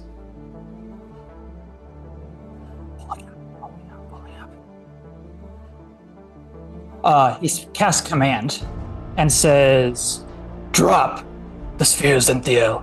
And then he looks at everybody else and says, "You heard Thurmgul's words. He had what he would call noble intentions. The sphere corrupts. Do not touch it. I've seen this before. I know too well the nature of cursed artifacts." And he looks down at his pendant and says, "Destroy the sphere." With his action, casting command on Daylon to drop.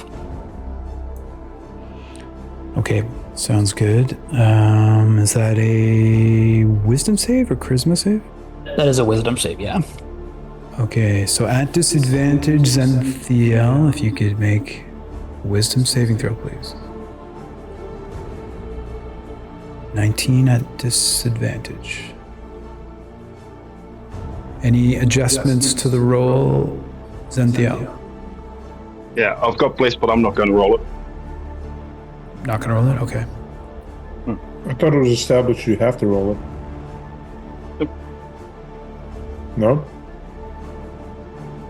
I believe you can willingly fail a save though if you want to. Is that what you're trying to do, Zenthiel? Yeah, I'll willingly fail it, yeah, and drop it. One second.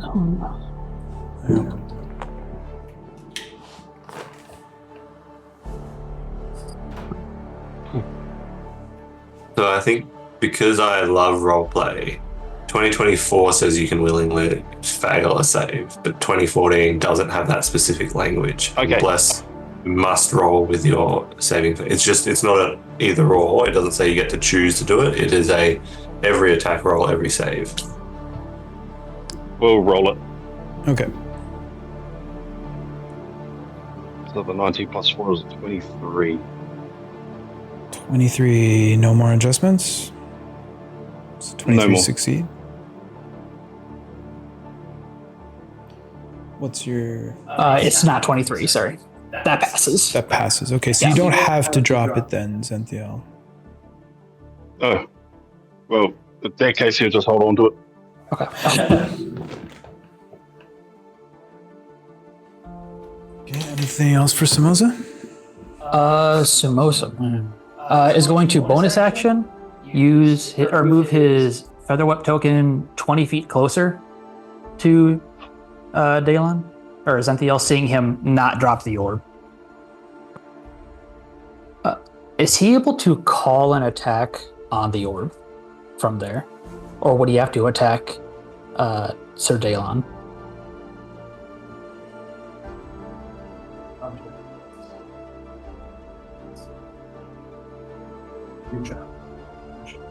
Yeah.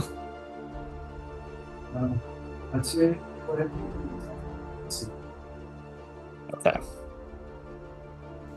Actually, you know what? Give me an attack roll. You can see, Zenthiel, that this feather token is coming up and taking a swipe. Do you move the spear out of the way? Are you trying to protect it, or are you snap? I'll let it get smashed, yeah. Okay, so the Featherwhip token has a +9 to hit. That is a 23 to hit. Okay, and that is damage. 1d6 plus 5. Total of 11 force damage. As the feather token strikes the side of this magical sphere, you see a crack run through it. It doesn't shatter, it cracks. Okay. Samosa is also going to move 30 feet really a good spot here for what might be coming through, if anything. He will move 10 feet up into the air.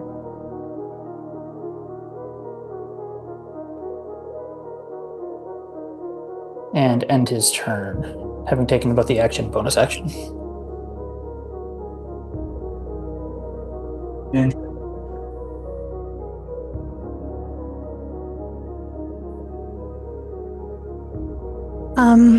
Okay, first, Andrea would like to, she kind of shakes off the effect of the spell, and then she's going to use her bonus action to take a potion of superior healing. So 8d4 plus 8. I think. Let me double check that. 8d4 plus 8, yeah. Okay, I mean, just for rules, so Stu is saying bless says you can add 1d4, not that you have to. But it's okay, we'll keep going.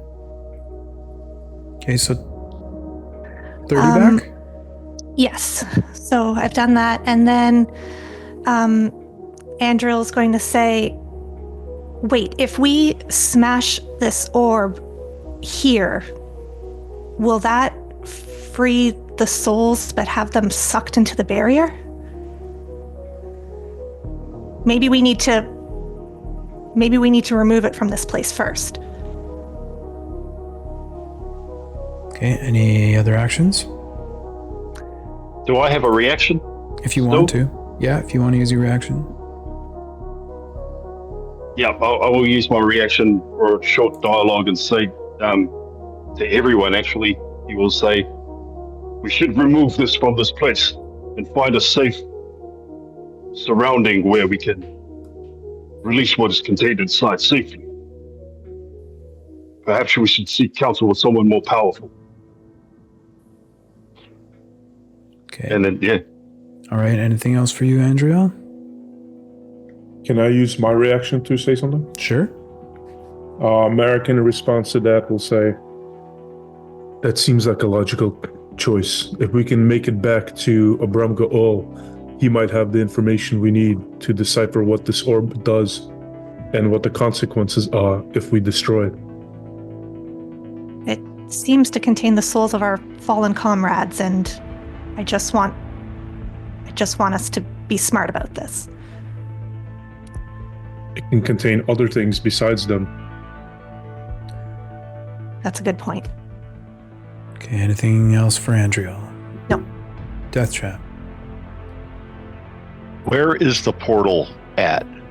I know I don't see it crackling, but you said we all kind of noticed it. Right here. Okay.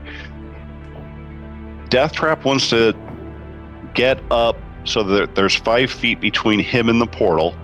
Like the horse sideways, so that if something comes through, he could actually attack what comes through, if that makes sense. Because like I said, Zen Matriel pretty much indicated that something may be coming through it. Yep. That's right up against it. I meant that if something comes, or will it come through on the dot? Is that where it's going to come through? If something's coming through, I can shift you. You want to keep 5 feet between, or I want to be able to. If something comes through, I want to be within striking range. Okay. Yep. No problem. I will say, sorry, Zen Matriel wouldn't have been like, that point right there is where it's coming from. He was just like, in this direction, something is about to arrive. So, I mean, I don't think you'd be able to tell exactly where it's coming from. Gotcha. I thought we all saw the portal, so. In that general area, you've moved to be in the area. Yeah, I mean, you can roll randomly if something comes through, but what he's going to do is, as a bonus action, he's going to cast a spell. I don't know if anybody is going to counter it or not. No. So what he's going to do is he's going to put up a shield of faith, and as an action, as a free object interaction, he's going to pull out his sword and as an action, he's going to hold his attack so that if something hostile comes within range, he can use this reaction to attack it. Not specifically out of the portal, but if somebody in here decides to go up and attack him, and they get within range, just so he's ready. Okay, Cynthia. Cynthia will look over at Samos and say, "It would be unwise to break this here, not knowing the consequences of our actions. As I said before, let us seek counsel with someone more knowledgeable. Let us leave this place. Victory is ours this day." And then he will move over to Death Trap and stand side by side with him. And I suppose using a free object interaction of sheath the sword, he will use this action to lay on hands to pump another 30 hit points. Okay. And then haste an action to pull the sword back out. That's it for you? Yeah, stand staring at the doorway, or in that direction anyway. Okay. So we'll go out of combat here now that everyone has had one turn. As the portal opens up, stepping through, you see the shaved head, glowing eyes, muscular celestial form of Xeneros step through. And he looks over at all of you. Mortals, the contract conditions have been met. You have defeated the host of Crucible of Fate. Therangol has been cast back into the abyssal stare. He holds out his hand. He holds out his hand towards Zenthiel.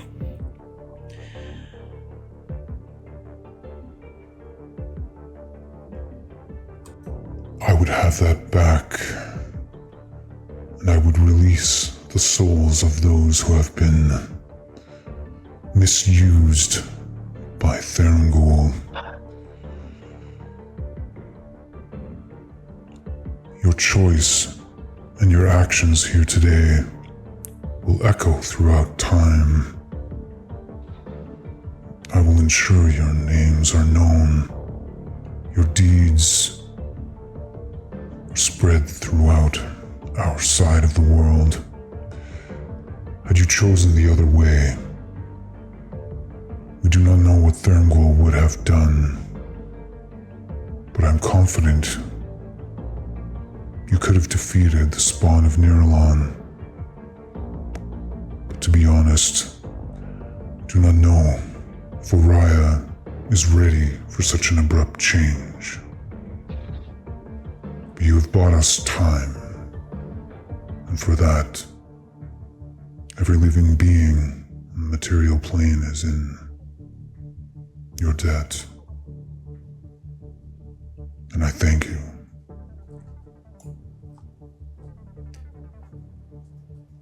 He just holds out his hand. At this moment, Cynthia will look over at Xeneros and he'll take a knee. His wings will sweep out behind him as he bows his head, and it'll stretch up behind him like a long cape that's been stretched out, or a veil that's been stretched out across the floor. And as he brings his head up and looks up at him, he plants his sword on the ground in front of him, and his wings sweep up into almost like a praising position, and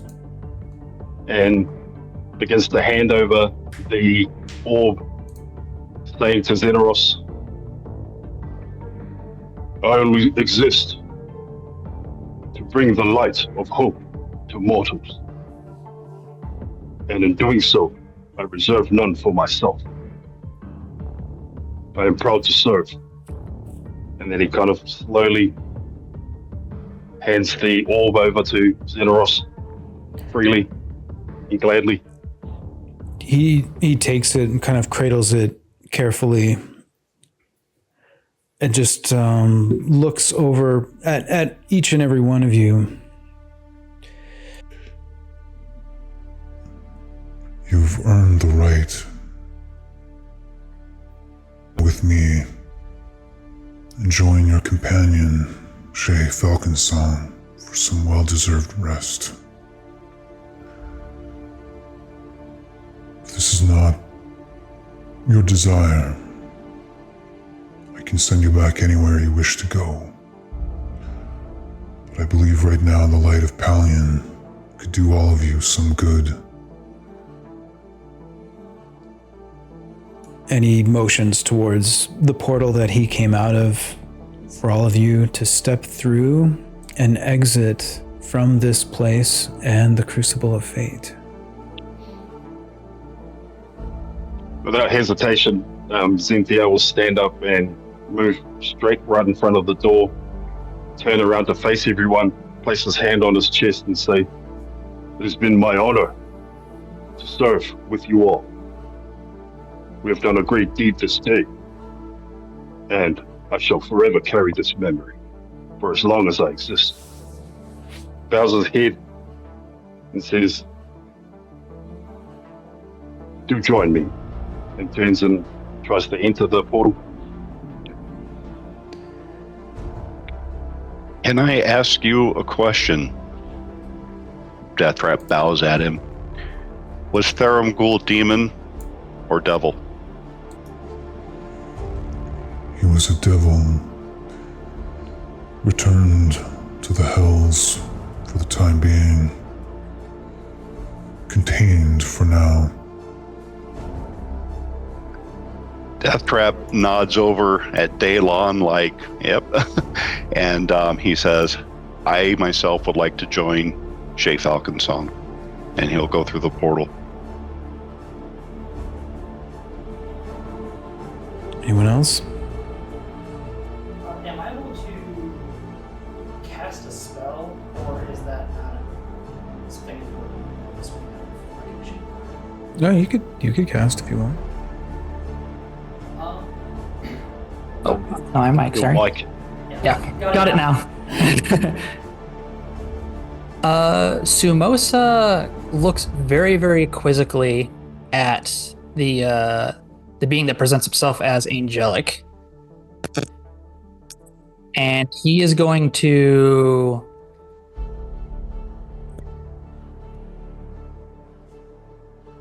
Is he able to make a perception check at first? Yep. To see if there's any indication this is not really who it appears to be, given the illusions we've seen in the Abyss. Sure.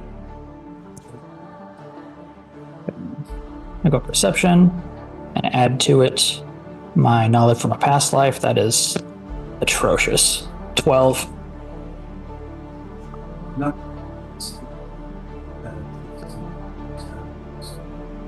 Okay. All right. Sumosa is going to grit his teeth and say... Actually, shoot, sorry. I was muted when I said that. Gotcha. You guys can all still hear me, but the Twitch can't. So with that roll, a total of 12, there was nothing to indicate that this was not Xenos. Okay. I'm going to message you with something really, really quick.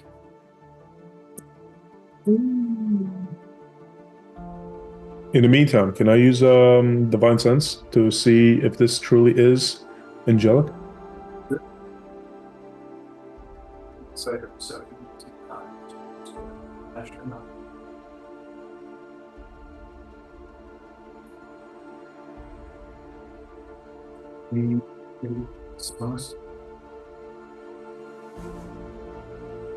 I sent it on Discord. Should I send it on Zoom instead?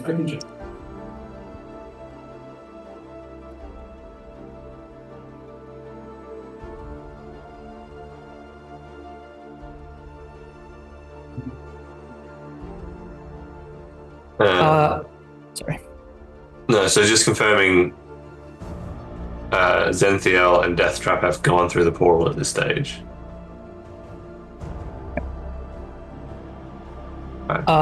Sumosa is going to grit his teeth and say, "No, no, no. It should be mine." And cast Circle of Death on the arena.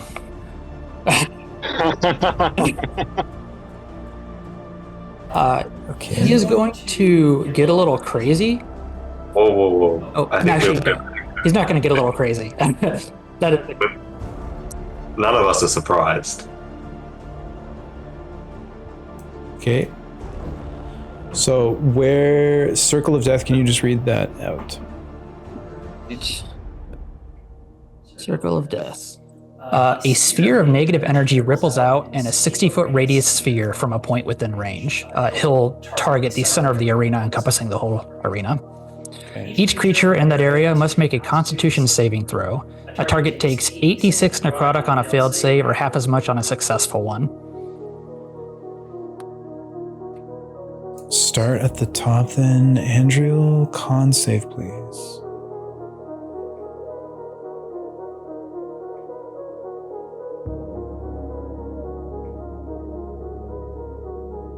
Is Samosa an obscure eye creature? He's about to be. It matters for advantage and damage. So technically no. Okay.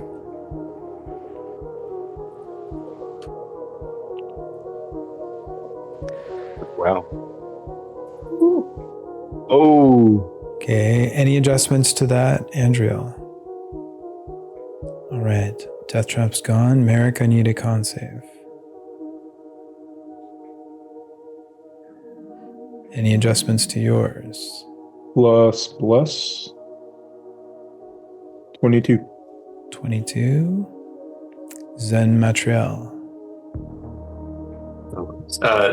Is Samosa caught in this, or do you get to automatically choose who takes damage? No, everybody. But he's probably immune to his own necrotic. Okay, well then we'll get you to roll, though. Does Xenos have to take that as well? Yeah. Oh, mate.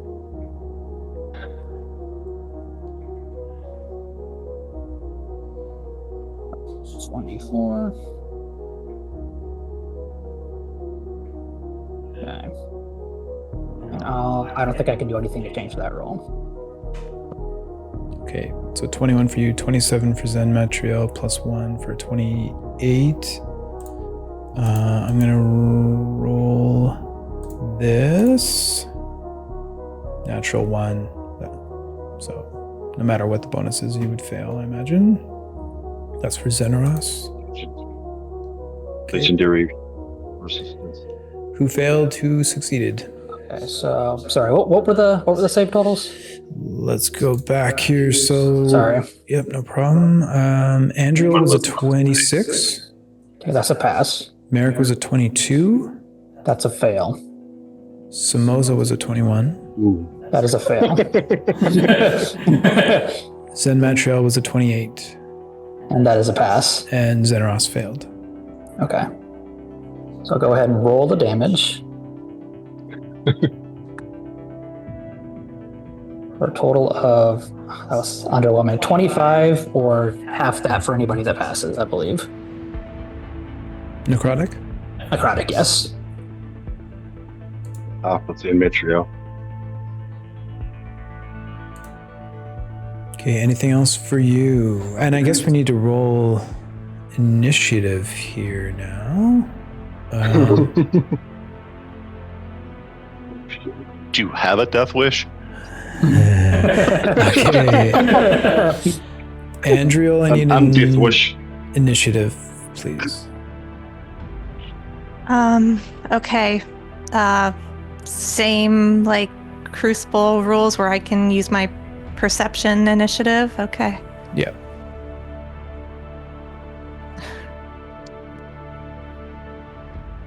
Nine total? Mm-hmm. Okay, Death Trap's gone. Merrick, please. 14 total. Got it. Samoza. And adding knowledge from a past life on this for an extra d6. Ooh, ugly. Total of 14. 14 for Samoza. And just for the record, I'm hoping Zen Matriel takes your head off. Okay, Zen Matriel. He's just saying that because he's not around to do it for a third time.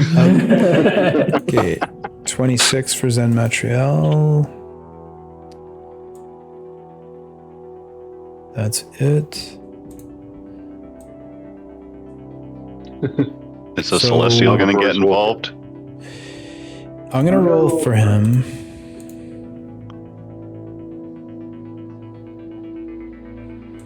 Just give me a moment here. Keeping it epic, right, Kier? Oh yeah, obviously. You literally just pissed off a solar.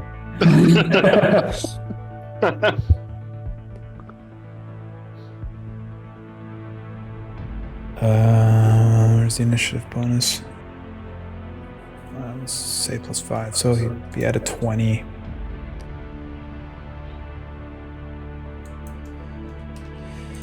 Okay, Zen Matriel, your turn. What round would we be considered at for all the other bonuses? Would this have been 2 rounds of talking and then... So probably at start of round 7, I guess? Yeah, that sounds legit to me. Sounds like a plan. Alright, Matt just looks at Samoza and goes, now that was a dumb idea. And he will, as a bonus action, cast a spell. Okay, send it to the refs. I don't know. I've never done it. Ooh.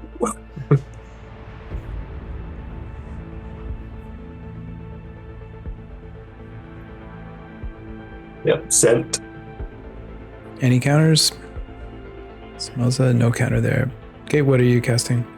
He casts as a bonus action Zephyr Strike, which grants him an extra 30 feet of movement on top of his 80 feet of movement, as well as grants his first attack as advantage and a whole lot of other stuff, which we'll get into if it hits. And he will arrive at Samoza in undue haste, but in time to get there.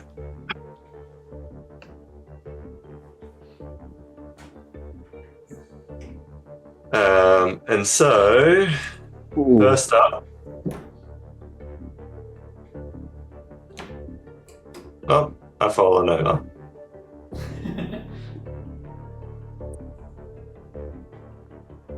And as he arrives, he will just whisper to Samoza, "It didn't have to be this way. Seems you are corrupted."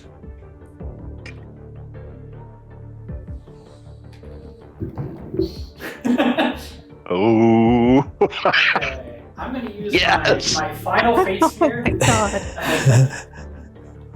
Yeah, I want to use my 4th fate sphere to have that re-rolled.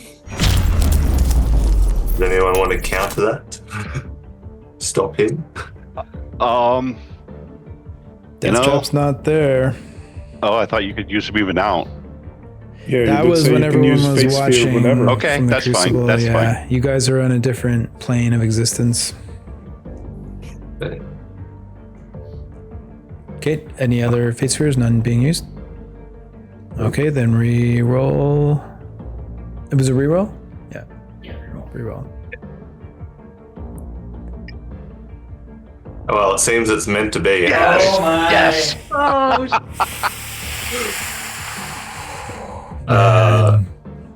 You can't make this stuff up, man. The dice are in control.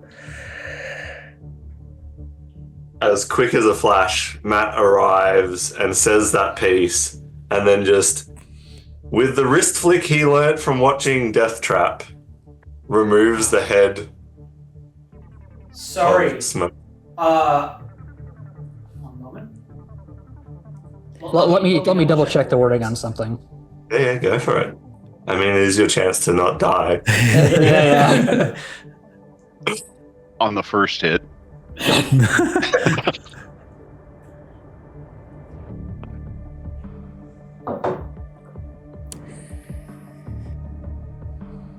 If you're talking Death Ward, I believe it stops it because it's not death by damage, it's just automatic, if that's what you're looking up. I think Death Ward takes you to 1 against a Vorpal Sword. It's the one thing which stops Vorpals. I thought Death Ward, it doesn't drop you to 1, it just ignores that effect of auto kill. That's what I understood. Which at that point, I think, is when the Vorpal Sting of doing extra damage kicks in. Okay. Yeah.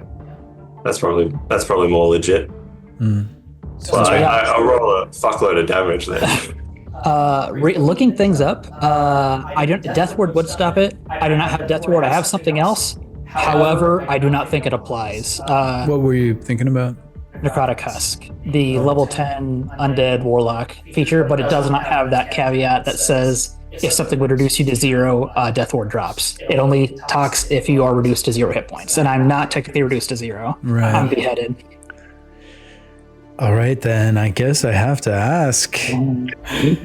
Kier, is there anything within the rules of D&D 5e or Crucible of Fate that could save Samoza for his post-Crucible death? The Vorpal Sword is the one thing I couldn't escape here. I got so many resources, I cannot escape an insta-kill. In that case, Zen Matriel, if you want to describe what happens. Yeah, it's almost like slow motion, but he exaggerates that wrist flick, and just, even though there's no any cords or flesh there to be severed, it still just comes off. All right. Any pre-recorded eulogy for Samoza? With him being an undead creepiness thing, can his undead head talk? Okay. Yeah, definitely. As you chop off Sumosa's head, he looks at you smiling in complete overconfidence, saying, "It's nothing you can do to..." And then his head just falls off from your blade and says, "Well, shit, that was the one thing I couldn't stop." And looks over at Merrick and is like, just kind of smirks, and then looks back up to Zen Matriel and says, "Well, I wasn't planning on working alone. We got a deal ahead of time. But never mind. I'll be back. I'm always back. I cannot die." And as he says, "I cannot die," he continues to repeat, "I cannot die." And his jaw just eventually stops moving and falls still, and the green fire falls out from his eyes. Well done, Samoza. Staying true to character. I know there was mention that you might get up to some shenanigans, so shenanigans indeed were had. But well played, sir. Extremely entertaining throughout the entire show, and man, what a blessing you are to the show too. You've been very supportive and always so kind to everyone, so positive, and such a thrill to be around. And hey, we get to hang out all night now. Yeah. Okay, so with that, Samoza has left, but good game. Well played, Kier. Yeah, indeed. What way to add drama to the show. Yeah, Jesus. Oh, yeah. I still have an entirely full clip and several layers of not dying. Vorpal was literally the only thing that could have killed me in one turn. Definitely had been noticing that you were not using any spell slots. I also hadn't used any of the artifacts abilities until I got to telling Daylon to drop. I was conserving. Yeah. So, Zen Matriel, it's still technically your turn. Object interaction. Pick up his artifact. And, oh, no, I can't because I don't have free hand. So I'll just kick the artifact, I guess, away towards past Andriel. And I will look at Andriel and I'll say, "Look after that," as I will pivot towards Marek. And I will say, explain yourself, for it advises collusion. And that was... And then everything else, I will just see if anything gets said first. Okay, so ending your turn there? Or waiting, because I think... Waiting to see if there's a reaction, but if not, that's fine. Okay, any reaction? Well, I don't want to use a reaction in case he attacks me, so I'll wait till my turn to respond. Okay. I will then move back towards Zen, the angel, the Pelor, or the whatever that guy is, and take up a defensive stance between the two. I don't know if I said it was a hasted action, but used to dislodge Samoza, or if it was my attack action. I forget if I said it or not. I don't actually know if you specified. Well, probably attack action then, in that case. Yeah, okay, well then I can't hold a reaction. That's fine. Cool. That's his turn as he is pivoted and looking towards Marek with his sword, peering down his sword to Marek. Okay, that ends your turn. Zeneros just stands there observing what's happening. Deathtrap's gone, Zenthiel's gone. Marek, it's your turn. Marek will place his hand next on his chest and use Lay on Hands, restoring health points. Okay. Just in case. 60. I think you skipped Andriel, didn't you? No, I rolled higher than her. Oh, I'm sorry. You re-rolled in it. I'm sorry. We changed the initiative. Yeah, sorry. And I will, as the holy light washes over me, I will address Zen Matriel. The collusion he speaks of is the same lies he told Ragnall about me. I have never, not once in this entire Crucible, lied to anyone. And trust me when I say, there is no collusion for me to attack anyone. The only agreement we had was to watch each other's backs. But if he attacked me, that deal was null and void. And I view that his little necrobomb severed that deal. So no, I am not your enemy. Alright, I'd like to roll an insight check on this. Sure. Okay, go ahead and roll in your insight. And then I'll say, as we normally do, Marek, go ahead and roll a d20. And if you can send a message to the refs if you're deceiving or persuading, please.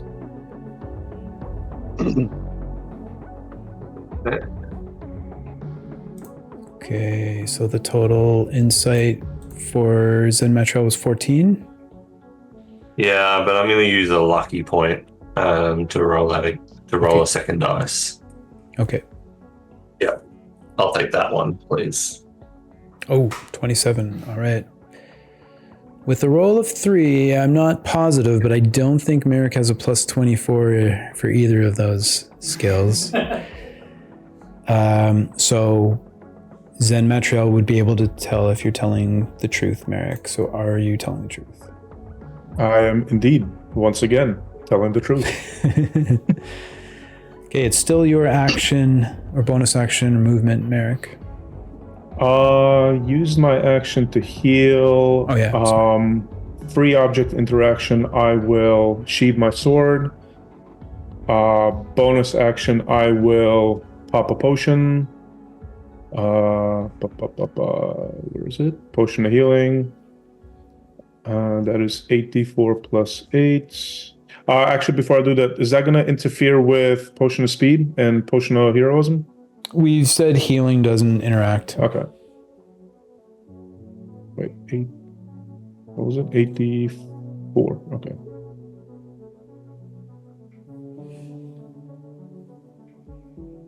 So I'll heal for another 28. Mm-hmm. And then hasted action, I will draw my sword, just in case. Okay, any movement from you? No, I'll stand there. Okay, Andriel, your turn. Okay, Andriel would have raised her fists when this craziness started. She'll lower them. She'll pick up the staff that Matt kicked towards her and just kind of stick it on her back as a free object interaction, or she'll hold it in her hand. And she'll address she'd like to. Andriel will say to the Celestial, "You said you could send us anywhere. You can send us home?"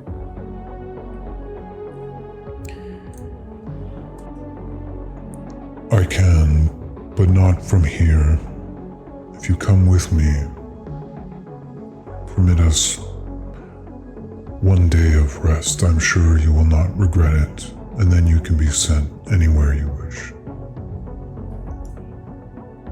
And she'll look at Matt, she'll look at Merrick, and she'll say, "I just want to go home. Can we leave this place?" And she'll start walking towards. She won't go through. She's going to wait to see how everyone reacts, but she's going to walk towards the portal and Matt and the Celestial.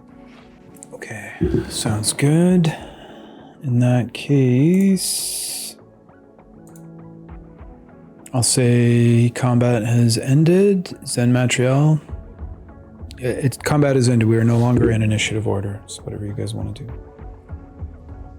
Zen Matriel will keep facing Marek, because yes, he trusts what he says, but he is still potentially a threat, and just gestures to the portal while speaking aloud to Zenros.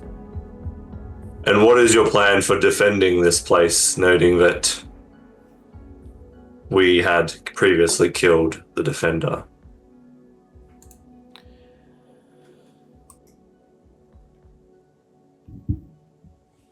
Zen Primaris will be replaced by Days, and I will stand guard until that replacement arrives.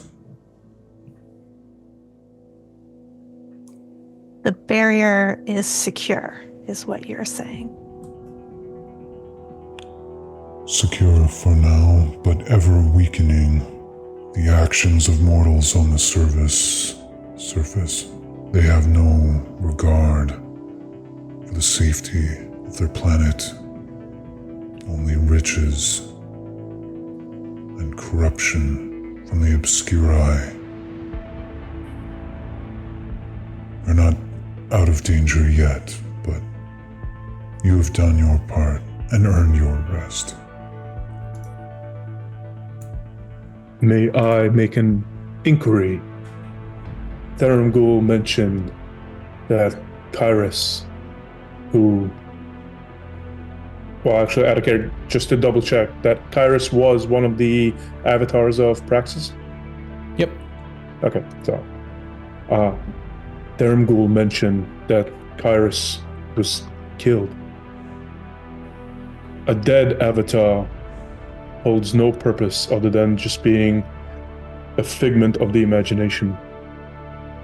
As a reward, instead of sending me home, I offer to take his place as an avatar of Praxis and make this place my base of operations, safeguarding the barrier. Give me a persuasion check. Because I roll high on those. Fuck my life, why? Why roll? Epic moments dashed. So, hang on one sec. Just let me get my thing back up here. Oh, fuck it. I'll use my last Fate Sphere on that. Yes. Yes. Sure. There we go. 24. I don't think bless applies, so yeah. So he looks at you very intently and very seriously. Your service to Praxis and your dedication is commendable, Merrick. However, Thurmgul killed Kairos in the world rending 2,000 years ago. He still remains very potent and powerful, is still very much the active avatar of the domains of death and logic.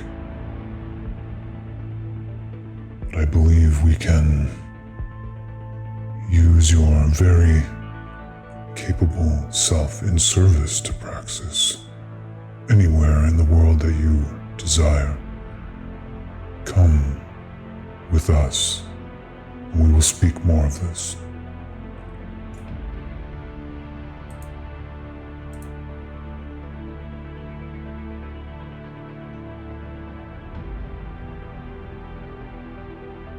Merrick will approach. All right, so you're going through the portal? I'll go through the portal same time as the other two. Very tense standoff. You guys all keep like eyeing each other. You go. Inch forward. And unless anyone is taking any significant action, the three of you make your way through the portal, and Xenaros follows suit. And with that, let me just switch this up.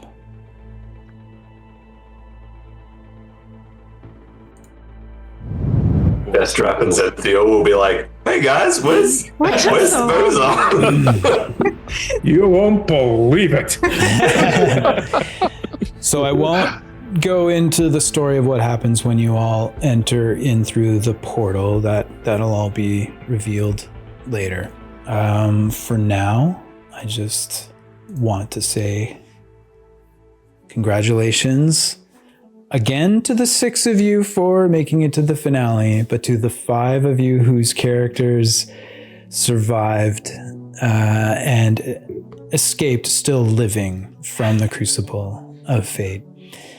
I know initially this was meant to be a competition for only one, but everyone seemed to bite on the story elements and the narrative elements and the role play. Obviously, I wish I could give $5,000 away, but that's currently beyond my means. But so the pot will be split amongst the 5 of you for $200 each, and I'll send that over the next little while. Don't worry, I'm good for it.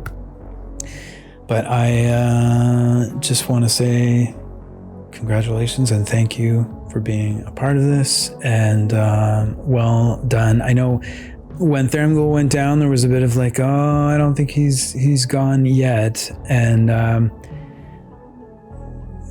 I knew that there was some who had potential interest in some PvP, perhaps, and so I didn't want to artificially extend.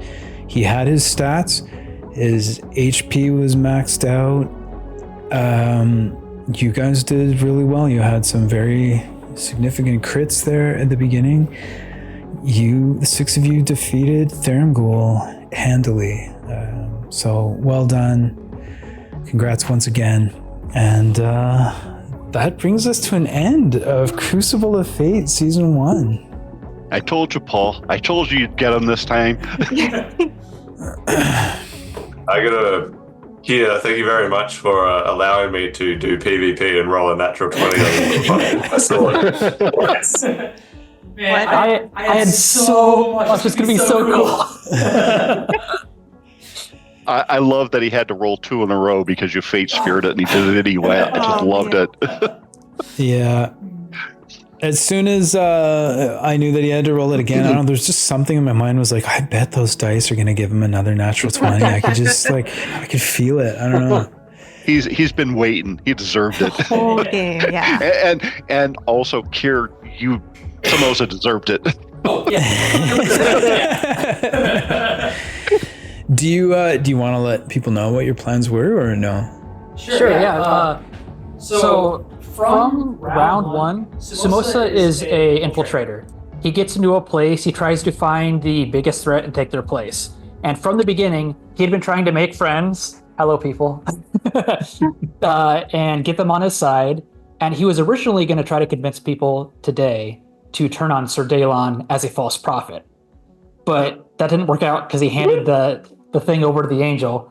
And then he's like, well, dang it, this is my last chance. So then it was my plan to get everybody to kill Daelon with, in his view, the biggest threat out of the way. He was going to death bomb everybody because he's immune to necrotic damage. And then main reason he wasn't casting any leveled spells in the Thurmgold fight, everything he has is AoE, and he doesn't want to hit his friends before it was time. But it was his plan since round one to make friends, to make it to the final, kill Thurmgold, and then try to hijack the ritual he was performing to become the new Great Deceiver. Stop it.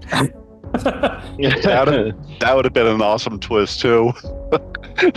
I gotta say, the one thing I'm willing to share now that everything is over, even though Marek never lied and Dante, by extension, never lied, I had like my own like little side quest that I gave Marek, and that was to, if Death Trap went down, to run over and chop his head off in revenge for what he did to Sir Barristan.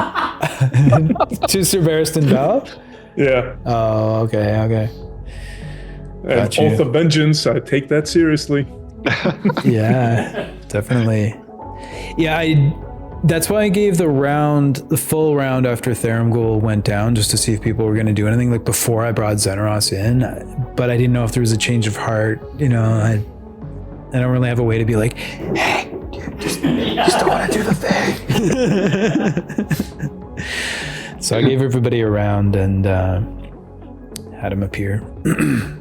I debated not doing it, but I'm like, no, I gotta stick to the character. Let's just go. I'm gonna die. Didn't expect to die immediately, but I didn't want to shortchange the RP. I'm glad that you did. I'm glad that you did that. It was amazing. So, no. Yeah. Still seeing quite a few people still in the chat. Seeing Brad's still there. Broman the Barbarian, not quite sure who that is. Dim Darkly, that's Eddie. I guess Dennis is there. Duke's still there. Greg3527. That's a new one for me, but welcome.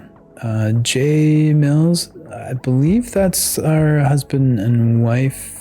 That's what team. my base from. Oh, that's one of your bills from. Okay. Oh, thanks for joining and supporting. Q_X new one for me. Oh, there's our Lord and Lady Mills. Love the healer. Alberto Arb, you stuck it out till the end, man. Raw Blooded, thanks for sticking around. Remy's here, Sean's here, Shane's here, Steve's here, and Kier and Pow. Thanks so much, guys. I really hope you enjoyed it. Big thanks to Remy and Dorian. If you guys are around, please open up your mic. Well done. Not sure if they're still on the call. I'm still on the clock. Yeah, thank you very much, guys, for all the work that you do and did. Thanks for keeping us all straight all season long, so appreciate it. Yeah. One more detail, just in case people care about Simos, the backstory. The artifact that he got after selling out his previous party, essentially. One of them was a monk named Argent, which was the name of his familiar from previous rounds as well. Excellent. Oh, and I see MLM 1997 too. Yeah. So that brings us to the end of season 1. We're gonna do a few different wrap-up shows, I think. I know Dorian was interested in interviewing some people. I mean, I'd love to be a part of those too. Just need a bit of time to decompress, honestly, but we'll have some stuff on the go for the community. I do want to start to run some more one-shots if anyone else is interested in running more games. I know Dorian and Andrew and a few others have been putting on some games, but I really want the community to continue, even though the first season is ending. I I think we all learned a tremendous amount about what works, what doesn't work. So for season 2, we're going to make some changes to make it a bit more enjoyable and perhaps a bit faster and keep it even. But all of that to come. So for now, though, if you guys have anything you want to say before we sign off, Mare, anything from you?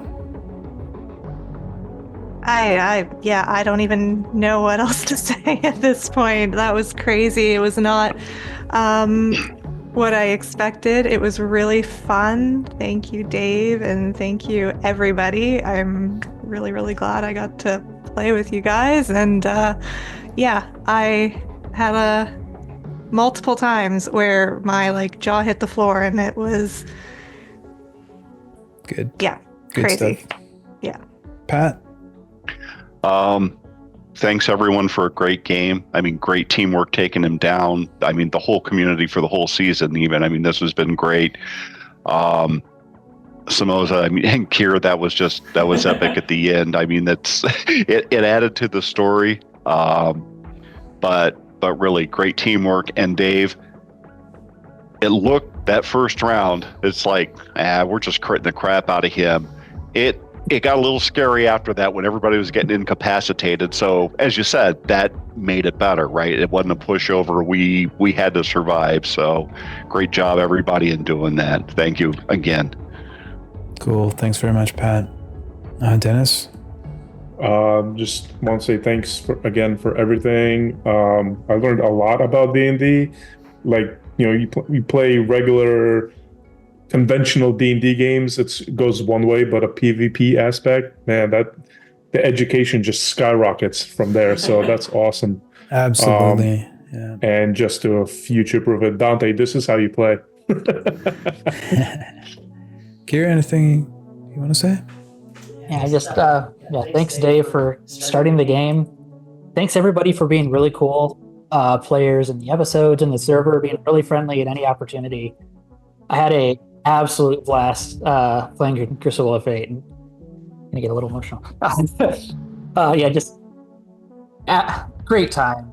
My life is overall better than it would have been if I had never been in Crucible of Fate. Just met great people, had great fun, learned a lot about D&D. Just excellent time.